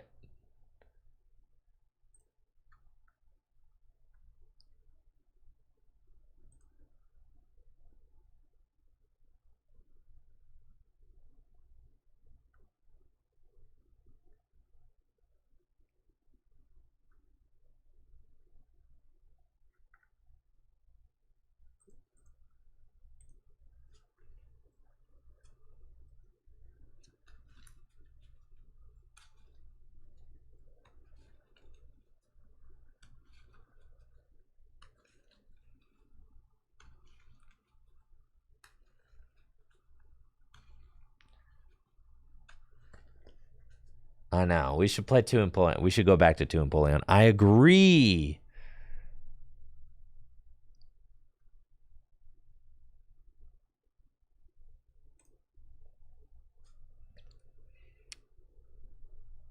Everybody in the chat telling me to cut Empoleon. You're all Lost Box players. I know it. God, this deck is broken.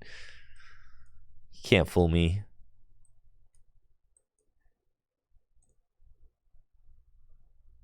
Dang it. It's fine.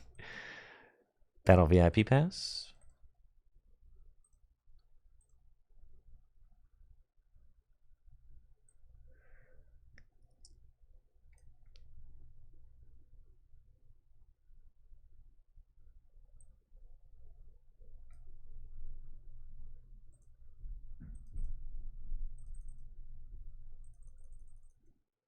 Fine.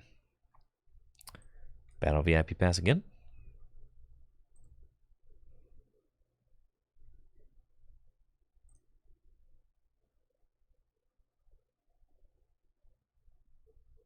Honestly, all you really want is like that. I suppose. Now we're popping off turn 2. We are 100% popping off turn 2. I will not even have any need for Radiant Greninja protection because we're popping off. I'll set up a second for you back, sure. That's it. Pass.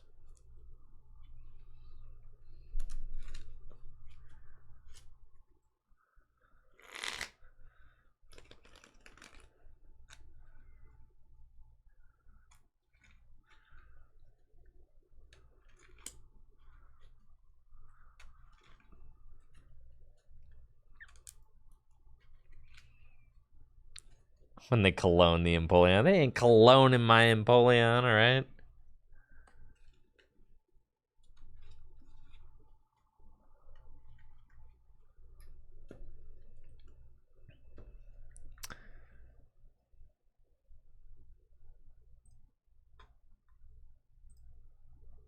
Dude, we can make Chien-Pao.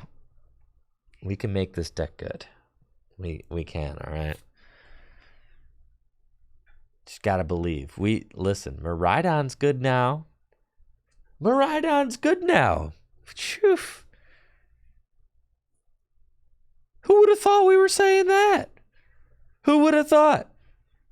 6 months ago, you didn't think we'd be saying that. You didn't.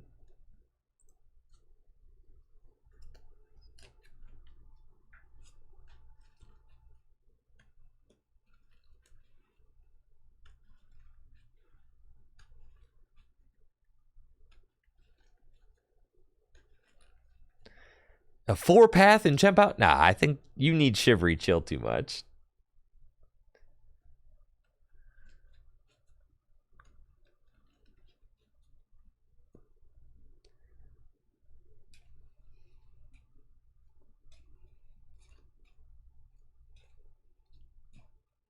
Cut the Chien. No.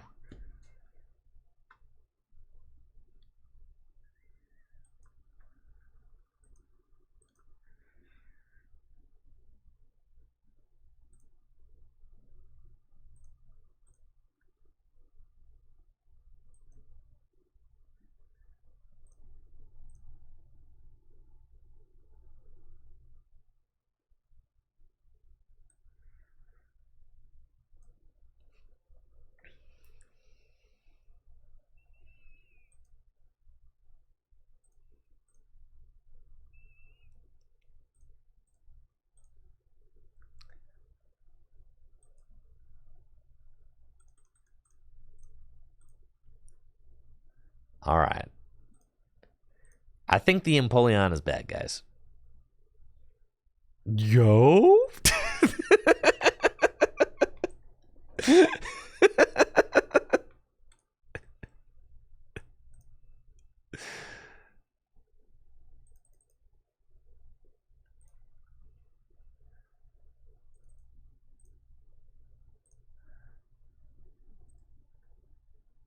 Suicune V would be better. Yeah.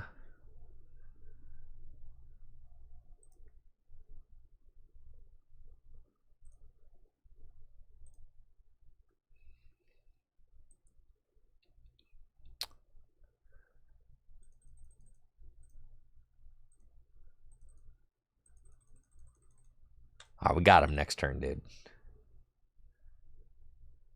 What is Twitch Partner Plus? What is that? All right, my guy is getting blasted this turn. That's unfortunate, but Fleet-Footed's kind of sick, yeah. You get more from... Oh, you have to have like an average of 350 non-prime subs for like 3 months or something.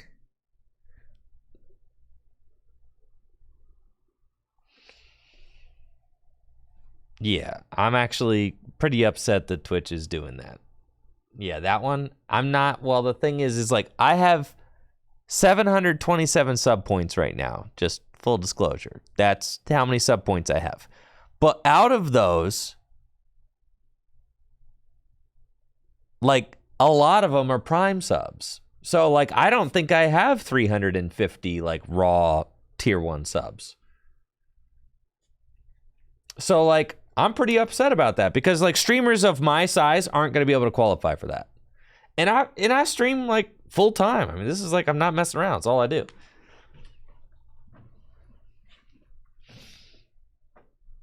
But I have like over 700 subscribers, but I don't have 350 raw, like, tier 1 subs.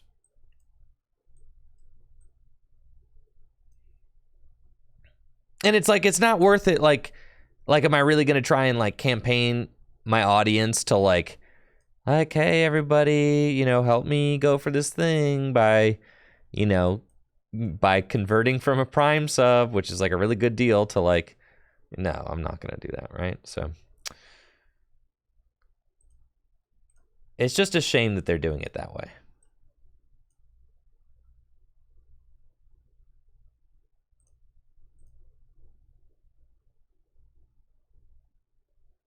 Well, this deck is atrocious.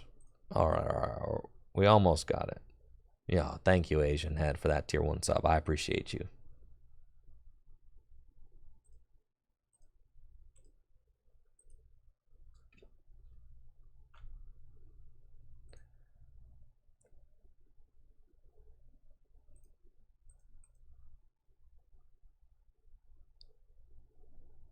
I'll have to look into that afterwards, but I don't think that I just don't have the numbers to do it.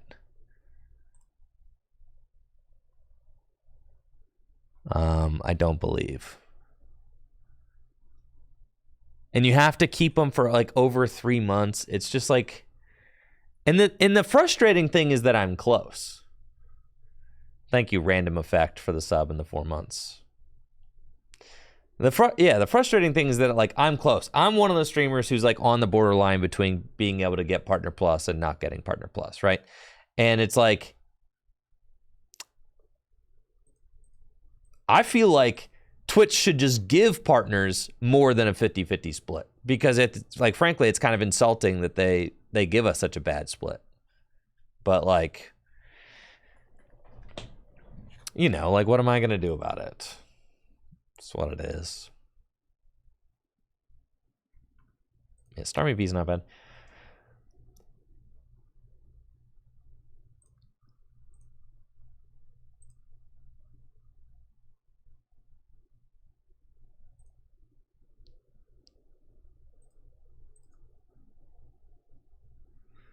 Oh, what about Suicune, bro? Blizzard Rondo? Thank you, Chaos Area, for the tier 1 sub in the 25 months. I appreciate you.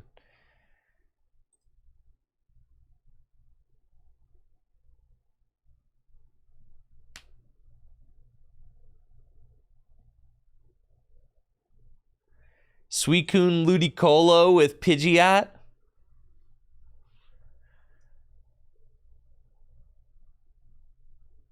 Doesn't it seem like a bad idea to be playing a...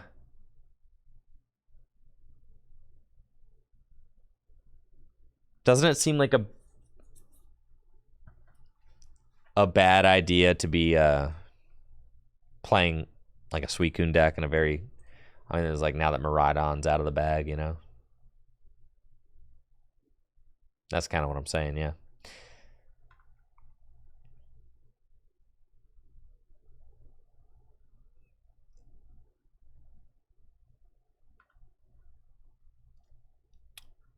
Now, the thing is like on Twitch, the kind of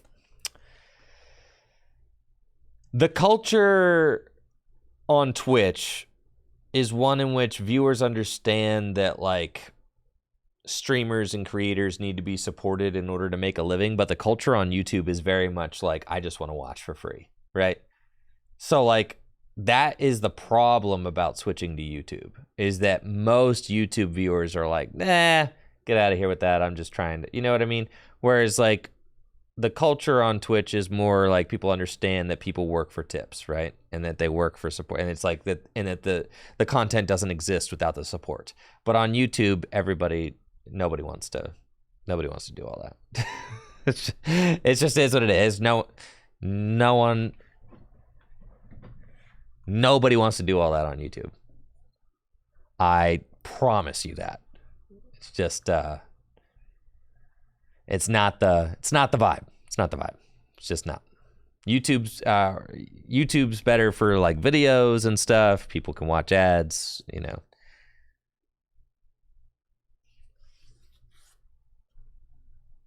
It's all good. It's all good. We'll see. You know, maybe if things go well for me in the next 3 months, I will be able to qualify for it, but I don't think that I can. I don't know. Where do you go in the back? Does anybody know where to go in the back end to see how many? Because I wonder how close I am. Community, earnings. I don't really know where to go look. Here we go. View details. Share the screen so you can show me.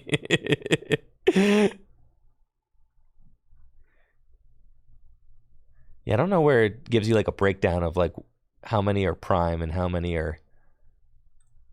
Yeah, I don't really know how to see that. But whatever.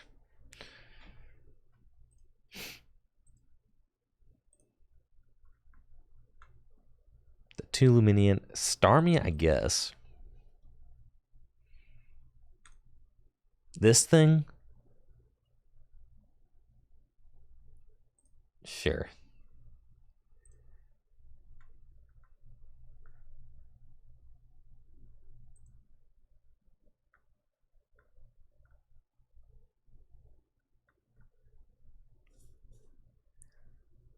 Okay.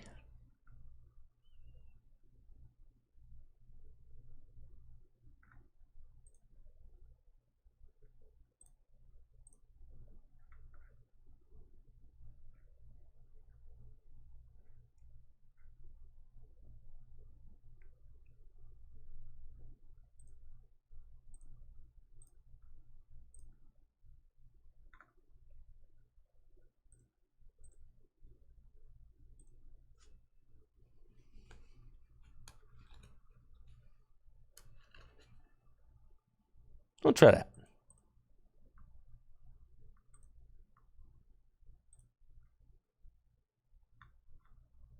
See how that goes.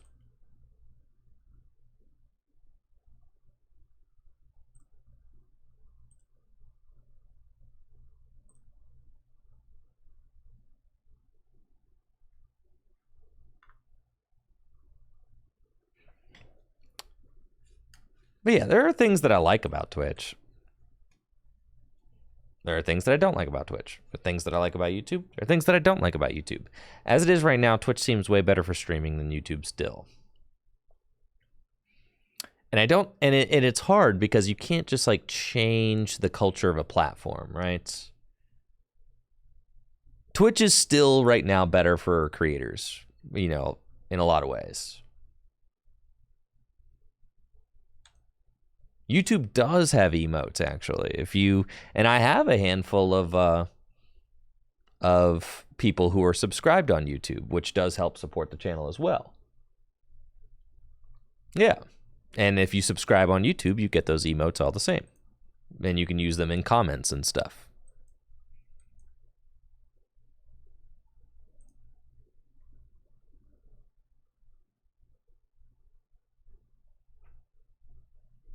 Sweet. Looks like I'm playing against Mew VMAX. We've got the Battle VIP pass off the top, which we love to see. That is great. And we just need to establish our board well enough so that I don't get ran off the table here. So what I really want is... I mean, like, you want... Radiant Greninja and, like, Frigibax, and then you kind of want to see... like another, yeah, like that. See, the 4 Sealstone, those things, they're sick, dude. They're freaking sick. All right, Ultra Ball away. Ultra Ball and Boss. That's cool. And then we'll get Luminian. Luminous Sign for Irida, for Sealstone, Star Alchemy, Bidoof. Oh no, not that, not that. Battle VIP Pass. Come on. Battle VIP Pass. Battle VIP Pass, Bidoof, and Jumpo. Okay. Go. Sure.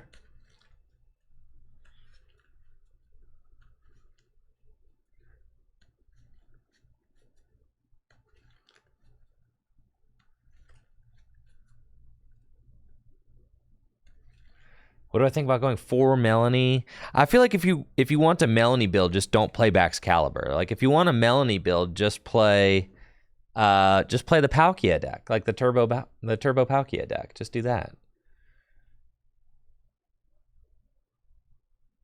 I think that this card is almost like too good. This card is like so stinking good. I think that was like one of the big Miraidon revelations, right? Was like the power of that card.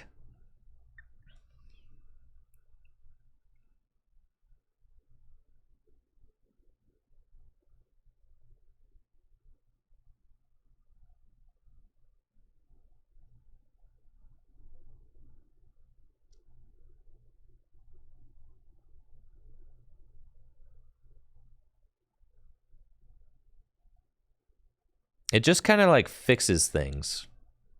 But then, like, this is horrible, right? Like, what am I going to do about this, dude? This is a nightmare. Yeah. Man, that deck is good, guys. Why aren't we playing that deck? Why do we keep trying to make this deck work when we could just do that?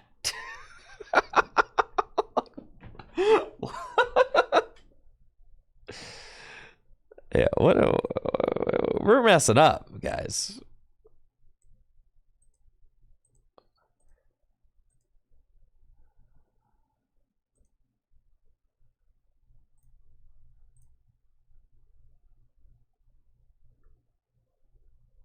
Okay. Well.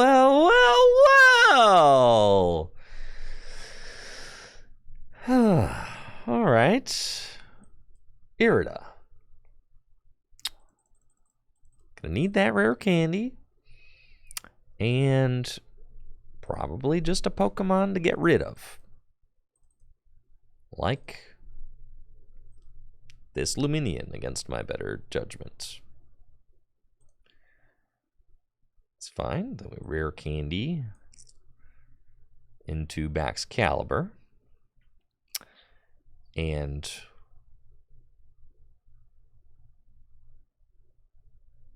what do I do now? I've already done... Man, I'm not going to be able to do anything that I need to do still. I feel like I don't necessarily even want to counter the stadium for them. But what if they gust and knock out my guy? Like, what if they knock out my Baxcalibur, right?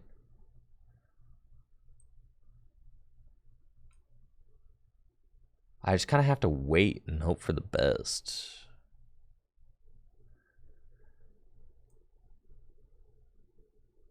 Okay, pass.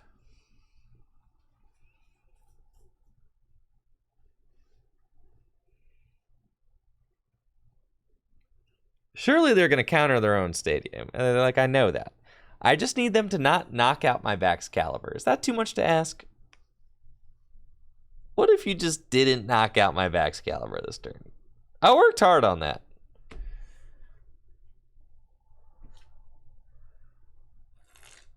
So, like, what if you just didn't?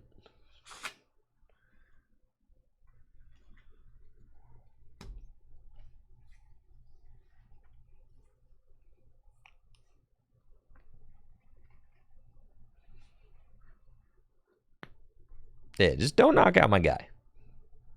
Their hand is jammed. They don't have it. Well. Man.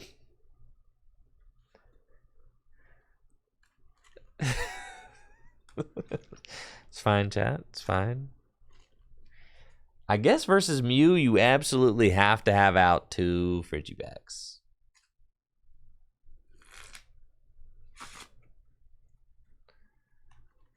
I guess it's possible, but they're just gonna They're just going to gust, gust, gust, and that's it. And since I don't have the bench space needed, I'll never be able to attack.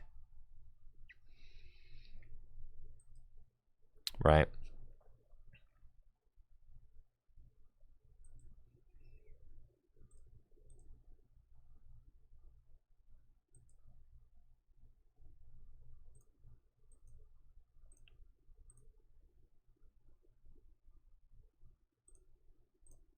But again, it's just like, you just need so much to go right.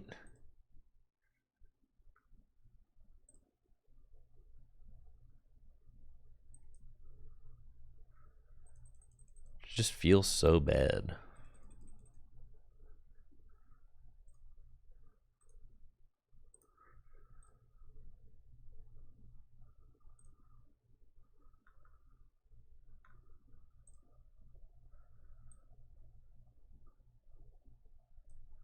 Okay. Pass.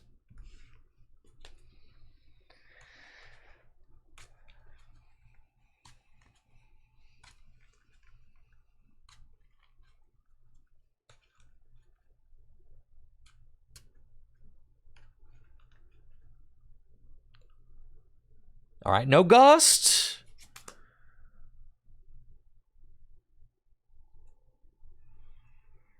Okay.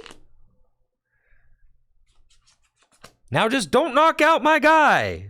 Please. How do I win this? They missed this knockout. They have to vacuum. Well, I guess they could do 270, but kind of just hoping that they don't.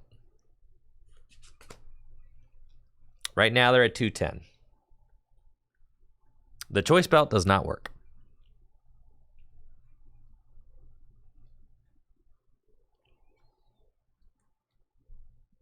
Gosh, Mew. Man. I miss Mew. Look at how much they're cooking right now. They're at the bottom of their deck. They got the vacuum, yes. They still need one more mod, right? Because you're at...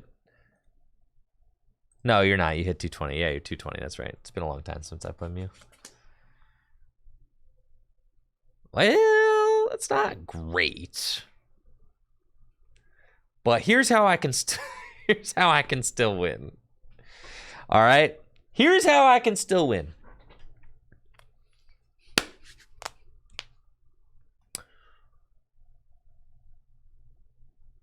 Promote. Grab the train.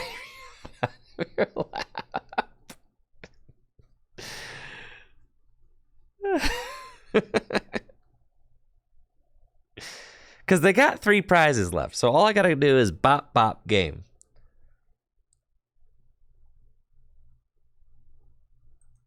But the problem is my bench is jammed. That's the issue. Irida. That. And rare candy. This is my last rare candy. So, like, this Baxcalibur needs to never get knocked out. That's for sure. And then we're going Chien-Pao, and then we're going super cold. Okay. And then we're going Charm, and then we're going Industrious Incisors. Oh boy. Retreat. 4, 5, that's fine. Probably a couple energy in here. Yeah. Okay. And then superior these. Okay. And then you just need to not gust my stinking Baxcalibur again, all right?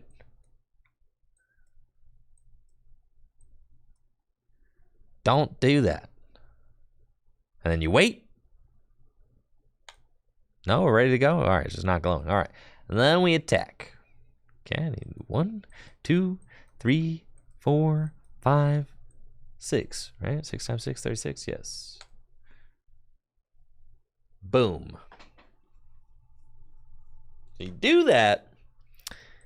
Take your 3 prize cards and then say, please, mister, don't knock out my Baxcalibur again. That would be really mean. Why would you do that?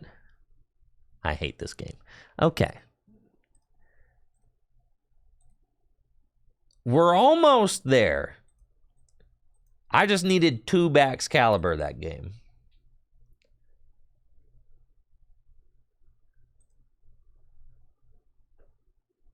Look at all my rewards. We're almost there. We're almost there. We're almost there.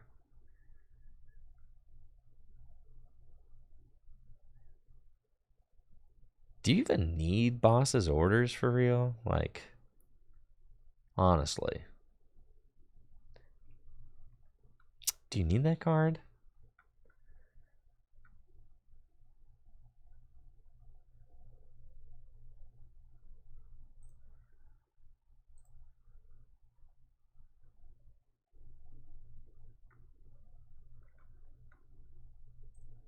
Yeah, we're cutting the Starmie for sure. That thing's never coming into play.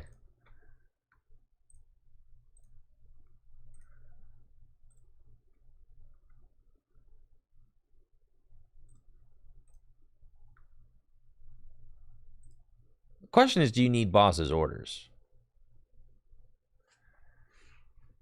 What if you just knock out everything in the active, you know?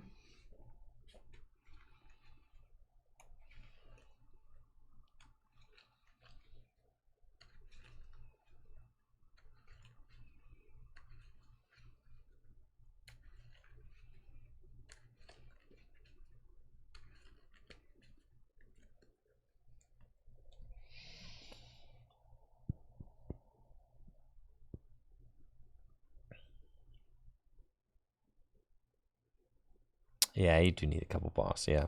For Guardy, at least, yeah. I agree. Alright, this is still the goated list.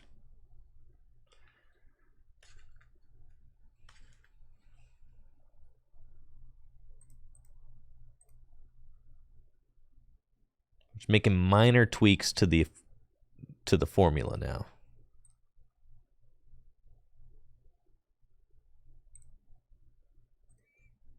Right there.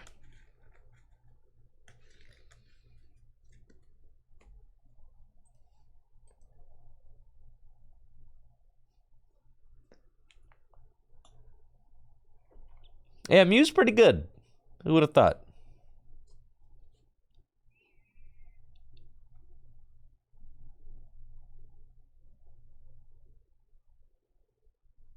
All right.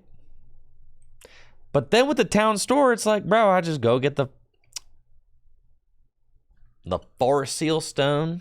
We're cooking, dude. See, it's kind of sick.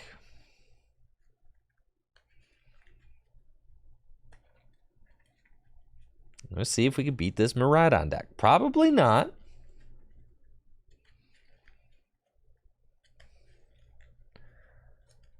Because this is a trash matchup.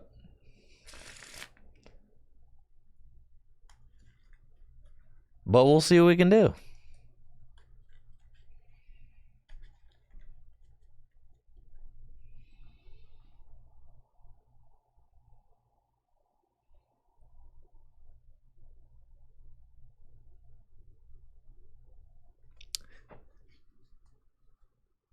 Because, like, as the Baxcalibur deck, if they just get the first, like, they could just race you better. They just go 2-4-6, and it's just, you know, that's it. But that's part of why we have the dang, he's ripping 2 off of electric generator. Dang, that man. Wish I was doing that. Dang, look at how good that board looks. Dang. God, I wish that were me. Okay, here we go. Battle VIP pass.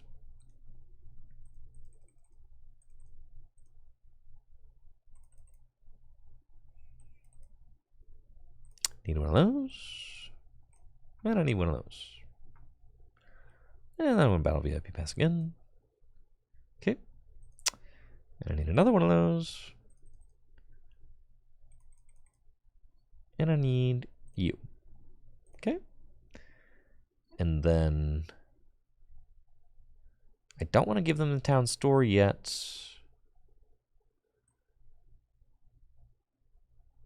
But I will retreat to the Luminian.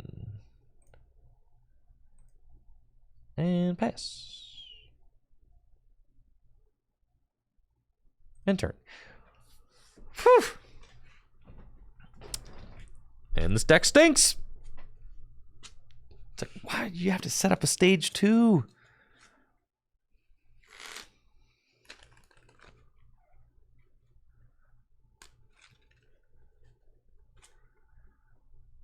You don't want to give them the town store because that just gives them their forest seal.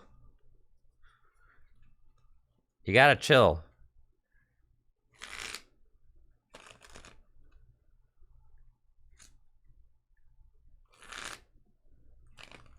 You know, maybe they just sit there with the Raichu because their hand stinks that bad.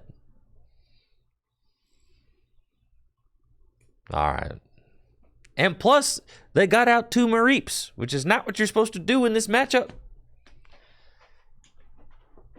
It's definitely a way you could lose. You don't ever do that.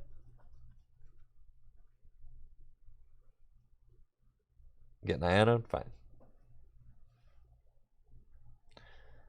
Oh, yeah, dude. They are all aboard a one-way ticket to Punish Island, dude. Holy smokes.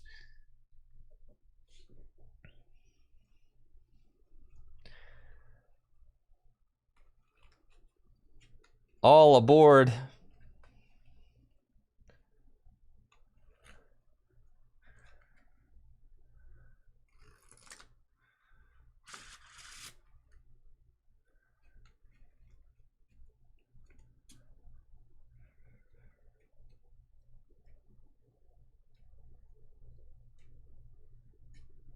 If you don't attack this turn, you really sorely messed up.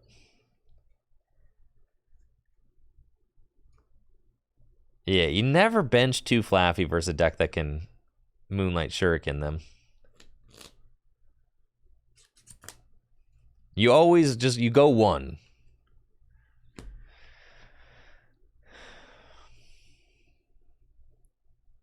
And you got the Beach Court. Okay, I mean, this is like, it's a lot of energy in play. It's a lot of energy in play turn 2.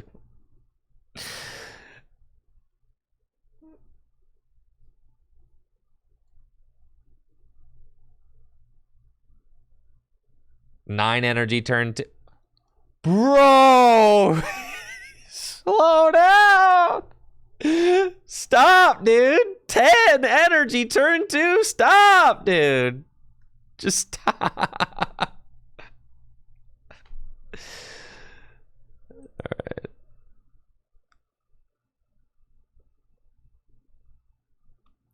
Okay. So we're gonna get that. And we're gonna get Baxcalibur, and I got the Rare Candy, and then we're also gonna Ultra Ball, and we're gonna get Beaverell, and we're gonna get Radiant Greninja. Nope. We're gonna get Baxcalibur, and then Nest Ball for Radiant Greninja. Very good. Okay, so we go Rare Candy into Baxcalibur. We Nest Ball for Radiant Greninja. And then we Ultra Ball and discard those guys. And we go get Beaverell. And then we Super Cold. Accelerate those there. And we Industrious. Might as well Shivery Chill, that's fine. And we do that. And I'll Super Cold those as well. It's fine. I'll just leave I'll leave those there for like another turn. It's cool. I can just knock out the Raikou. It doesn't really matter. Industrious Incisors. There we go. Good. And we've got Frigibax. And we got the 4 Seal Stone can just sit there. And then Ka-chow!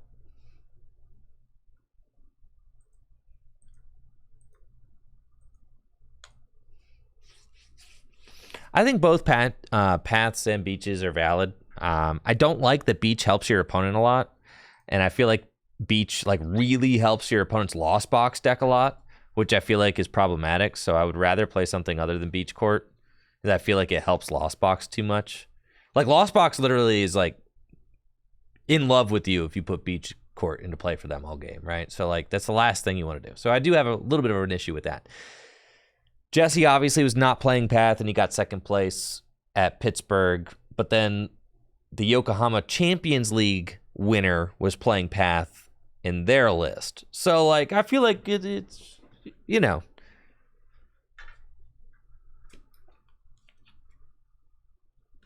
So it could go either way.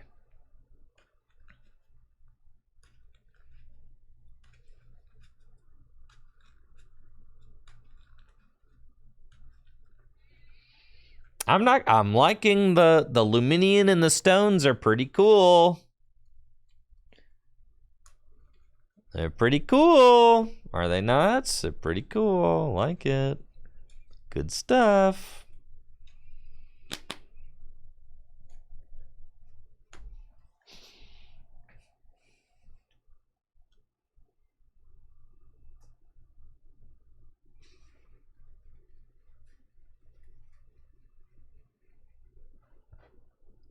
Big charm. Sure. Whatever, bro.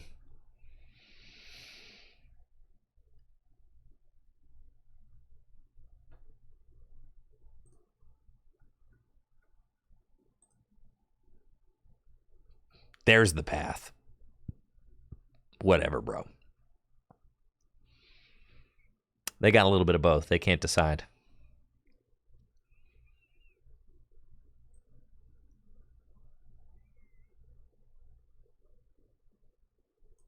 Okay. Nice.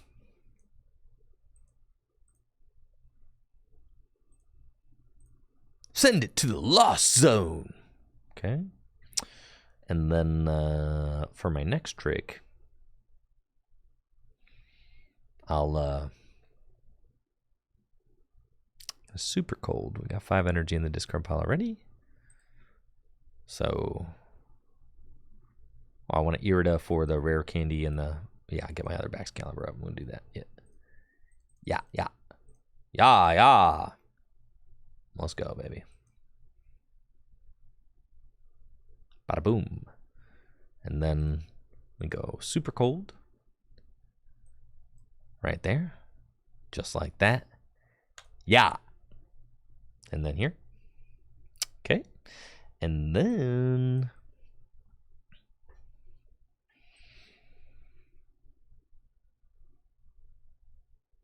I think I'm good to just superior. I don't really that's fine. Put the gem pow down. Yeah.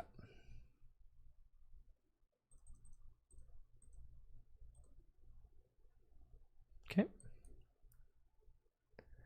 And super cool.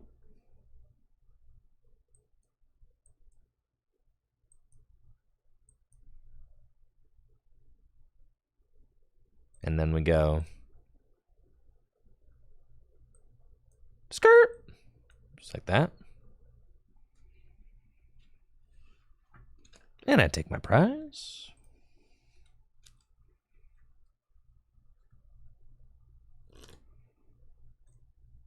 And I take my other prize. And we should be more or less chilling at this point.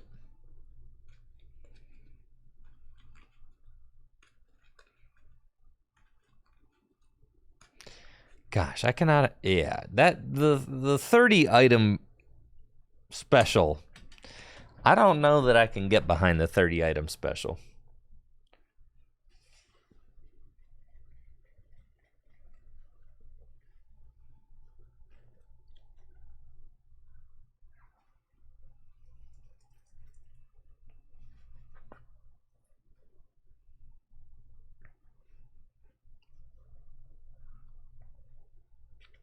spreading out the 2 energy in case they gust. If they gust, then I just still have win in hand, so I don't think it really matters. Because I'll superior, right? And then I have the 1 on Greninja, so I'd have 4, 5, 6. I could do 360. So I don't really think it matters, but...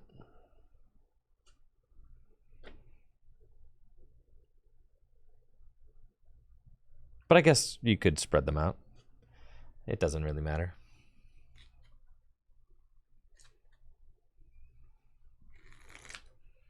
Got the big charm, but gonna get bodied. Because I got Chien Superior. It's lights out, baby. All right, things are starting to click a little bit. Finally, nah. It's been a long time coming. We worked out the perfect list. Got the perfect list now. Yeah, look at that. We just had to give it the Miraidon treatment.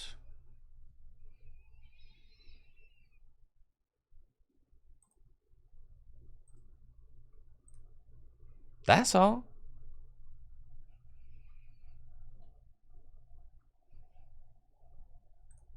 All right.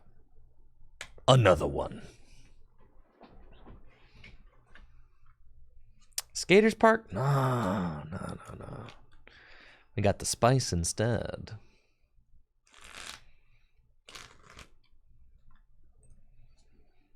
It's all about the town stow.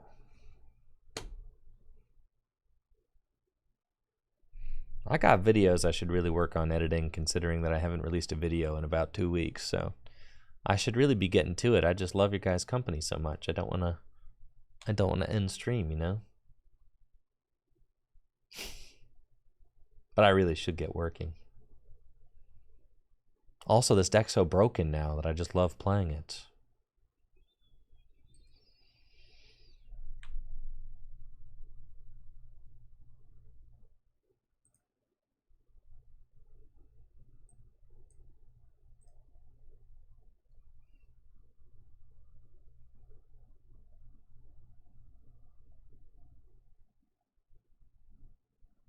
Okay. Looks like we're up against Lost Box with the Chien. I'm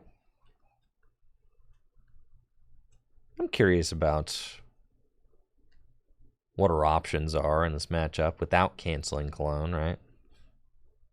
Not great. It's one of the reasons people play the canceling Clone variant. So that, you know, you could take 2 prizes against this deck. But, my goodness, at what cost? I got Manaphy. Yeah. Thank you, Lou Vase, for that sub. And the 3 months. Loop the fish, huh? Shivery chill.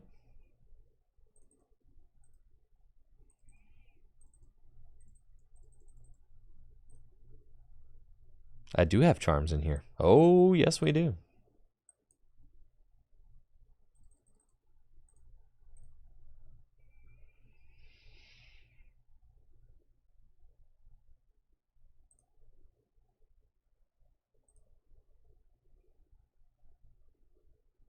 That's cool.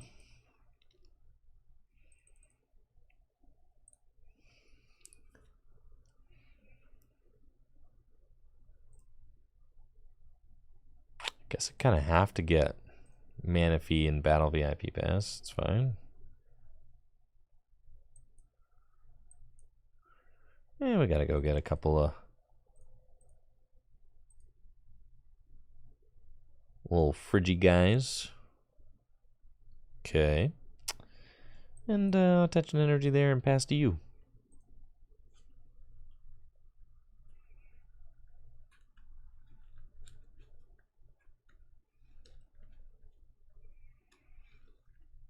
I don't know, maybe we need like Maybe need some like switch carts in here, you know? Zamazenta! Oh, brother.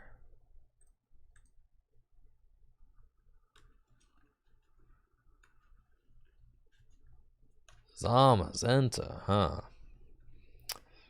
Well, that's kind of a buzzkill. They're up to 5 in the loss zone now. It'd be great. And that's another thing that makes your Lost Box matchup a lot stronger as Miraidon, is being able to, like, switch cart off your... Honestly, Chien-Pao just kind of feels like slower Miraidon.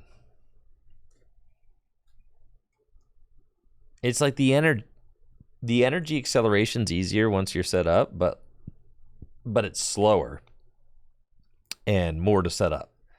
So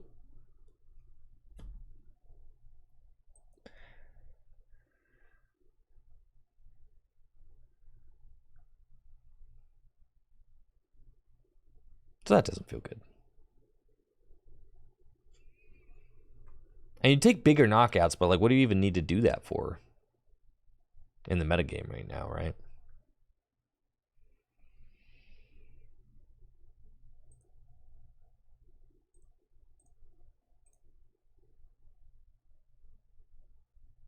Yo, the Beebs?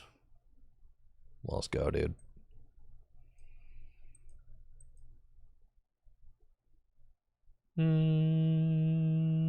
That's... Man. Whoop. Whoop. Fine. Take this guy. Rare candy, that guy.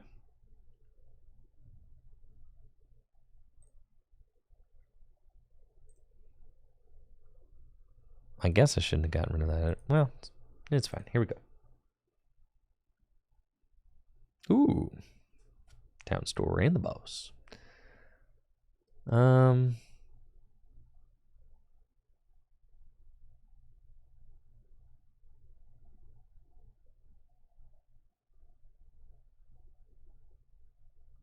It's fine. I don't really need boss.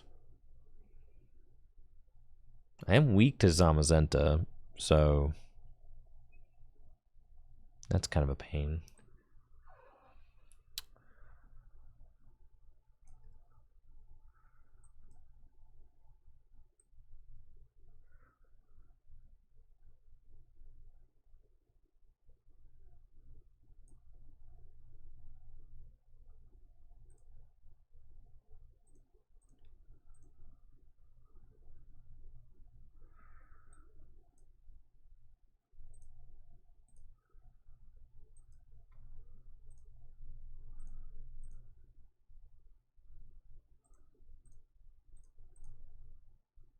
I guess you just like gust up Manaphy and hope for the best.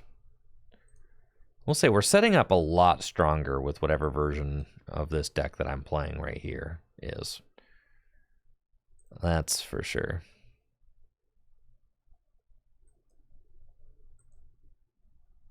That guy. This guy.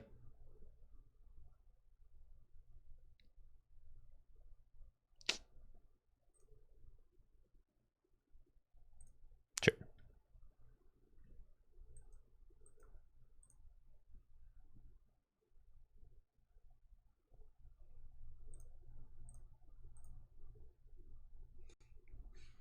Okay. They'll probably just rod and get it back out. Which is annoying. Bro, I can't wait for Iron Hands. I'm so excited.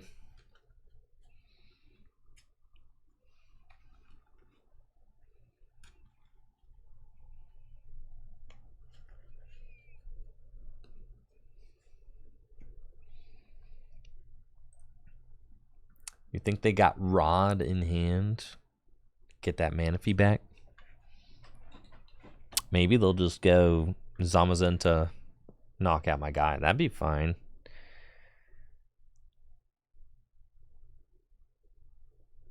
Yeah, that's like cool. So long as you don't get the mana fee back out, I'm okay with that.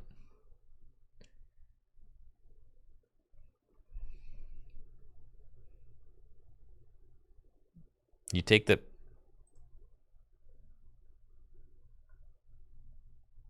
They just clarred, that's right. Dang it, bro.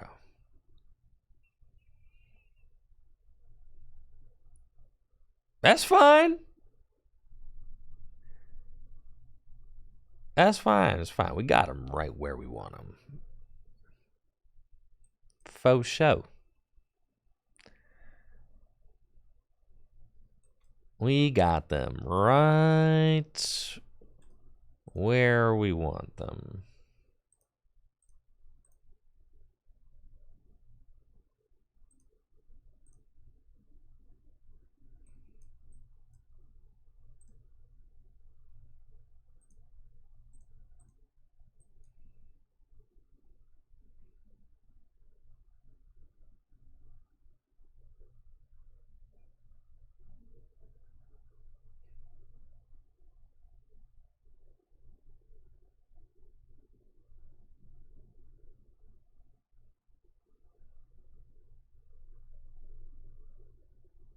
Man.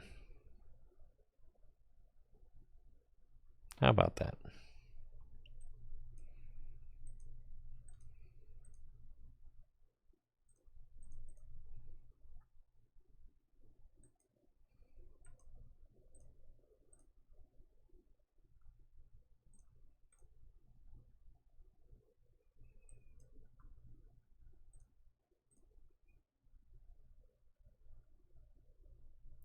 Ooh.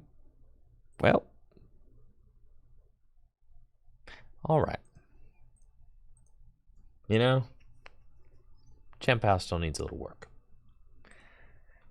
It just feels like if you play a consistent list, then you have an underpowered deck. And if you play a powerful list, then you have an inconsistent deck. That's my summation of it.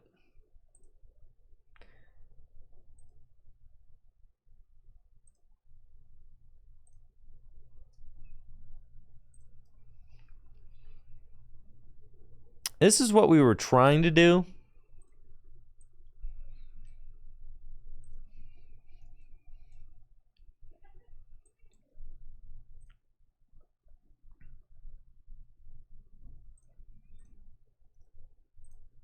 And it was like an idea worth exploring. I do think that Town Store is a card that's just like underutilized considering how good it is. You know, being able to search out Bravery Charm for Sealstone, I think that card's kind of nuts. And is a card that we'll probably start to see a lot more play, especially as the new TM tools come out, right? And then, especially while the TM tools are legal at the same time as Forest Sealstone, I think this card is going to go kind of nuts. Now, the issue with this card is it really helps out your opponent as well, as it gives them access to the same thing. So, like, you got to weigh that a little bit. But I do like that card. I think it's a card that will probably see more play soon. But Town in the Dawn, I played against somebody who was playing Town Store in Maridon. Yeah, at the regionals. It was pretty cool. I liked that a lot. But yeah, I'm out of here for the day. I got stuff to do. Thank you all so much for watching the stream. Again, make sure to check out fullgripgames.com for all the best Pokemon trading card game singles, and check out dragonshield.com using the sleeves command. There it is. Using the sleeves command in the chat, or if you're watching on the VOD channel in the description of the video. Visit Dragon Shield's US web store. Check it out. Clicking the link helps to support the content that I create here on Tricky Jim.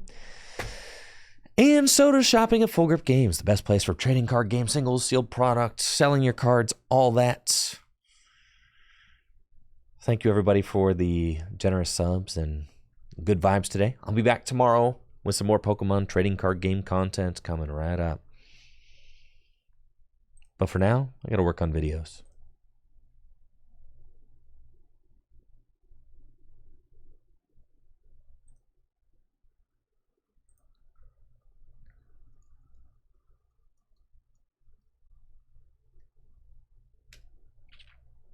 See ya.